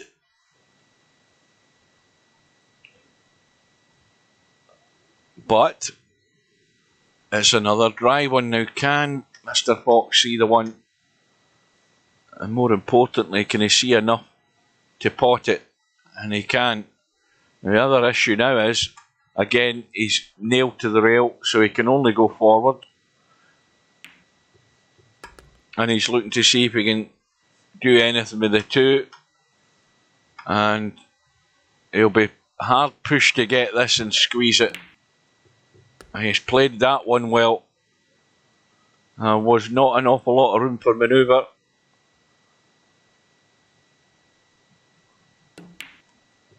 But once again, he's failed on the 3. It was not easy because again, it's not just about potting the 3, it's about getting that cue ball to a spot where you at least have a shot in the next ball. And this might be another example of finding a way out.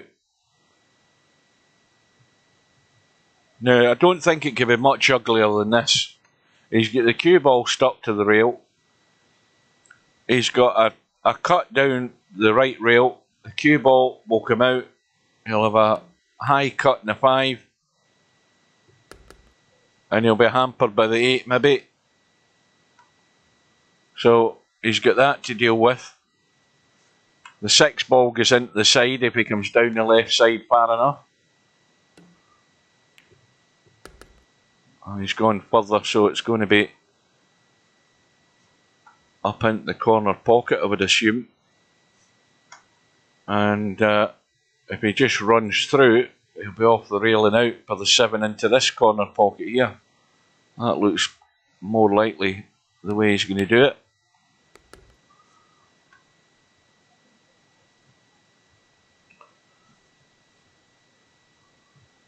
But again, if he's going to hold for the 8 as a stunt and he's got it clean,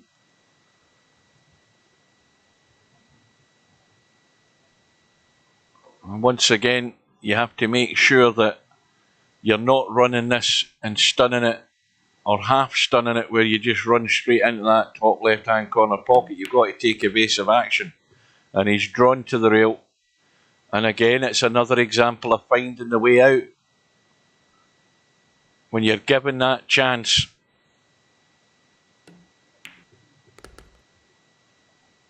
you're pretty much a certainty to be losing the rack. So Mr. Fox is paying a heavy price for all those unforced errors. He only needs to make one.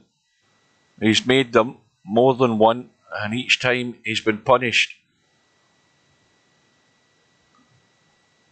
So 5 ball is gone, shot in the 1, and again another opportunity for Spectre Dawn to deal with a puzzle, find his way down onto the 3 ball.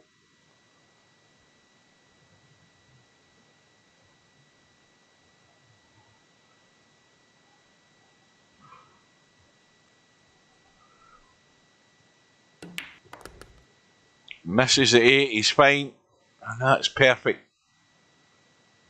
He could not have played that any better, and once again he's got an angle in this 3. Now he might have to just spin this a wee bit, right English in the cue ball just to avoid the 6.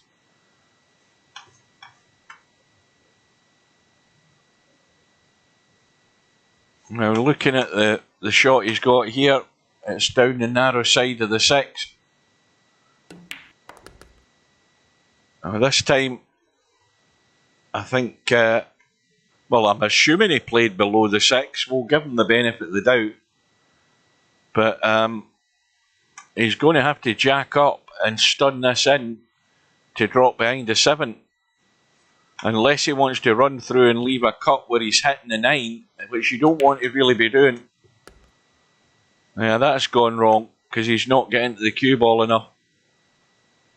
That's why the cue ball kept its forward momentum.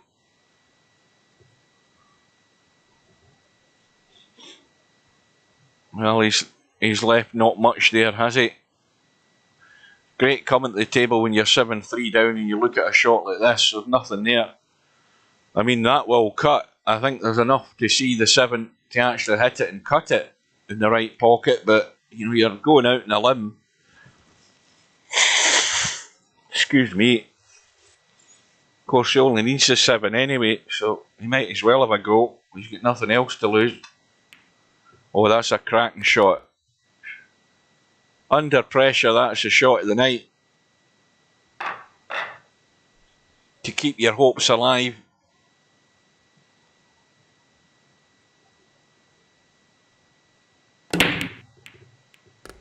One ball in the break. And a shot in the 2. Now again with this, and of course the other thing is, I think that's about 3 times Mr. Fox has broke and potted the 7. And the worst thing that could happen was the 7 been re-spotted there, because that's ruined his chances of getting good in the 3. And he was going to use the 6 to hold for the 3, and now the 6 has hooked him. So now it's a hit and hope, just hoping that he doesn't leave Spectre Dawn a sniff of this 3 ball. Well, we're definitely beyond 4 hours because we are 4.5 minutes past 11. So this is the longest Friday night 9-ball I've done for a little while. But when you've got matches in the first round, it took 40 minutes to play that match. None of these guys involved, obviously. That's why tournaments take longer. When you've got guys struggling to pop balls. Well, Spectre Don, in the situation where he has to hit and hope. He almost pulled that one off. Now, is Mr. Fox going to try the obvious here? Flush this 3-ball down the rail and try and nudge the 9 in. It's a big sellout if he doesn't get it. He'll have to hope he doesn't leave Spectre Don a shot in the 3, but Mr. Fox deciding the opportunity was a lot easier to play the half-decent safety, and that is good enough.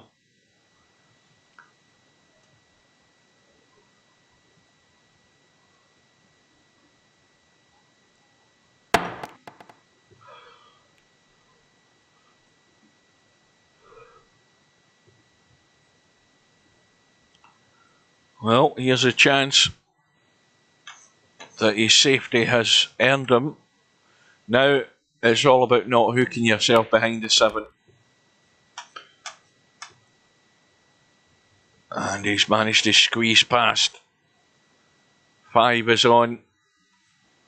Now, again, he has to think about this 6-ball. He's got to get up into the middle of the table off this 5. He doesn't want to be dropping behind it to try and play a 6-9 combo. That's maybe asking a bit too much. He would much rather get on it. Well, is he going to drop it into the side? It looks as if he's going to play the combo. And, well, I mean, it looks easy. It's not easy when you're 7-4 down and trying to stay in the match.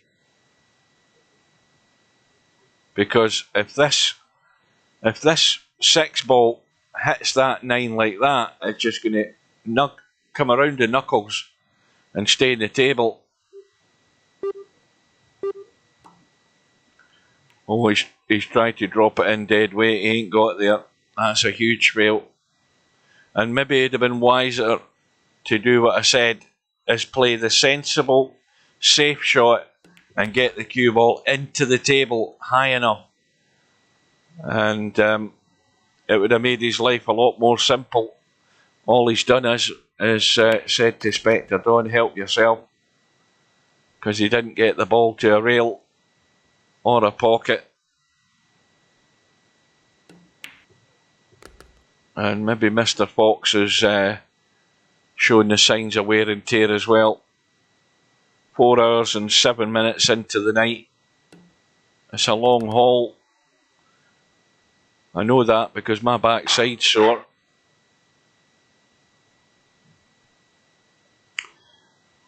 So Spectre Dawn breaking for the match. And yet another Friday night 9-ball. I heard something go, I think. But he's got no shot in the 1. Yep, the 6-ball has gone. But he can make it ugly for Mr. Fox.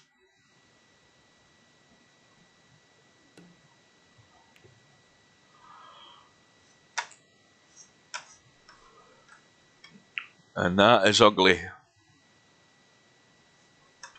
But there is a good line behind the 5-ball to kick the 1. It's a big target. Needs to get that bit of luck though.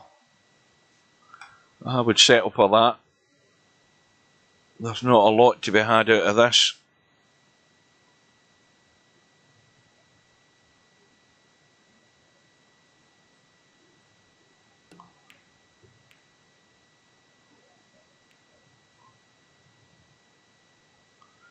Just give me a little second, guys. Hang on a sec.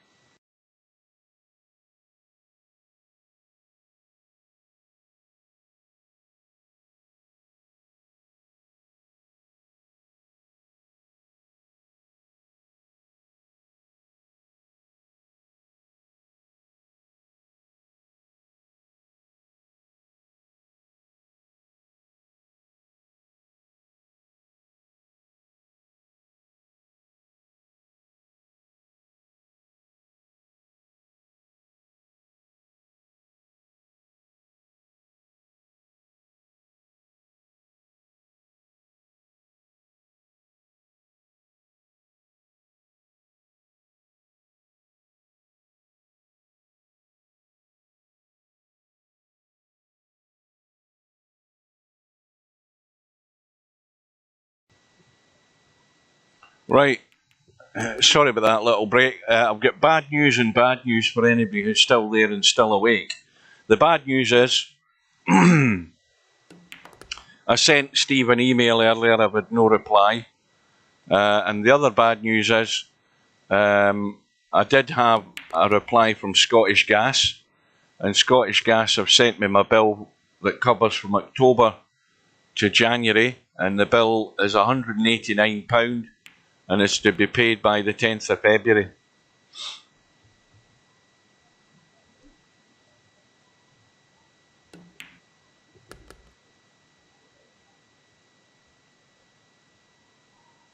That's the bad news. Well, Mr. Fox survives another rack.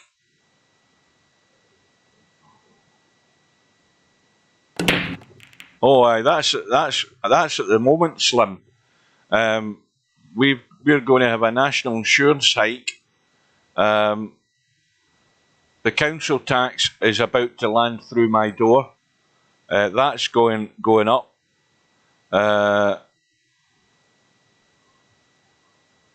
Basically everything that you've ever bought and paid for over the years, you can keep buying it, but it's just going to cost you more, whatever it is, over the coming months.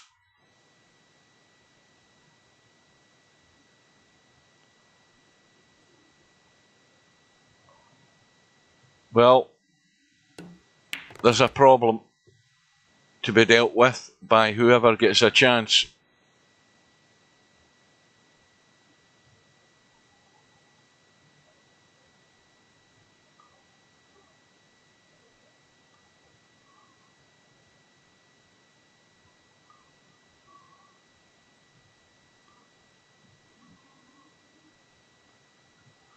So Mr. Fox has got an issue, and the issue is potting a 5 and dealing with the 7 from this 6 ball. Now, he can cut this firm and come across the table and try and nudge into the 7, or he can try and drop behind it if he thinks he can pot it. Let's have a look. Well, I think again I'll say this, it's a good guide, that 9 ball. And again, the commentator used that in snooker the other week there.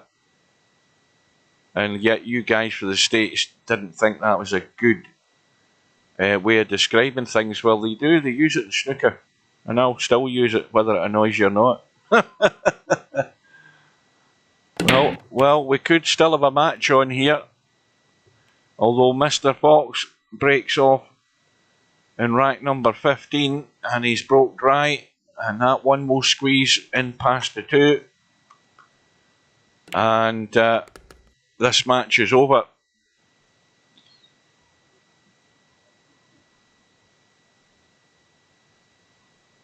The only one thing that Spectrodon that can do that's silly is somehow block himself off in the 4.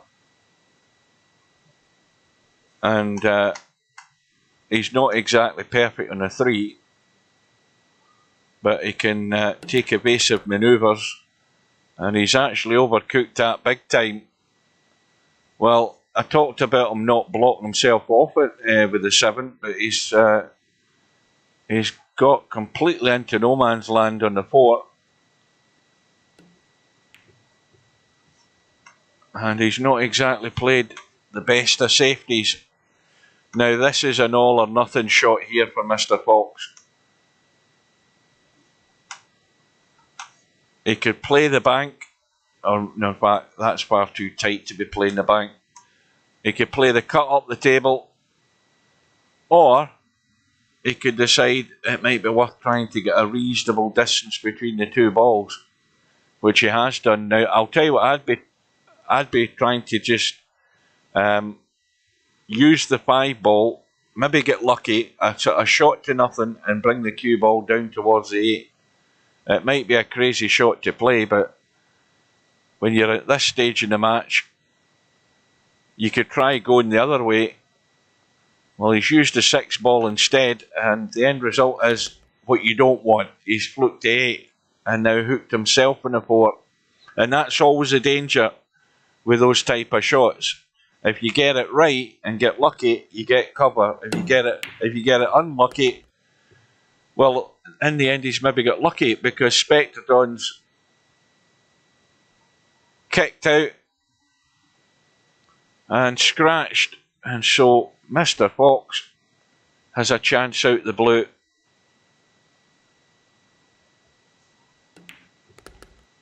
Oh, sorry Slim, I never saw you there. He's probably gone. Good night. Thanks for watching. I'm too busy focusing on the game.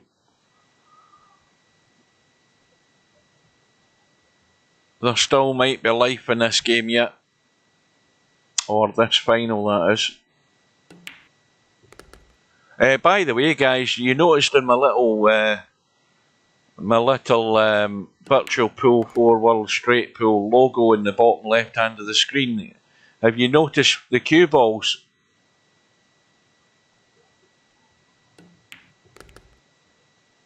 I don't know whether anybody noticed that. You see it better on the Twitch page when I'm not streaming. Because I think that was a picture. Maybe no, it won't be. I think it was Friday Night Nine Ball I put up. You should be able to see the cue balls, the 2 cue balls that Fast Eddie and Minnesota Fats are playing with.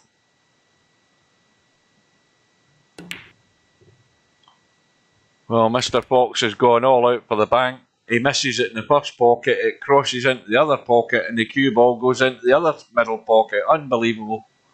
You couldn't write the script.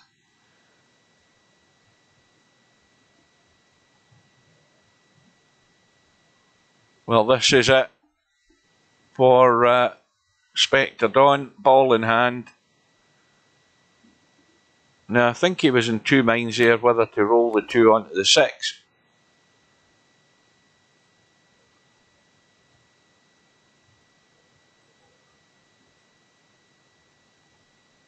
In all honesty, this is a critical shot. It's just getting on the 5 one way or another. So he's gone high enough. So it's going to be a roll on onto the 6 ball. Now, quick look at this 9 ball, just out of curiosity. Let's have a look at that 9 ball. Well, it's off the rail by about 4 or 5 millimetres. So this will be the critical one. Getting on the 7. Again, looks all too simple.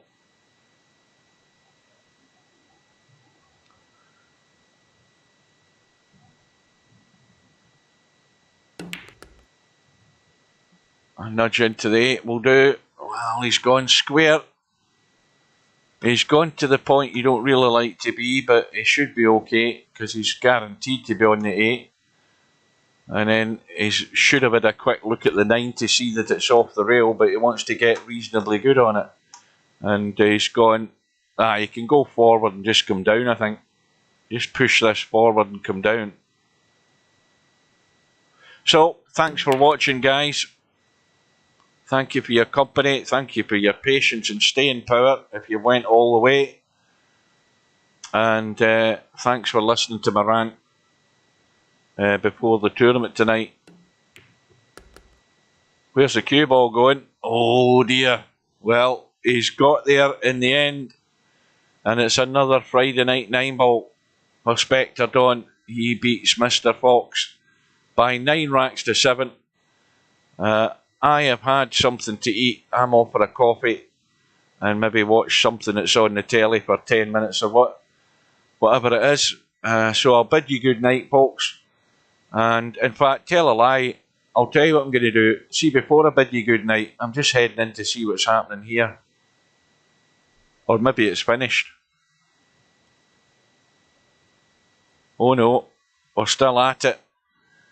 And it started at what time again? Is Nap Nicker gone? He'd probably gone to bed. He said it started at... Did he say it started at 9? Because it's now 20 minutes past 11. And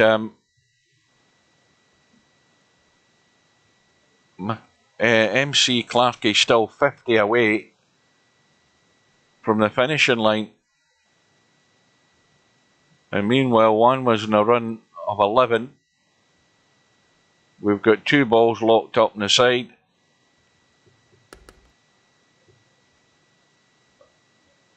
You know, this is what happens when you don't have that, when you can't get yourself into that rhythm and the discipline of dealing with problem balls, not creating problem issues, not running into balls and struggling to find break balls. It ends up being a slow, long night.